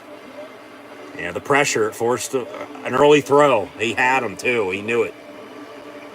It's a little too much. Yep, exactly. Back to the key word of the night, pressure. 21-yard chip shot field goal, kick up and good. So Alabama cuts it to 1 with 12:59 officially to play. Georgia's still on top, though. It is 13-12. 13-12. Going to be a fun, interesting finish, to say the least. Hopefully you'll stick with it. And once again, thank you for tuning in and listening. Be sure to keep an eye on my NFL playoff preview as well, and hopefully tune back in next week for some NFL playoff live watch along reactions live here on YouTube as well. With the doubleheader on Saturday, tripleheader next Sunday, Monday Night Football with WWE Monday Night Raw next week as well, with Raw wrapping up right now in the meantime. But this will do it for college football this year here tonight with this last stream for the season up until at least the springtime for the Penn State spring game. And then we'll get more into all the details on everything a little bit later on once we hit a final score here and crown a national champion, whether it's Alabama retaining and winning back-to-back or Georgia winning their first title in 41 years. But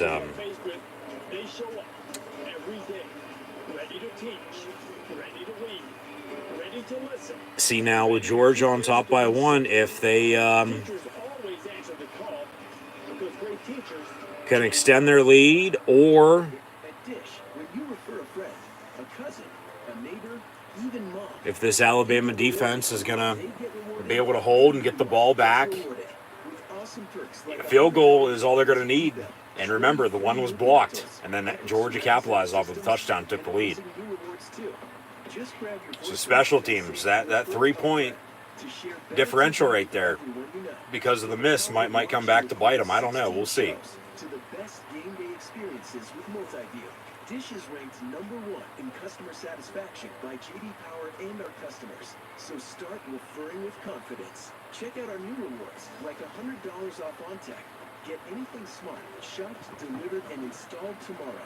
From thermostats to video doorbells, OnTech is your smart home simplified. Just say, refer a friend into your voice remote to give your friends better TV and get rewarded for it. Dish, tuned into you. Well, we wondered if Georgia would be able to run the ball. The first half it didn't look good at all. They were struggling 26 yards, but they got it going. Very first series, you can see Zamir White, 8 of 11, 8 of 19, was able to shake away from the safety Helms. And then the next series, they went to a flea flicker, didn't come away with any points. And then Kirby decides he wants to race. It's a race.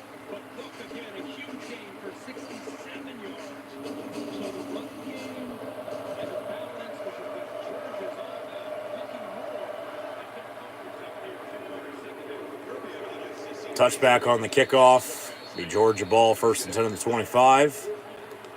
Left to right across your television screen, radio, and audio dial. Dogs up by 1, 13-12, with under 13 to play. 12:59 officially left in the college football season here tonight with this national championship game. Unless, of course, we get overtime again with these two, but it doesn't look likely. 13-12, you know. I mean, they both have to score, and Alabama would have to go for 2 to tie it at 20. They run it. Zamir White going to get about 5 yards to 30, 2nd and medium, 2nd and 5 here. You know, because if it just continues with field goals, okay, 16-12, 15-13, 16-15, so on and so forth. So, yeah.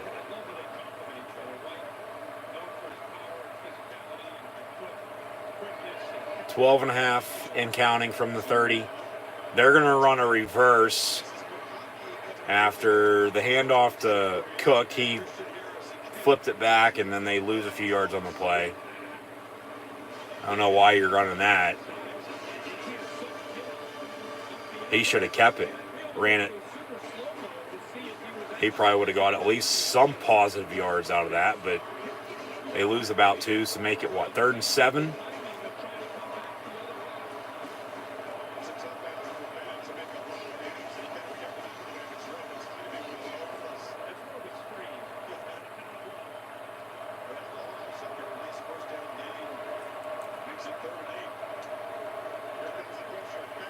Bennett getting pressured, goes down on the, well, ball comes out. Is that a sack? And then, well, the ball went out of bounds before they recovered it. They say incomplete, 4th down. Alabama's getting the ball back regardless. Doesn't matter. Just matters where the ball is going to be spotted on the punt. I'm going to have to see a replay of this first off. Fumble. Recovered by the defense, 1st and 10, Alabama. Did he recover it before it went out of bounds? Because it looked like the ball went out of bounds before he recovered it. Because whoever touched it last before it rolled out is who maintains possession, which would have been Georgia because he threw. That's a fumble. Yeah, that ball's out. That's a fumble. I thought it went out of bounds before he recovered it. Yeah. You see a closer look at the sideline. Fumble recovered by the defense. Yeah, no. Intentional grounding foul. You got to look at this. Come on, refs. You got to take a look at that. You can't have that be like that. No. That's a fumble, but he didn't recover it before it went out of bounds. And then I don't know how you can say intentional grounding on a fumble on a strip sack. That makes no sense.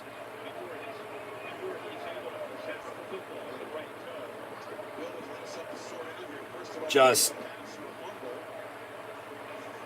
referees. I don't care what conference, what level, you know, none of that. Just they think they're above the game. They're just jealous because they're not coaching or playing. They have to officiate it. That's a fumble, but the ball clearly went out of bounds before he recovered. And if he did recover right there on the line, his foot was out of bounds. And with a strip sack fumble, how can you say intentional grounding?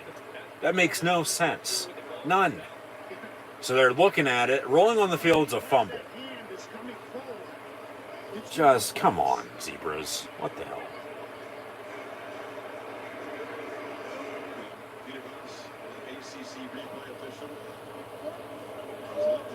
They're looking at it. The thing is, it's going to be Alabama football, one way or another. Well, maybe that look right there. It's field position. They have a 1st and 10 inside the 20 on a fumble recovery, or they're going to have to have Georgia punt and then, have a return 1st and 10 wherever they get it at. Yeah, right there. That's the best look you're going to get. Is that controlling possession, though? That might stand as called. The thing is, with reviews, you have to find undisputed evidence to overturn it. It is a fumble on the field. And then they throw an intentional grounding penalty on it, which that would be half the distance for Bama. The intentional grounding makes no sense on this. So I don't know why they threw that into it. But, yeah. Just take back what I said. That is a fumble, and it's in bounds. So it should stand and be 1st and 10 at the 18. But yeah, it's going to determine field position and outcome of the game for sure. Why not look at it? So 1st and 10, Bama. I'm not going to be shocked if they overturn it, but I'm not going to be shocked if they have it stand as called on the field. That's as close as it is. So we'll see what Georgia's defense can do now. And back to a turnover. Pressure into turnovers. That's a fumble. But I don't get how you can say intentional grounding on a strip sack fumble. Stands as called, fumble, 1st and 10 Bama. So he did recover it in bounds. Yeah, you have to find undisputed evidence to overturn it, and that's as close as it was. You're not going to have it. It's going to have to stand.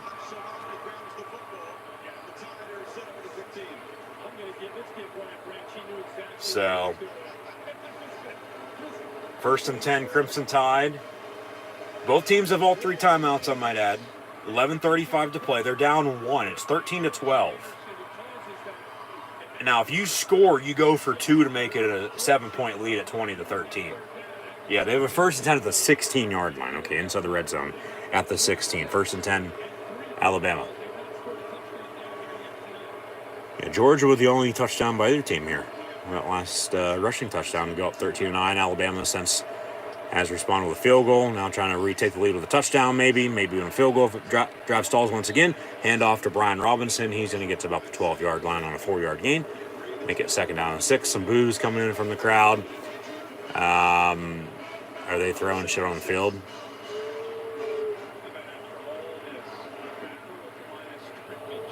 Turnovers. Yep.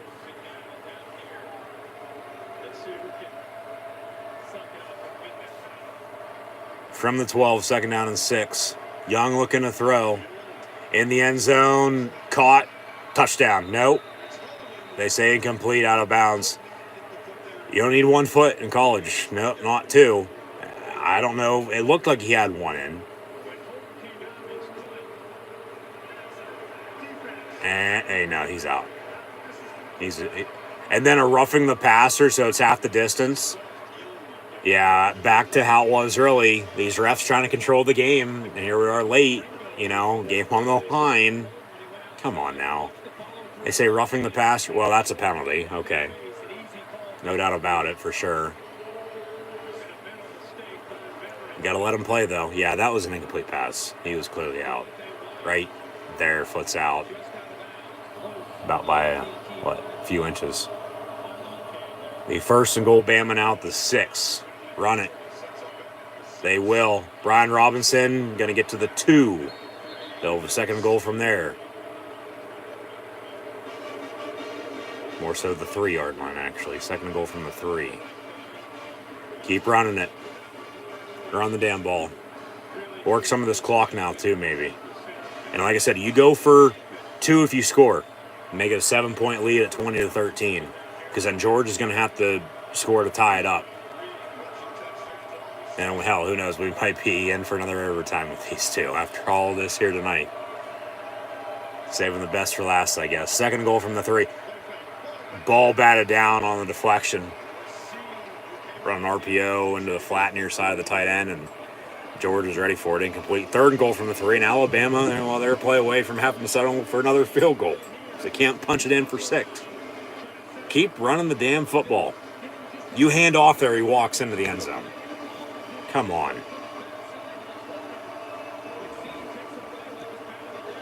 Watch, they'll throw a fucking fade probably.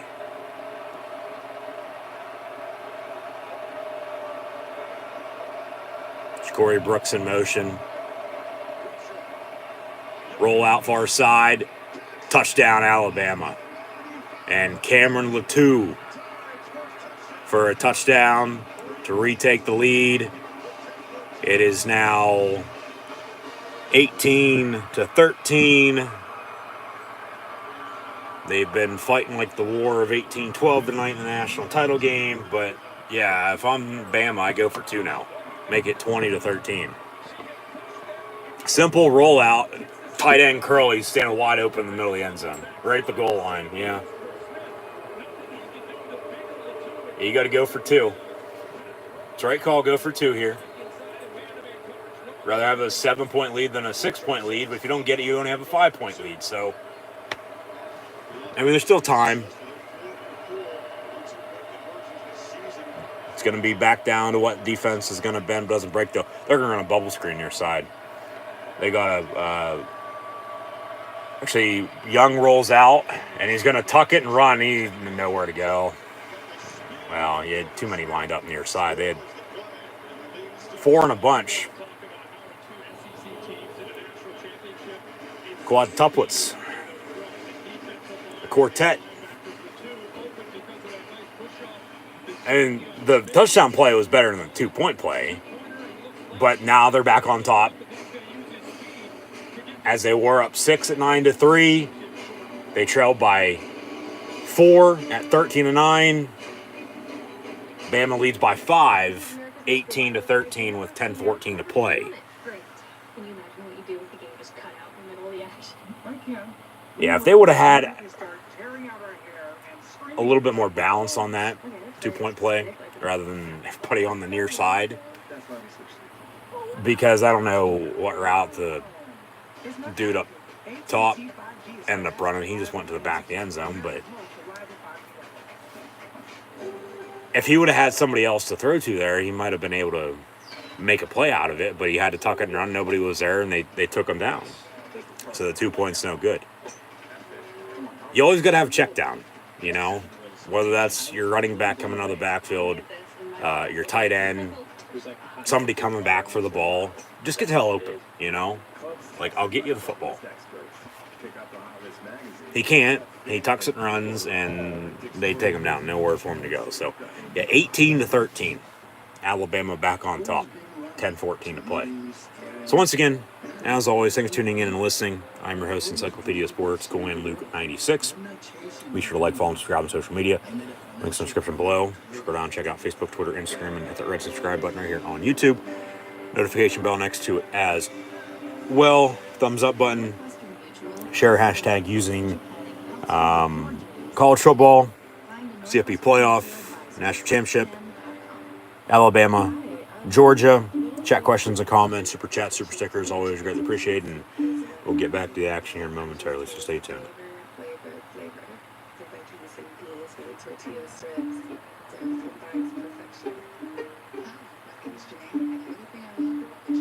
Chicken tortilla soup is, it makes me feel warm inside. This is what a cozy feels like. This is what bundling up in a blanket next to a fireplace, what people love feels like.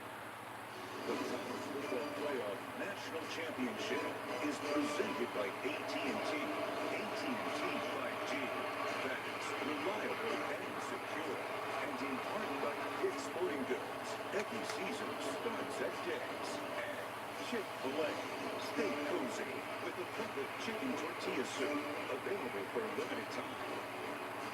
Stevenson now went from angry to euphoric. Within a few seconds, like that, we're angry at the sack that Tagovailoa took. And the second 26 touchdown. In fact, he said he was frustrated as the snap of the ball in the air. He still was frustrated. And then he throws his headsets off. So the margin is 5 now for Stetson Bennett. You've got this history against Alabama. Made a bunch of good plays. So the 2 touchdowns after all the field goals we had earlier were capitalization off of a blocked field goal and a fumble. Alabama kicks off, touchback. First 10 Dogs from 25, down 5, 18-13. Crimson Tide on top.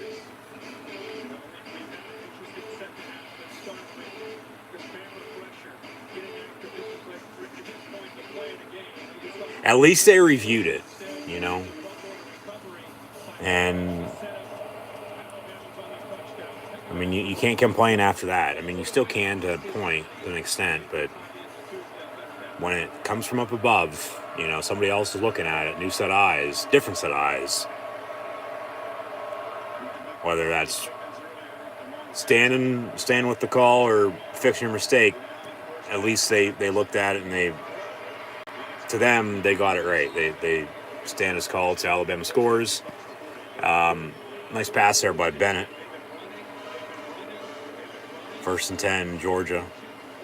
Now, if I'm Georgia, under 10 to play, even both teams having 3 timeouts here, of course, no 2-minute warning in college football.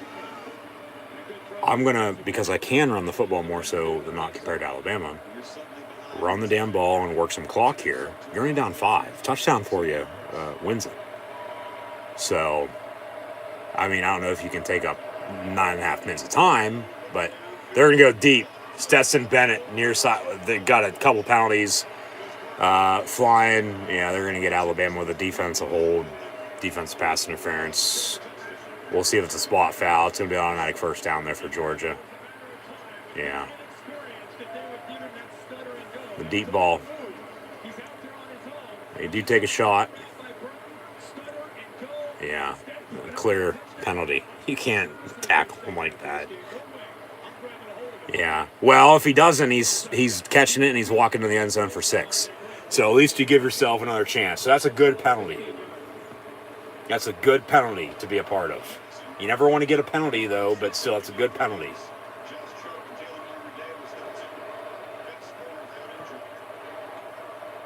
Cook in motion. Stetson Bennett going to air it out again.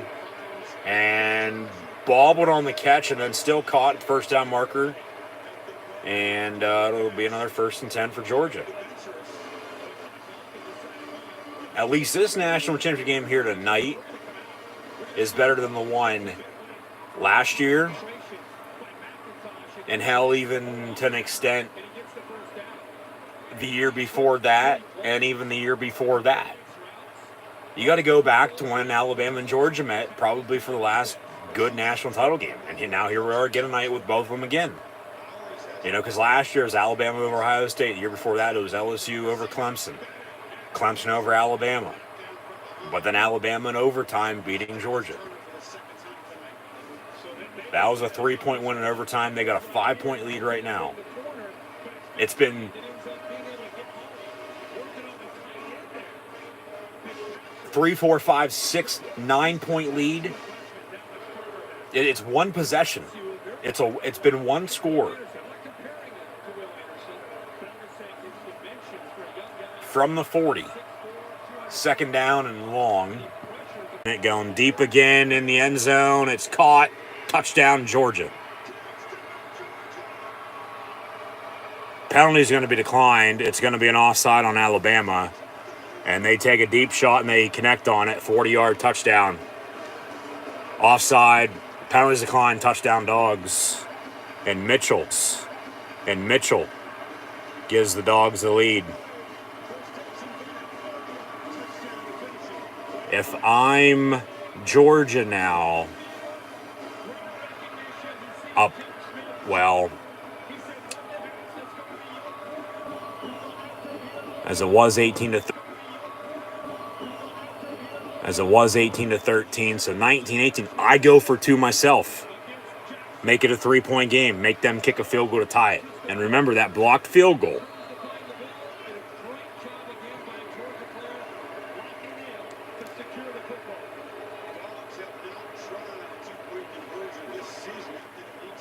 They haven't attempted a 2-point attempt all year. Now, with 8:09 to play in the final game of the international championship game, well, you sort of have to make it a 3-point lead. Here comes a 2-point. They hand off James Cook. And nowhere to go. So back to Georgia being on top by 1. 19-18 with 8 minutes and change to play. What a second half. 9-6 at halftime. Now it's 19-18 with 8 minutes and change to play. Georgia back on top. Now it's who has the ball last,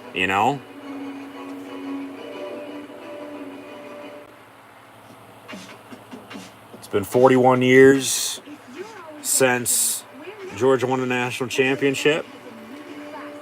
They won it.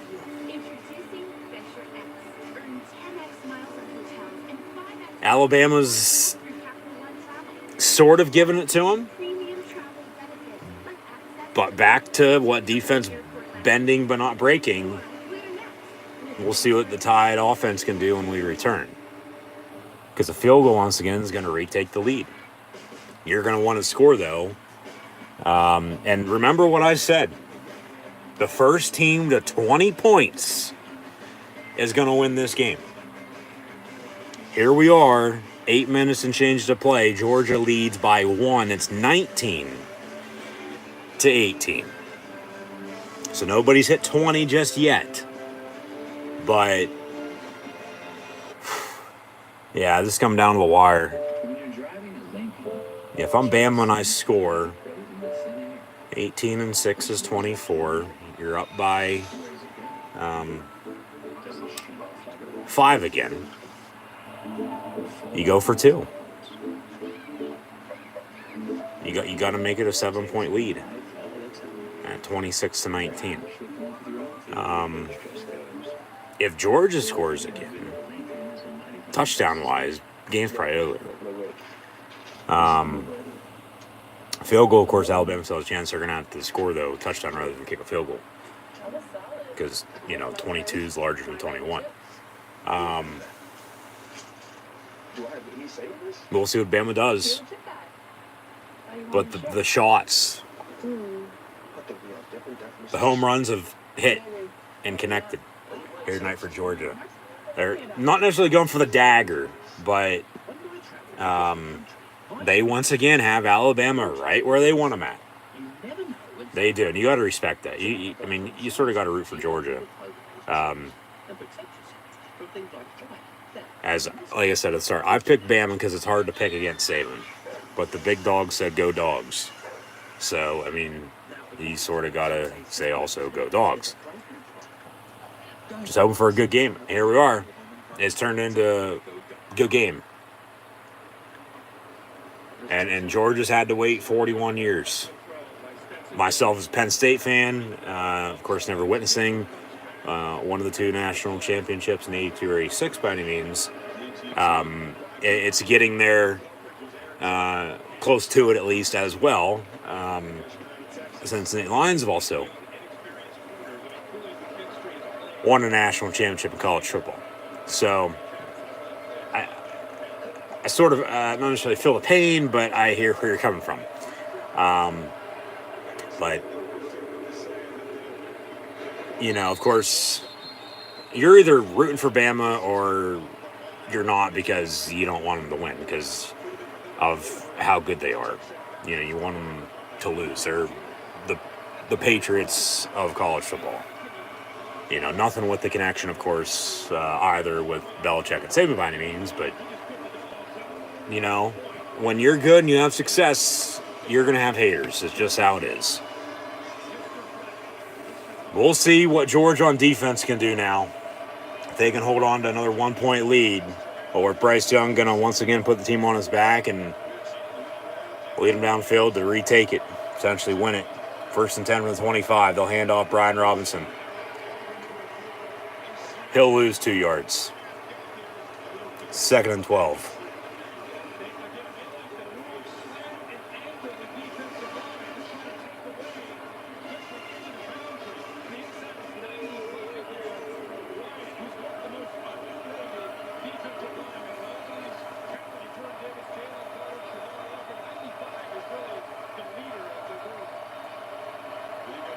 Go back to your tight ends. Slade Bolden as well. Robinson going to motion out of the backfield, top of your screen. So out of an empty set 5 wide with 4 receivers and a tight end, they're going to go deep down the far side. Robinson. And it's incomplete, or excuse me, to 84, not 4. That's Hall on the target, incomplete. It'll be 3rd and 12 for Alabama. 7:21 to play. So let's roll the dice.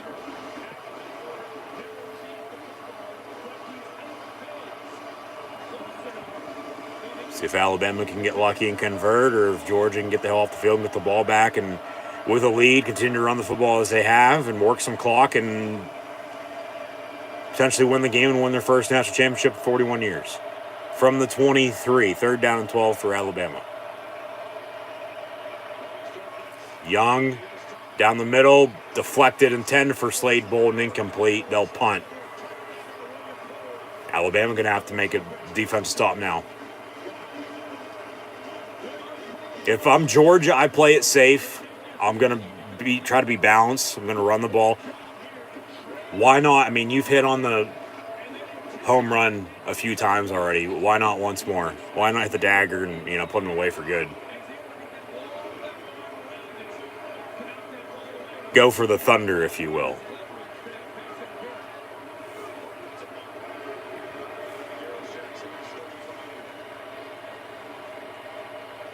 Alabama punts. And it'll be fair caught by Georgia at the 37. It'll be 1st and 10 Dogs from there, up 19-18. With 7:11 to play, even though Sheets is better.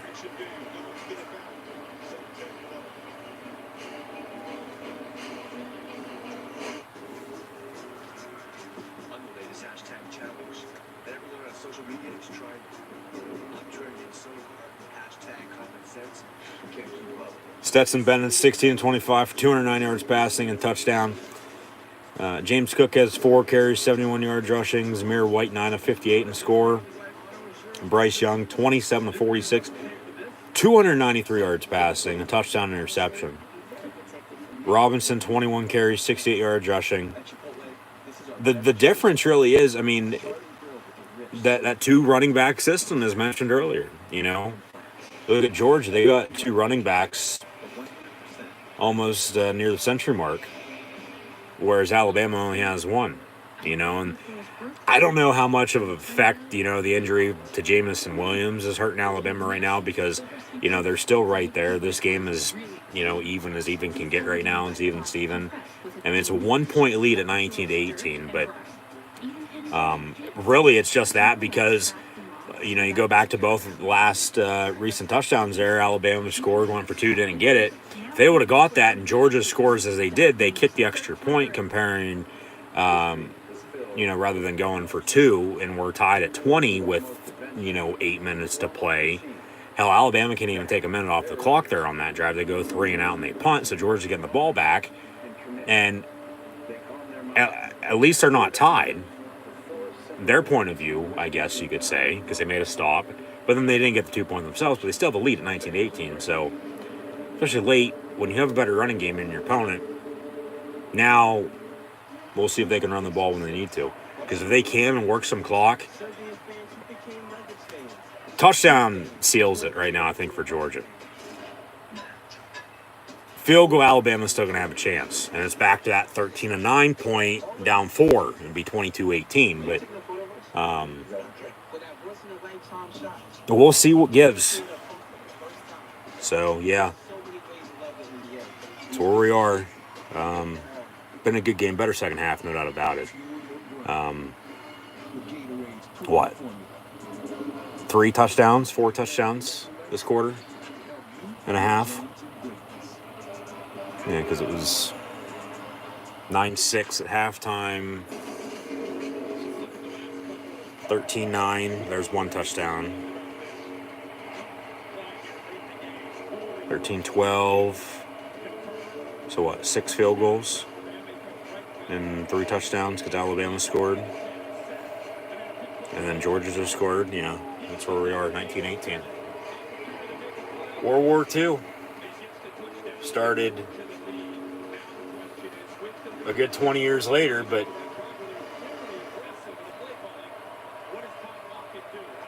it's been 41 years since Georgia won a title. They're 7-10 away from winning again. Cook on the give, up the middle. 4-yard run to the 42.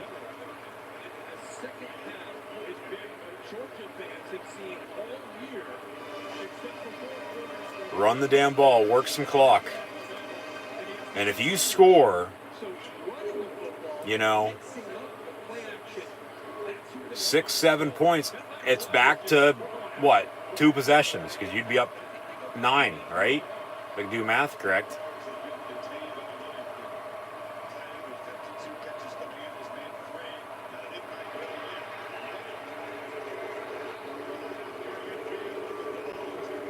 Because 6 would be 25. Well, if you'd go for 2, yeah, you could put it out of reach there.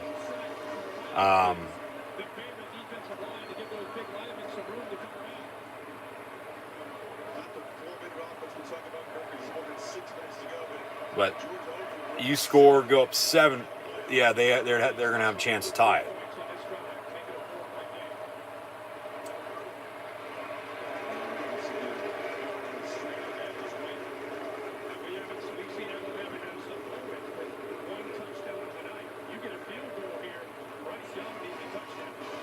Yeah. And if you get a touchdown, they're going to need a touchdown. Yeah. Yeah, if I'm Georgia, I'm going to try to at least get a field goal. But if you can score. Second down here. Second down and 5.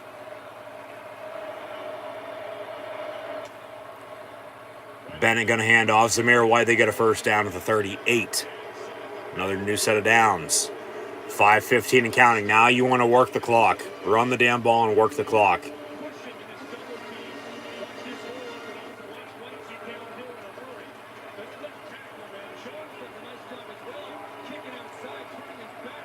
Yeah, if you score, kick the extra point, and go up 7. It's 26-18. They'll have to score and go for 2 to tie it.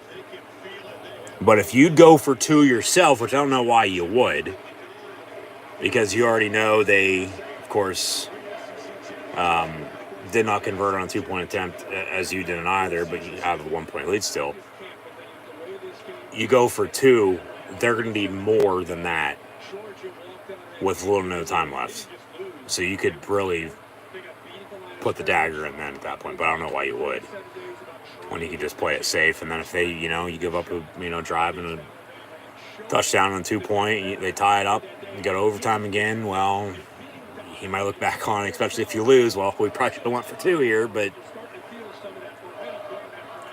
got a timeout, injury timeout maybe. Be 1st and 10, Georgia, 19-18 your score. 5:12 to play.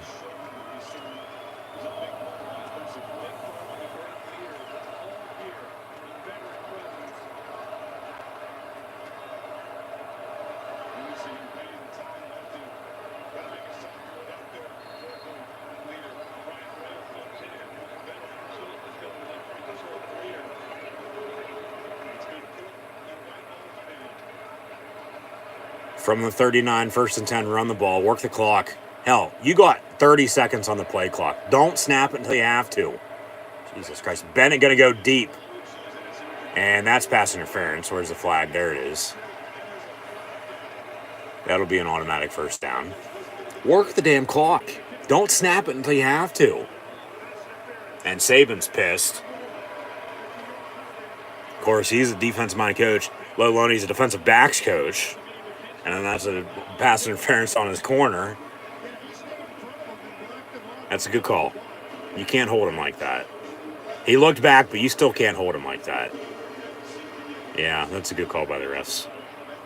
The refs have been, not that good tonight by any means, but, they got the call. That's a good call. 1st and 10 from the 24. 4:51 to play. Handoff, Zamir White. And he gets inside the 20. Powell still pulling, pushing. And then, you can't do that. You can't jump on top of him. He did, no penalty. They get inside the red zone. They mark him a few yards actually shorter than what he got. Give him forward progress where they blew it dead. So it'll be 2nd down and 3. If they score, this game's going to be over unless Alabama puts the drive together. They drive and score and go for 2 and tie it up. Alabama's going to try to force a kick. 2nd and 3 from the 17. Both these teams have been able to get inside the red zone. We got a late whistle. We're going to have a timeout, dogs. All right, Georgia can take their first timeout. Both these teams have been able to get inside the red zone. Up until just recently, they weren't, of course, able to punch it in. Can Georgia, with a lead, game on the line, to seal it? At least, give Alabama some pressure. Make them drive and score and go for 2 to tie it up on you to go to overtime then. Even with timeouts, a little bit of time left, it's still going to be tough. Whether Alabama's Alabama or not. Can they? That's the big question. Can they punch it in? After all night really not being able to until recently. Can they punch it in and work some more clock here as well? If you can now inside the red zone. If the timeout though, clock's not rolling, of course. Get a new set downs, run it, just keep running it, working the clock. Because you might score and they might get the ball back with 1-2 minutes left. Hand off Cook, stay the hell in bounds. He does, and he'll get a first down. Actually, no, he's short, 3rd and inches. But clock's going to roll. Because if they can punch it in, Georgia's going to be one of their first natty here tonight, it looks like. They keep it up. And he's up. That's a first down. I don't want to look at that. 3rd and 1. They fake it, and they go back to Brock Bowers. And he's going to walk into the end zone. Touchdown's coming back. There's a penalty. Hold. It's coming back. Yep. Holding. Illegal hands to the face, roughing the passer. Beautiful play call. They fake the run and run the tight end screen in the flat, and he's right there. Holding. Yeah, decline it. Touchdown. It's on Alabama when the ref walks right over to Kirby Smart, Georgia head coach. Personal foul, roughing the passer on the defense. Penalties decline. Touchdown. 3:33 to play. I'm sure Saban's not happy about that. Make it 25-18. 7-point lead. Okay? You kick it. They need a touchdown and a 2-point to tie, which they'll kick it.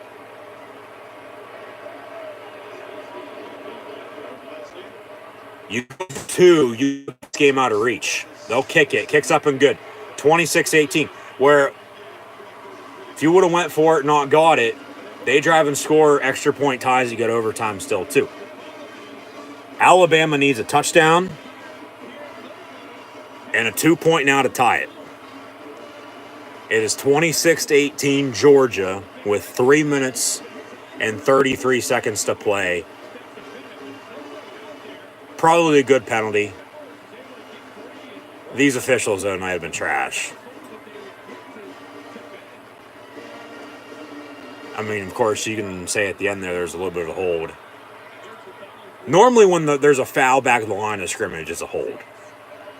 But yeah, they got him right in the face mask, and that's, roughing the passer. Decline, it was still a touchdown. You go back to Brock Bowers. First time since the first fucking quarter. And Georgia now extends their lead. 26-18. Bama getting it back with 3 timeouts. Down 8 with 3 minutes and 33 seconds to play.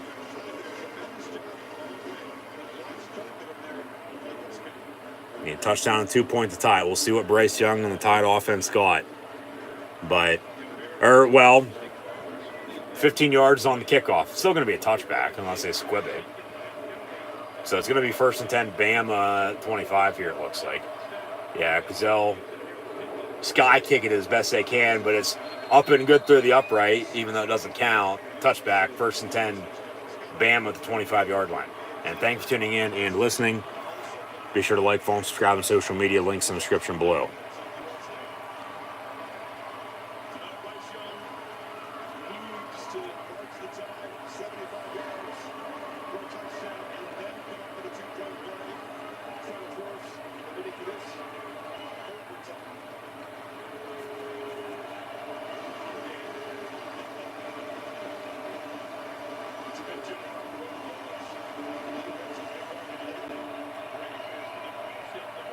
From the 25, 1st and 10, Crimson Tide.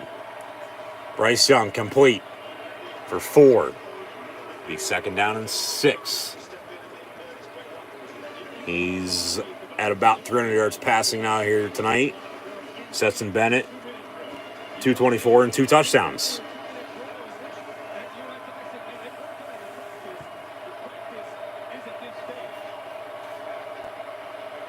Bubble screen complete to Ja'Cory Brooks. He's only going to get about 1.5 yards, maybe 2 if he's lucky enough. Under 3 to play. Big 3rd down here for Alabama. They don't convert, you're going to be in a tough spot. Even with 3 timeouts, you go for it. You punt. You get back on defense. You call your timeouts. You get the ball back. No timeouts. No time left. Drive length of field. Touchdown, 2-point at tied forced overtime. Big 3rd down right here. This might be your ball game. Bryce Young, it'll be caught. And Ja'Cory Brooks, 4, not 7. Brian Robinson out of the backfield. Yeah. Wide open over the middle of the field. And hits him right on the money. And 1st down 10, Bam at the 43.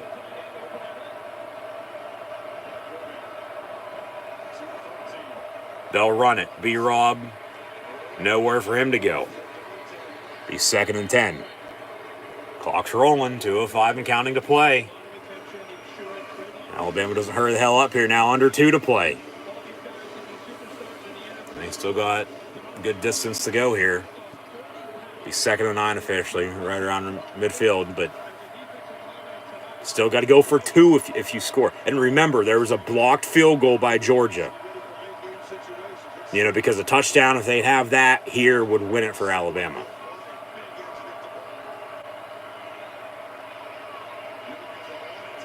Rolls out. It'll be caught. And Cameron Latou gets a Crimson Tide 1st down for 11. And he also gets out of bounds, I do believe, as well. Minute 28. We'll see if the clock's rolling here in a second. Alabama still has 3 timeouts, though. Yeah, and he's right there. Just go. Get open. Clock's rolling, so he didn't get out of bounds. 1st and 10 from the 44. They're going to go deep, far side. And it's going to be incomplete. No penalty intended for Ja'Cory Brooks. Good no call. Thought that was going to be picked off for a second, and really, that'd be your ball game. Alabama would still have 3 timeouts, have a chance to call them and get the ball back, but if Georgia would get a 1st down, if that ball was picked off, ball game. But now Bama's got, what, a 2nd and 10? After that incompletion, yeah, 2nd and 10 from the 44. 26-18 your score in Georgia with 1:14 to play.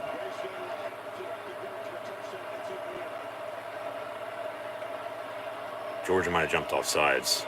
Now he's going to go deep for the Thunder down the far side. Ooh, had him. Brooks again, incomplete. Be 3rd and 10. That would have been a nice one-handed snag if he would have been able to come down with it, but incomplete. 3rd 10 with a little bit of a push-off, so I'm surprised they didn't call that. Yeah. Just imagine, who knows if, Jamison Williams isn't hurt, and even John Mechie. They both got hurt against Georgia in the past 2 meetings here, including tonight.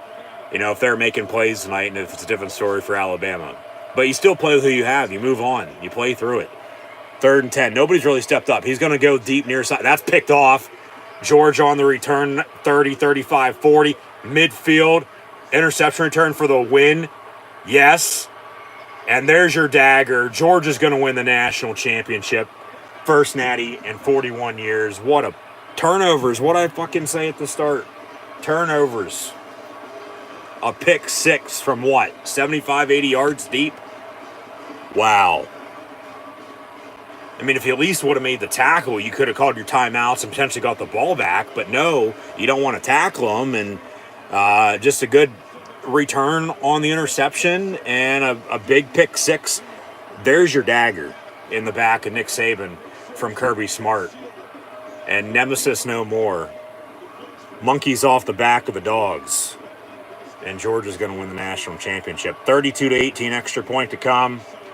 2022 is the year of the big dog, and the big dog told me right. I should have listened to him earlier. Go Dogs, but a little hard to pick against Nick Saban. But Georgia, yeah, Alabama tonight got single-handedly beat.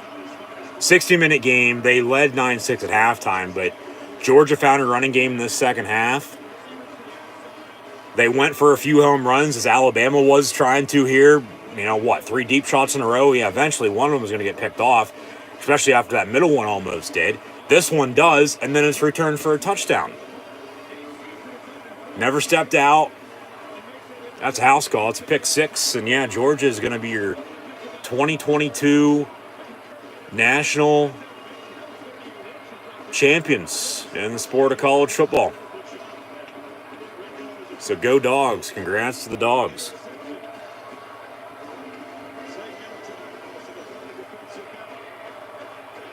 And Kirby Smart is alma mater.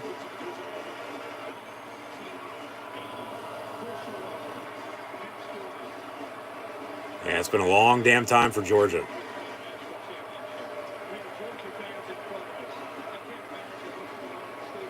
Yeah. Hey, at least they didn't blow a 28-3 lead tonight, but they'll win 33-18. At least it has the same number in it.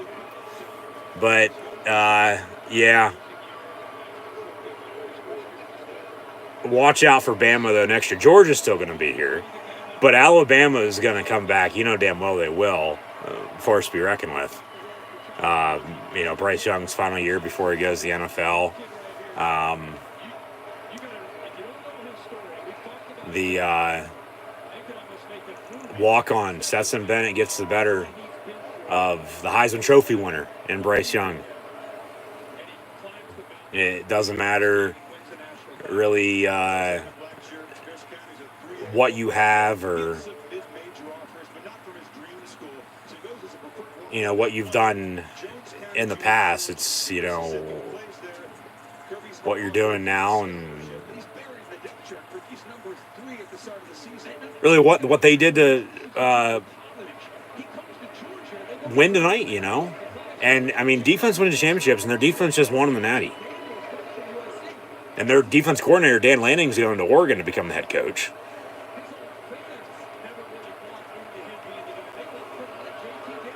Yeah. Yeah, a lot of emotion for Stetson Bennett, rightfully so. And congrats to Georgia, long time coming for sure. Penn State's next, though. I'll say that. So, this is going to be a phenomenal win for the Dogs.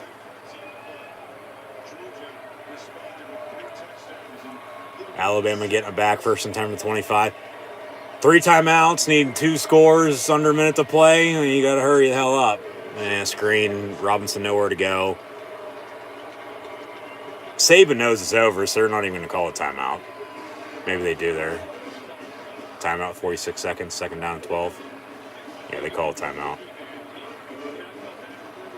And now Saban's going to be, 25-2 against former assistants? And both losses this year. One to Texas A&M and Jimbo Fisher back, mid-October. And then now tonight in the biggest game of the year in the national championship game, and Kirby Smart's going to get the better Nick Saban as well. So the talk's going to be with Nick Saban, how much more time's he got? He'll be around. Come on now. Don't give me that bullshit, come on. Relax. I'm sure for Georgia, though, they're not going to want to wait another 41 years, though, before they win another national championship. They're want to get back to the top as soon as they possibly can.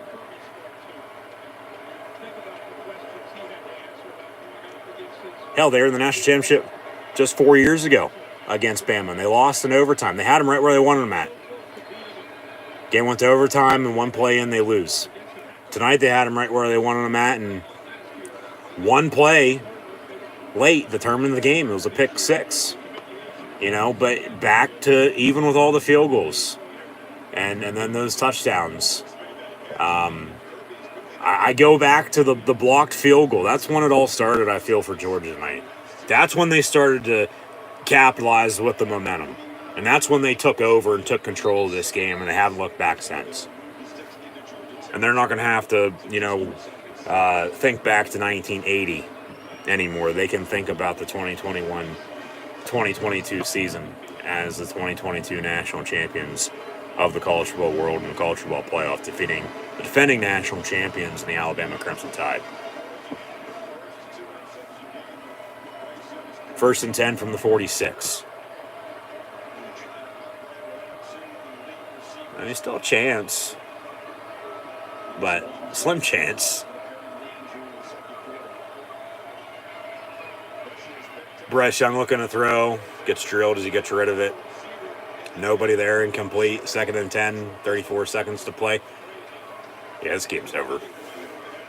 33-18. They want intentional grounding. I mean, hell, you called it. How many times really? Why not again now? You have to. You got to call it down the middle. It seemed at a point in time the refs were against Georgia. Yeah, that's a penalty. That's intentional grounding. Thing is with intentional grounding, even with nobody there, he threw it past the line of scrimmage. You got to change the wording of the rule if you want it to, actually uphold with us fans to,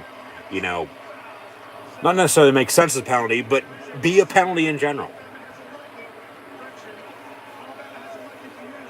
Alabama's going to call a timeout rather than 10-second runoff. So they'll have one timeout in 34 seconds. 2nd and long. Because it's still a loss of down. If it's a loss of down, then it should be 3rd down, not 2nd down still. They should lose that down in between.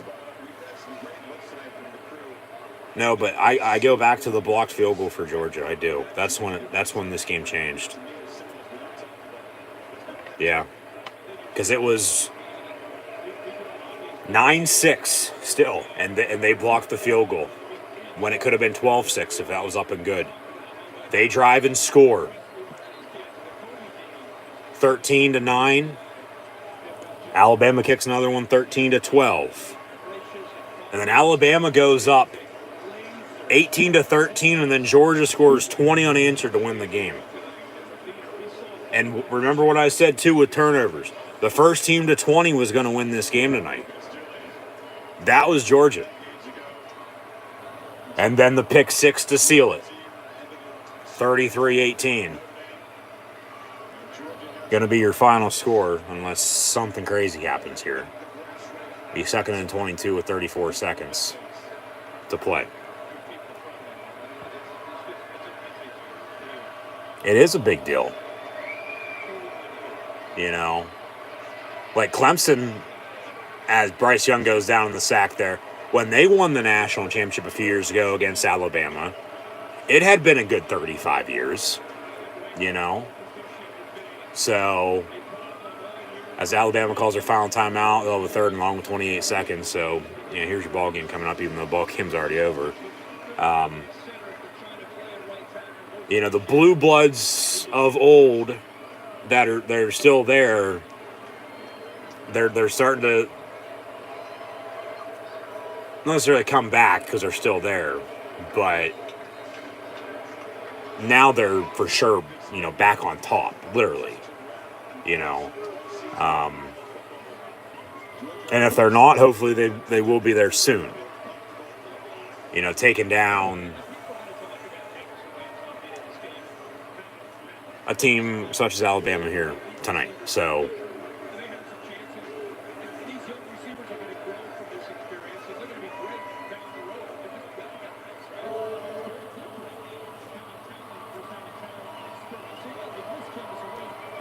third and long for Bama. And Young, it'll be caught at midfield by Cameron with 2. They have no timeouts. He gets brought down. It'll be 4th down. Clock's going to roll.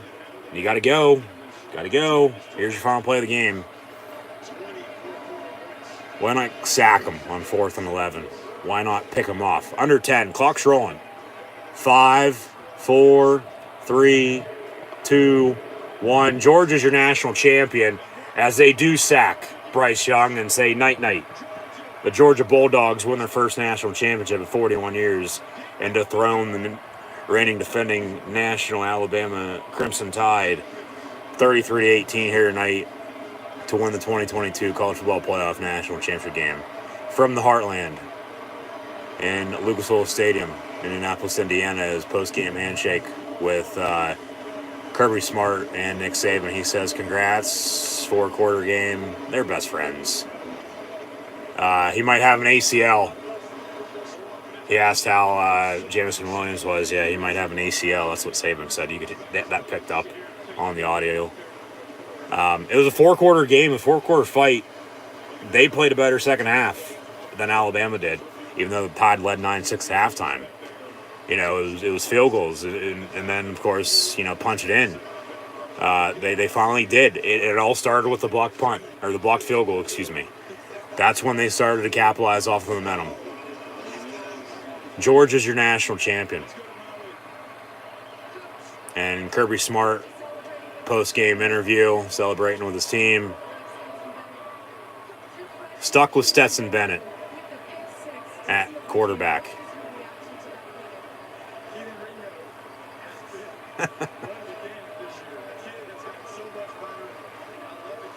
Congrats.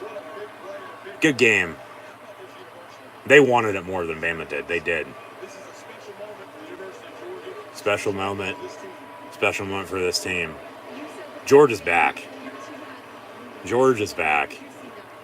I mean, he's been there now 5 years. And, you know, they've dominated the East. They're going to continue to dominate the East. They've made the playoff now a few times. 2 national championships. Appearances at least. And now a championship win tonight. He's proud of them. I would be too, rightfully so. Yeah.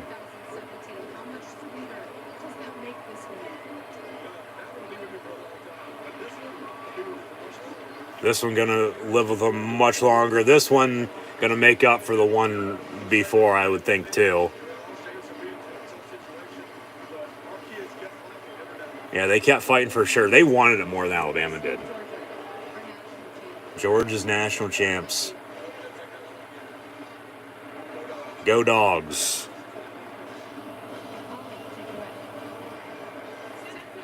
And the big dog has something to celebrate about here tonight, too. Go Dogs. Stetson Bennett now, post-game interview. Former walk-on, who then transferred, went to JUCO, came back, and then won the starting job at the start of last year. And third time's a charm for them. They lost to Bama in the regular season last year. They lost to Bama in the SEC Championship game last month. And throughout history, now, all time, for the 5th time here tonight, in top 5 rematches in one season, whoever lost the first game won the second, won that rematch, and Georgia does just that as well, and they defeat Alabama in the national championship game 33-18. Underdog no more. The Dogs are back on top.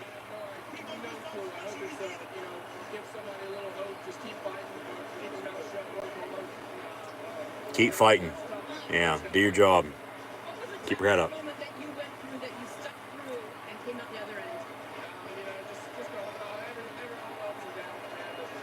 This one has to sting for Bama, though, too. It has to.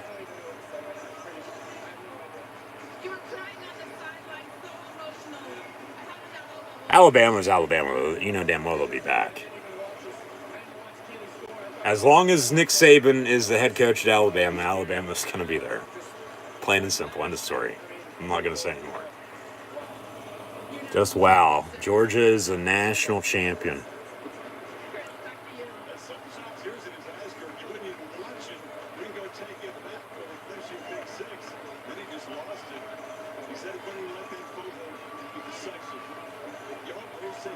if I'm Oregon, I mean, questionable hire for Dan Lanning. After tonight's game, I'd be okay. All right, he can take over from our Cristobal, who left to go to Miami. You know, we'll see how he does as a head coach, but that was one thing I guess we didn't go over tonight, college football coaching carousel. I guess we can go over that when we talk about the NFL coaching carousel with Black Monday today. Yeah, we'll dive into all that at another time. 33-18 your final score. They're going to give us some post-game championship celebration. Georgia, your national champion. Go Dogs. Whether it's a bulldog or whatever type of dog. Being a dog person myself, adopt, don't shop. But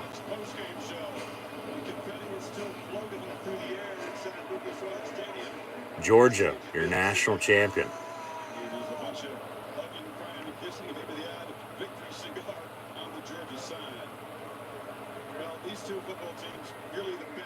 And this is going to help out, extremely well in recruiting form when, they're already top notch in that anyway. Why go to Alabama when you can come to Georgia and we can beat them? Because we just did in the national championship. Being around this team all year, championship teams have a kind of inner belief and trust and love for one another. I don't care what year you go back and look at a team that finally gets to the top. There's just something that coaches hope is there, but you can't necessarily coach it. This Georgia team had that from the very beginning. Georgia wanted it more tonight, I thought. Looking back on it, they did. They played harder.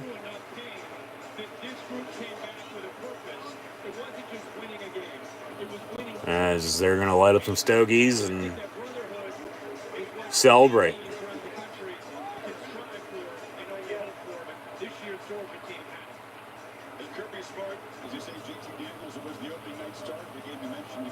Yeah. They were 13-0. Make it 12-0, excuse me. 12-0. And they lost to Bama in the SEC Championship game. They beat Georgia in the Orange Bowl. Georgia does beat Michigan, excuse me. And then here tonight, a week or so later, once again, after starting 12-0, they lose to Bama in the SEC title game. Beat Michigan in the Orange Bowl. They defeat Alabama tonight in the national championship game. Your final score, 33-18. Georgia's number one. Georgia's back on top.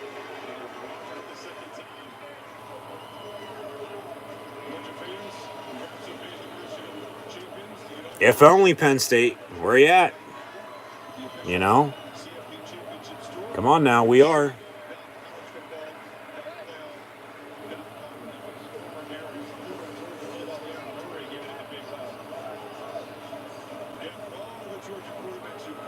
All the Georgia alum, all the Georgia fans, all the Georgia, just everybody included in the program, inside or outside. I mean, special night for him tonight, no doubt about it. No doubt.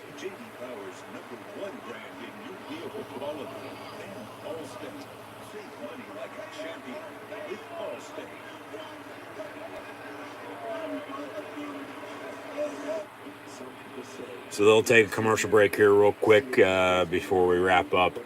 Of course, with the post game coming up here shortly. But in the loss, Bryce Young was 35 of 57, 369 yards passing.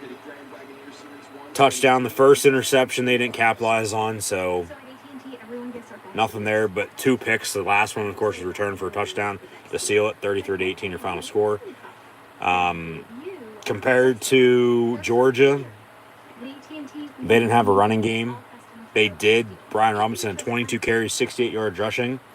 But Georgia had two backs with at least 77 yards rushing. James Cook had 6 carries, 77 yards.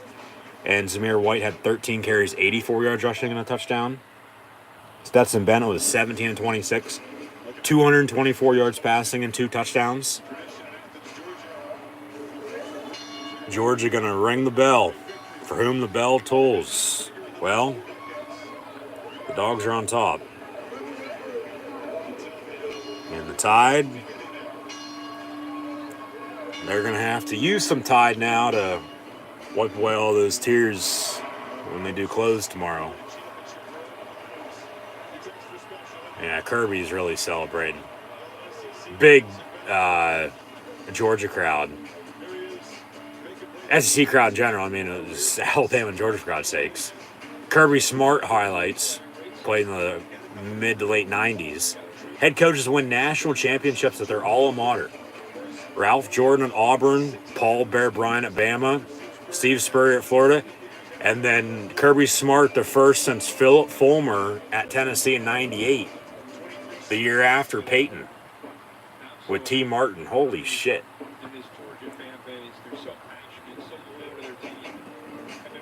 I mean, that's all SEC schools with players to win natties at their alma mater. Auburn, Alabama, Florida, Tennessee, now Georgia. And they beat Alabama. So Saban's going to have to wait for 7 at Bama and 8 all time. He's got 6 at Bama and 7 all time. That other one, remember, at LSU before he left to go to the Dolphins. And then, 2.5, 3 years later, he's the head coach at Alabama. But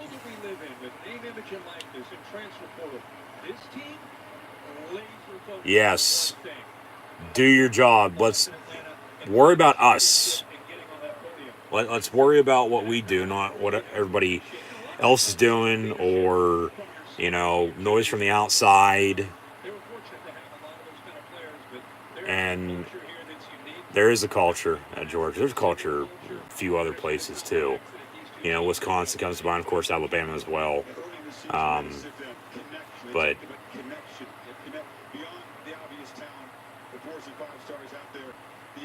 pressure was the key word of the night, though. It was. They forced pressure on that pick 6, and they returned it, Because if they drive and score and go for 2 there, get it. We're tied at 26 and going to overtime.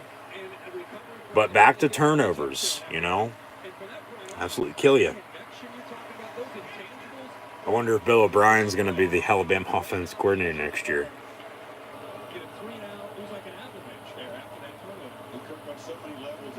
Because I feel he's going to get a NFL head coaching job again before he gets a college head coaching job. Because he's going to want to coach in the NFL as a head coach rather than in college. He left Penn State after 2 years, head coach of the Texans. He won as a head coach. It was, late there becoming the general manager that get him in.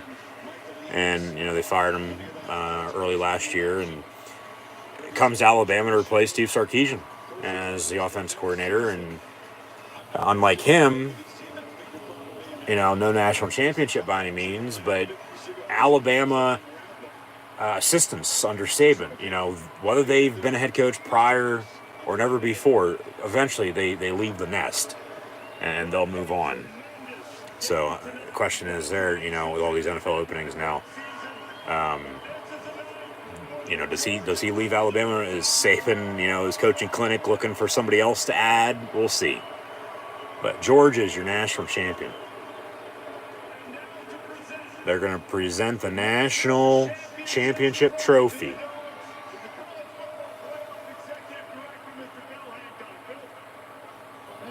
Playoff chair, excuse me.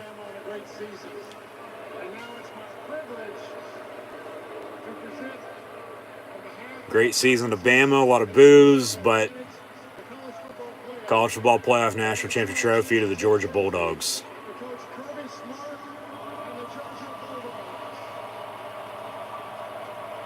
Georgia, the state, not the country, but they're number 1.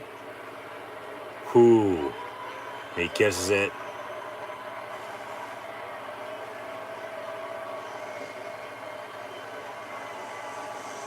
Who wants it? Just don't drop it. Kirby, interview again. Well, I didn't get a full taste, but I can tell you this. There's going to be some property torn up in Indianapolis. There's going to be some property torn up in Indy tonight. Bars are going to be open until the break of dawn. They might burn the fucking city to the ground.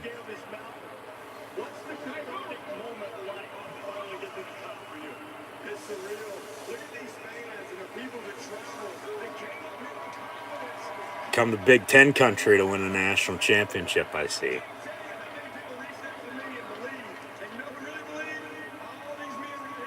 Yeah.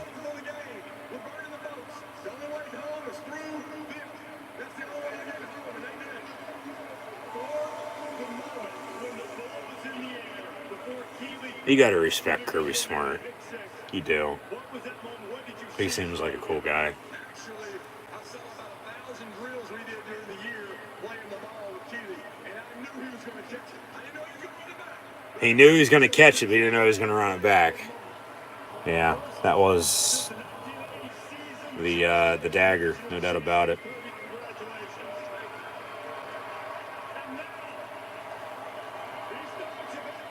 They'll be riding those big green tractors the whole way back to Athens, behind the hedges.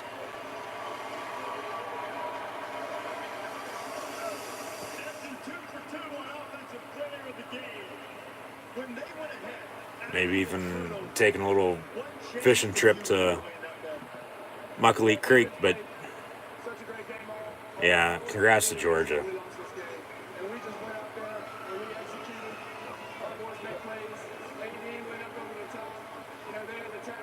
They'll be celebrating this offseason too with their toes in the water and ass in the sand, no doubt about it.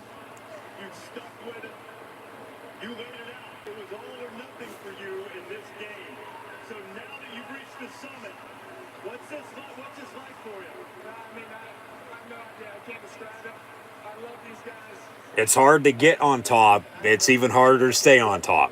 We just saw that with Bama once again. They were your defending national champions. And they get here, but they don't win it again. You know? Like, it's hard enough to win it, but it's harder to run it back and retain. It is. Because, honestly, how many, other than a few dynasties, you know, have won in whatever sport, you know, back-to-back titles, or 3, 4, 5 in a row, you know. Slim pickings there, no doubt about it.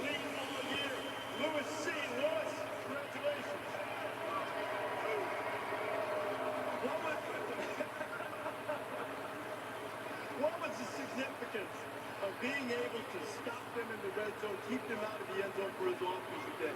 I feel like all these things are basically things we practice every day, day in and day out. So it was basically a routine. The goal was not to beat ourselves. And then basically execute. So interviews with the head coach and the offensive and defensive player of the games. Georgia, your national champs in college football. Once again, congrats.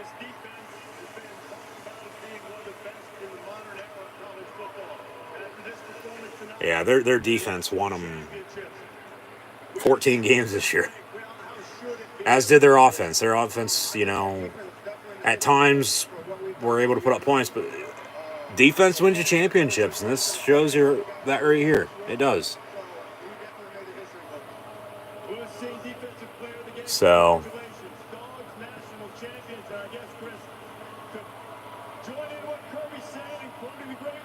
Bama, here's a quarter. Call somebody who fucking cares that you lost.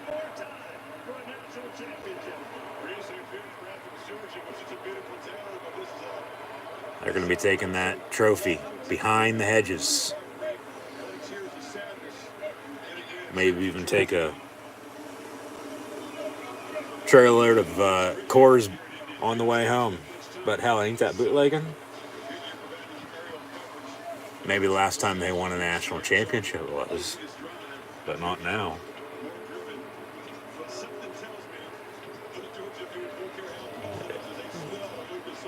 Georgia ain't gonna be leaving Indianapolis anytime soon.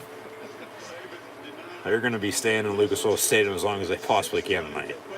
And whether or not it's below freezing or not, yeah, they'll remember. Nick Saban interview was ball coach got to say. Well, I think it's a cumulative effect of all the injuries that we've had. Injuries, yeah, no doubt about it. There's Bryce Young as well. You know, Jalen Armour Davis, we've had a lot of guys that, you know, were critical parts of this team. Critical parts. It's still got to step up. Nobody really did. Look, I'm extremely proud of this team. Proud of the team. Won the SEC championship. Yeah, SEC champions. They beat Georgia, but then they lost to Georgia. Sort of similar to 2011. You know, they lost LSU, but then they beat LSU in the national championship game. They just had that happen to them this year. So it's disappointing, and I know they're disappointed. Disappointing for sure, yeah. They overcame a lot to get here, and they played. They'll be back. He's not retiring anytime soon. He's going to be going for the all-time wins record, I think. He wants Joe Paterno's 409 wins is what he wants. The only difference is Joe Pa did that all at Penn State at one school, where Saban, of course, a few different stops. Toledo, Michigan State, LSU, and, of course, Alabama. And he's probably regretting going to the NFL for 3 years because he could have wound up, you know, somewhere else in college for the 3 years. But he wouldn't have went to Alabama, but been somewhere else. But he could have done a 3-year stint and then went to Alabama afterwards. You know, who knows? I don't know. Because, I mean, you think, because I did that over the summer at some point in time, average 10-plus wins a year, which, you know, they're doing as it is now. He coaches another 12, 15 years. That's doable for that extent if that's what he wants. Saban's still going to go down as one of the best, if not the best, college football coach of all time, or hell, even football coach in general. Because, I mean, he was able to win in the NFL, but not as much as, you know, the one that comes to mind is Jimmy Johnson. You know, he won a national championship in college at Miami, and he won a Super Bowl in the NFL with the Cowboys. So,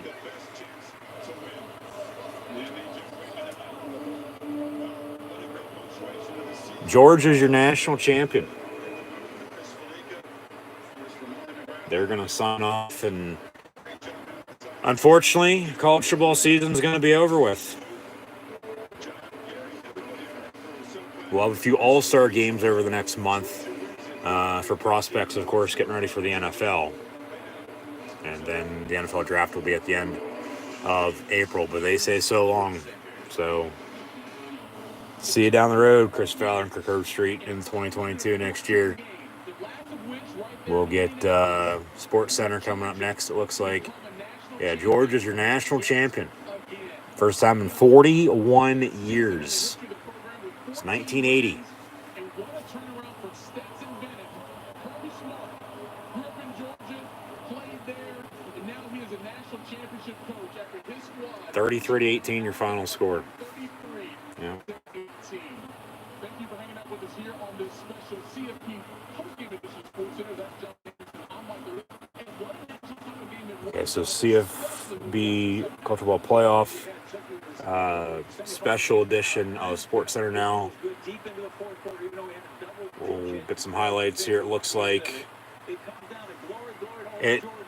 I feel like switched with the blocked field goal because it was field goal.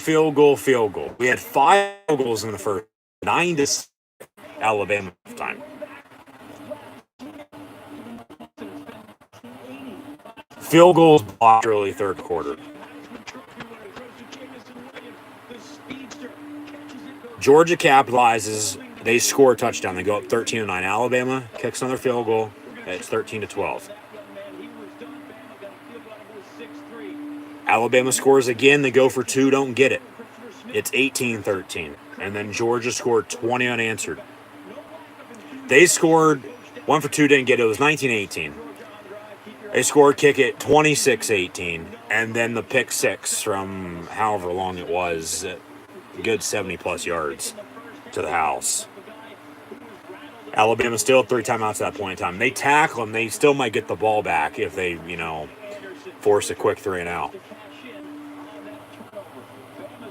But then they'd have to drive, no timeouts, need a touchdown and 2-point to tie to force overtime with little no time left. So it could have ended differently, but it didn't end the way it did. And there's the highlight, the blocked field goal. That's when the game switched. 12 minutes to play in the third quarter? Or actually, 3 minutes to play in the third quarter. 3:12 to play in the third quarter. And the running game then, they were able to run the ball more than Alabama was, and better than Alabama was tonight, no doubt about it. The blocked field goal, the run game's there, they've stuck with it. They take the lead. Alabama with a field goal. Alabama retakes the lead 18-13, but then they score 20 unanswered. And the pick 6 sealed it, was the dagger. 33-18 your final score. Bryce Young finishes 35 of 57 for 369 yards passing, touchdown and 2 picks. Brian Robinson had 22 carries, 68 yards rushing. He did have 4 catches, 28 yards. Cameron Latou had 5 catches, 102 yards, and that go-ahead touchdown. But then, what defense bends, what doesn't break, that was Georgia. And to me, looking back on it, like I said, once again here, they wanted it more than Alabama did. They fought the whole way to the end. And Georgia deserved to win the national championship here tonight. Deserved to win this game here tonight, whether it was for the national championship or not. They deserved to beat Alabama, and they beat Alabama. Cameron Latou had 5 catches, 102 yards receiving and a touchdown. Jamison Williams, 465. Of course, he went down with that knee injury in the first half, did not return. Really nobody stepped up behind him. Maybe a bunch of guys, if you want to include everybody, but it wasn't impactful by any means. Like, it didn't make a difference. You still play with who you have. So hopefully he's okay. But Georgia in the end, they deserved to win this game. They went and beat Bama. Because the talk was, up until now, you can win, but you can't beat Bama. Well, they just beat Bama, so what's going to be the talk now, Like that, the win here tonight, Georgia beating Alabama, it's going to shut everybody the hell up. Georgia, over these next few years, and Clemson, remember, is still going to be there. You still got Ohio State. We'll see what happens with Jim Harbaugh. Michigan, Penn State's there. Lincoln Riley at USC now. Texas, Oklahoma.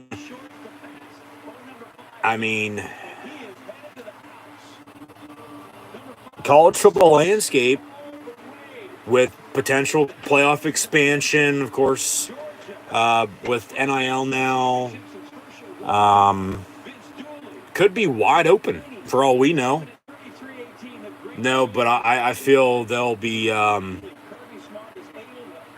sort of in the same discussion as what Clemson just did over the past decade. That's what Georgia's going to be now the next decade, to compare similarities. And of course, they're not far apart either. But so they just ran through the highlights on SportsCenter, and here I am still talking. But in the end, Georgia was able to find a way to win. Fewest opponent points per game national championship in the last 25 seasons. They were 4th on that list. Alabama and 11 held their opponents 8.2 points per game.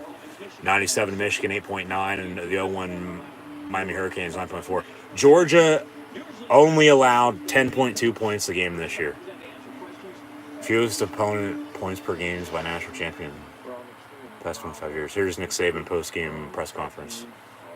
Second largest loss as the Alabama head coach, 15 points. What was the largest, and who was it against? Winners.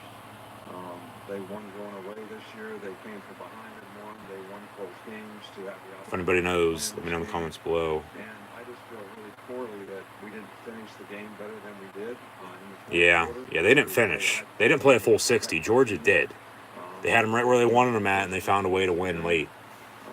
They beat them, plain and simple. Georgia for the job that they did. But nobody can take the SEC championship away from this team. I mean, you got to look at the highs for everything they did this year, no doubt about it. Their 2 losses in conference, including tonight in the title game, because they played a conference opponent. Now we're going to see some highlights from Georgia's last national championship win in 1980. Yeah, wins first national title since 1980. 5th longest gap between titles in the AP poll area. Well, yeah, Penn State's going to be close to the top of that. It's been since 1986. It's almost 40 years. James Cook's 67-yard rush was the longest allowed by an Alabama team since 2015. That was Nick Chubb, former Bulldog himself as well. Kirby Smart, his first win over Saban was 0-4. Led by 10+ in all 4 losses. Well, led by 4 with that first touchdown, 1, and then 15 for the win. And then, of course, winning a national title at your alma mater last 60 years. We discussed that just a minute ago. But, yeah, once again, congrats to Georgia. 33-18 your final score. Cameron Latou had 5 catches, 102 yards receiving, and a touchdown. Jamison Williams, 465. Hall, 2 of 54. Ja'Cory Brooks, 6 catches, 47 yards. He stepped up probably the most out of anybody. Slade Bolden, they, went away from him for some reason. He disappeared. Had 7 catches, 44 yards. Brian Robinson, 4 of 28 out of the backfield. Holden, 6 of 28. Trey Sanders, a catch for 3 yards. Herbie and Fowler back in the booth on SportsCenter, though, now. 14 wins this year for them, sets a new program record. Well, yeah, because back in 1980, you didn't play 15 games to win a national championship. You played either 12 or 13, if that.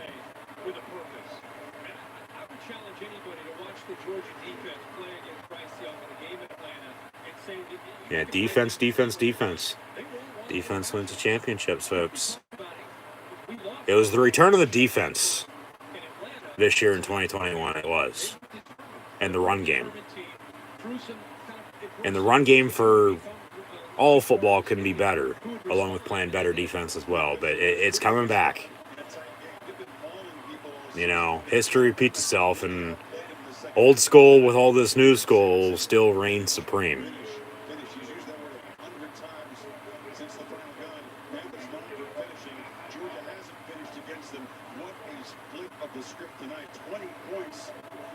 Yeah, 20 unanswered route at the end to win it.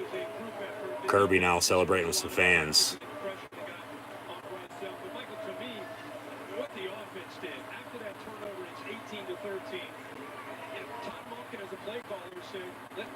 Yeah, they're gonna enjoy this win for sure, no doubt about it.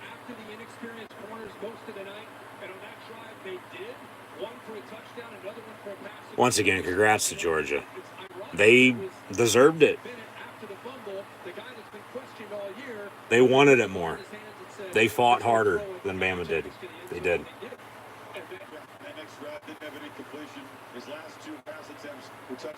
Yep. Yeah, why not? Yeah, he should.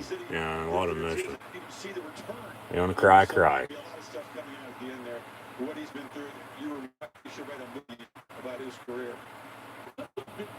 Play Stetson in a movie. That's a good question. Yeah. How do you maintain the success? Especially in the SEC East when you're going to be good off by yourself because, Tennessee's behind them. South Carolina's coming. Florida just hired a new head coach. Kentucky's still there, of course. But You can't get past Alabama. Erase that tonight. there's not really anybody else. There's not. In the SC West, it's Alabama. It's Texas A&M. Who A&M's going to be right behind Georgia. Yeah. Don't be surprised. I'm going to say this now that if Texas A&M's in the college football playoff next year, along with knock on wood, hopefully Penn State, if they find a fucking run game. Yeah. Well, they're there because they're over them. They just beat them. You see that trophy? It's so ironic because so much of this is about. Yeah, for sure. And the quarterback, the guys, the offensive MVP at the end, wasn't recruited by Georgia or anybody else, a preferred walk-on. That's why I say it's kind of a storybook. Yeah, and again, I mean, Michael, it's incredible to think about a guy that goes as a walk-on, leaves because he's frustrated, goes to a junior college, and then comes back. By the way, they ask him to come Not back. go somewhere else. He comes back. Yeah. No, they're like, no, it's a scholarship. We're going to put you on scholarship. I've already burgled to Louisiana. Let me give you a little bit. And then eventually he goes. And when he decides to go, after that, they bring in DeJuan Mathis. Yeah, he still doesn't win the job. They have a ton of talent ahead of him still at quarterback. And then, he beats them all out and head of the grindstone. And he wins the national championship. Yeah.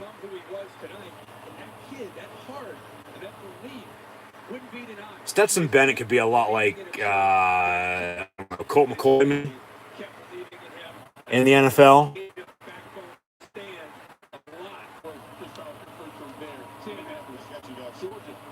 Georgia's your national champ. Band's still playing.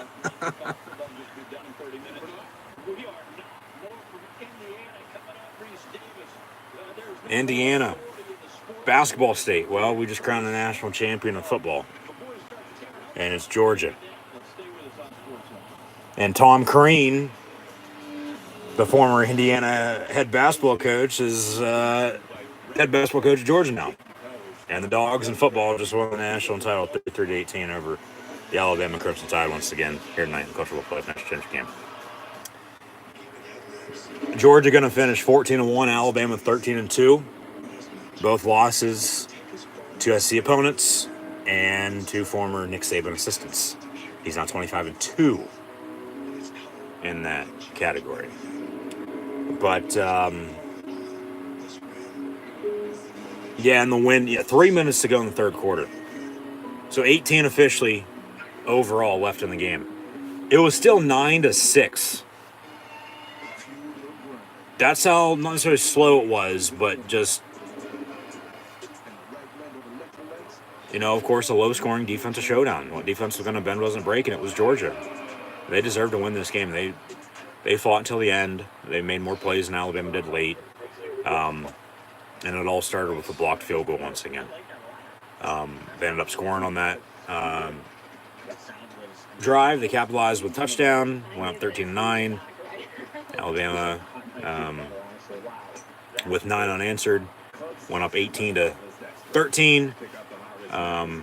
But then 20 unanswered by the Dogs. And the pick 6 to seal it. And they're national champions for the first time since 1980. 33-18, your final score. We'll go in reverse order here, stat-wise. George Pickens had a catch for 52 yards. Mitchell, 2 for 50 and a touchdown. Brock Bowers, 4 for 36 and a touchdown. Burton, 2 of 28. McIntosh, 3 of 23. James Cook had 2 catches, 15 yards receiving, along with 6 carries, 77 yards rushing. 13 carries, 84 yards and a touchdown for Zamir White. But Stetson Bennett had 17 completions on 26 attempts for 224 yards passing and 2 touchdowns. Georgia's defense in the end, though, won the game. Defense wins championships still, folks, whether you believe it or not.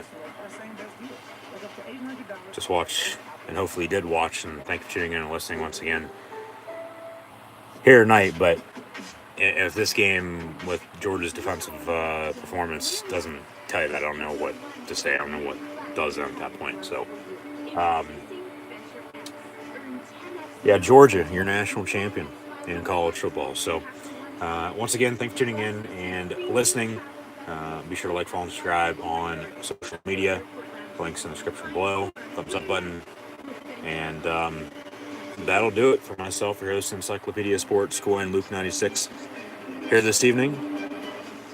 And for the year for college football, unfortunately. But we'll be on to 2022 here before too long, as technically, officially, next year starts now. Of course, you'll have spring games with spring ball coming up here shortly. Long dog days of summer. Then it's into fall camp before next season officially begins on Saturday, September the 3rd, 2022, with next year's college football playoff taking place once again on New Year's Eve, December 31st, for the semifinals at the Fiesta and Peach Bowl, respectively. And then the national championship will be a year from yesterday, Monday night, January the 9th, 2023, in Southern California at SoFi Stadium in Los Angeles. So, Super Bowl next month, national championship game in college football next year. We'll see if they ever, of course, expand the playoff by any means to 6, 8, 12 teams, maybe 16. Who knows? But, of course, future of college football is always bright. Who knows what the landscape's going to look like, though. Georgia's your national champion, and it's their first national championship in 41 years. 33-18, your final score. They defeat Alabama in the college football playoff national championship game once again. So, once again, as well, thanks for tuning in and listening. Hopefully enjoyed. And be sure to like, follow, and subscribe on social media. Links in the description below. I'll see everybody now next weekend for NFL Playoff Live Watch Along Reactions. Live right here on YouTube. Keep an eye on my NFL Playoff preview as well. But I'll see everybody now next year. Officially this year, but next season. Spring ball for the Penn State spring game, but then next fall, late this upcoming year, for college football next season during 2022 campaign. So, hope to everybody then, and once again, thanks for tuning in and listening. Georgia's your national champion. Go Dogs. Go Dogs, but we are Penn State.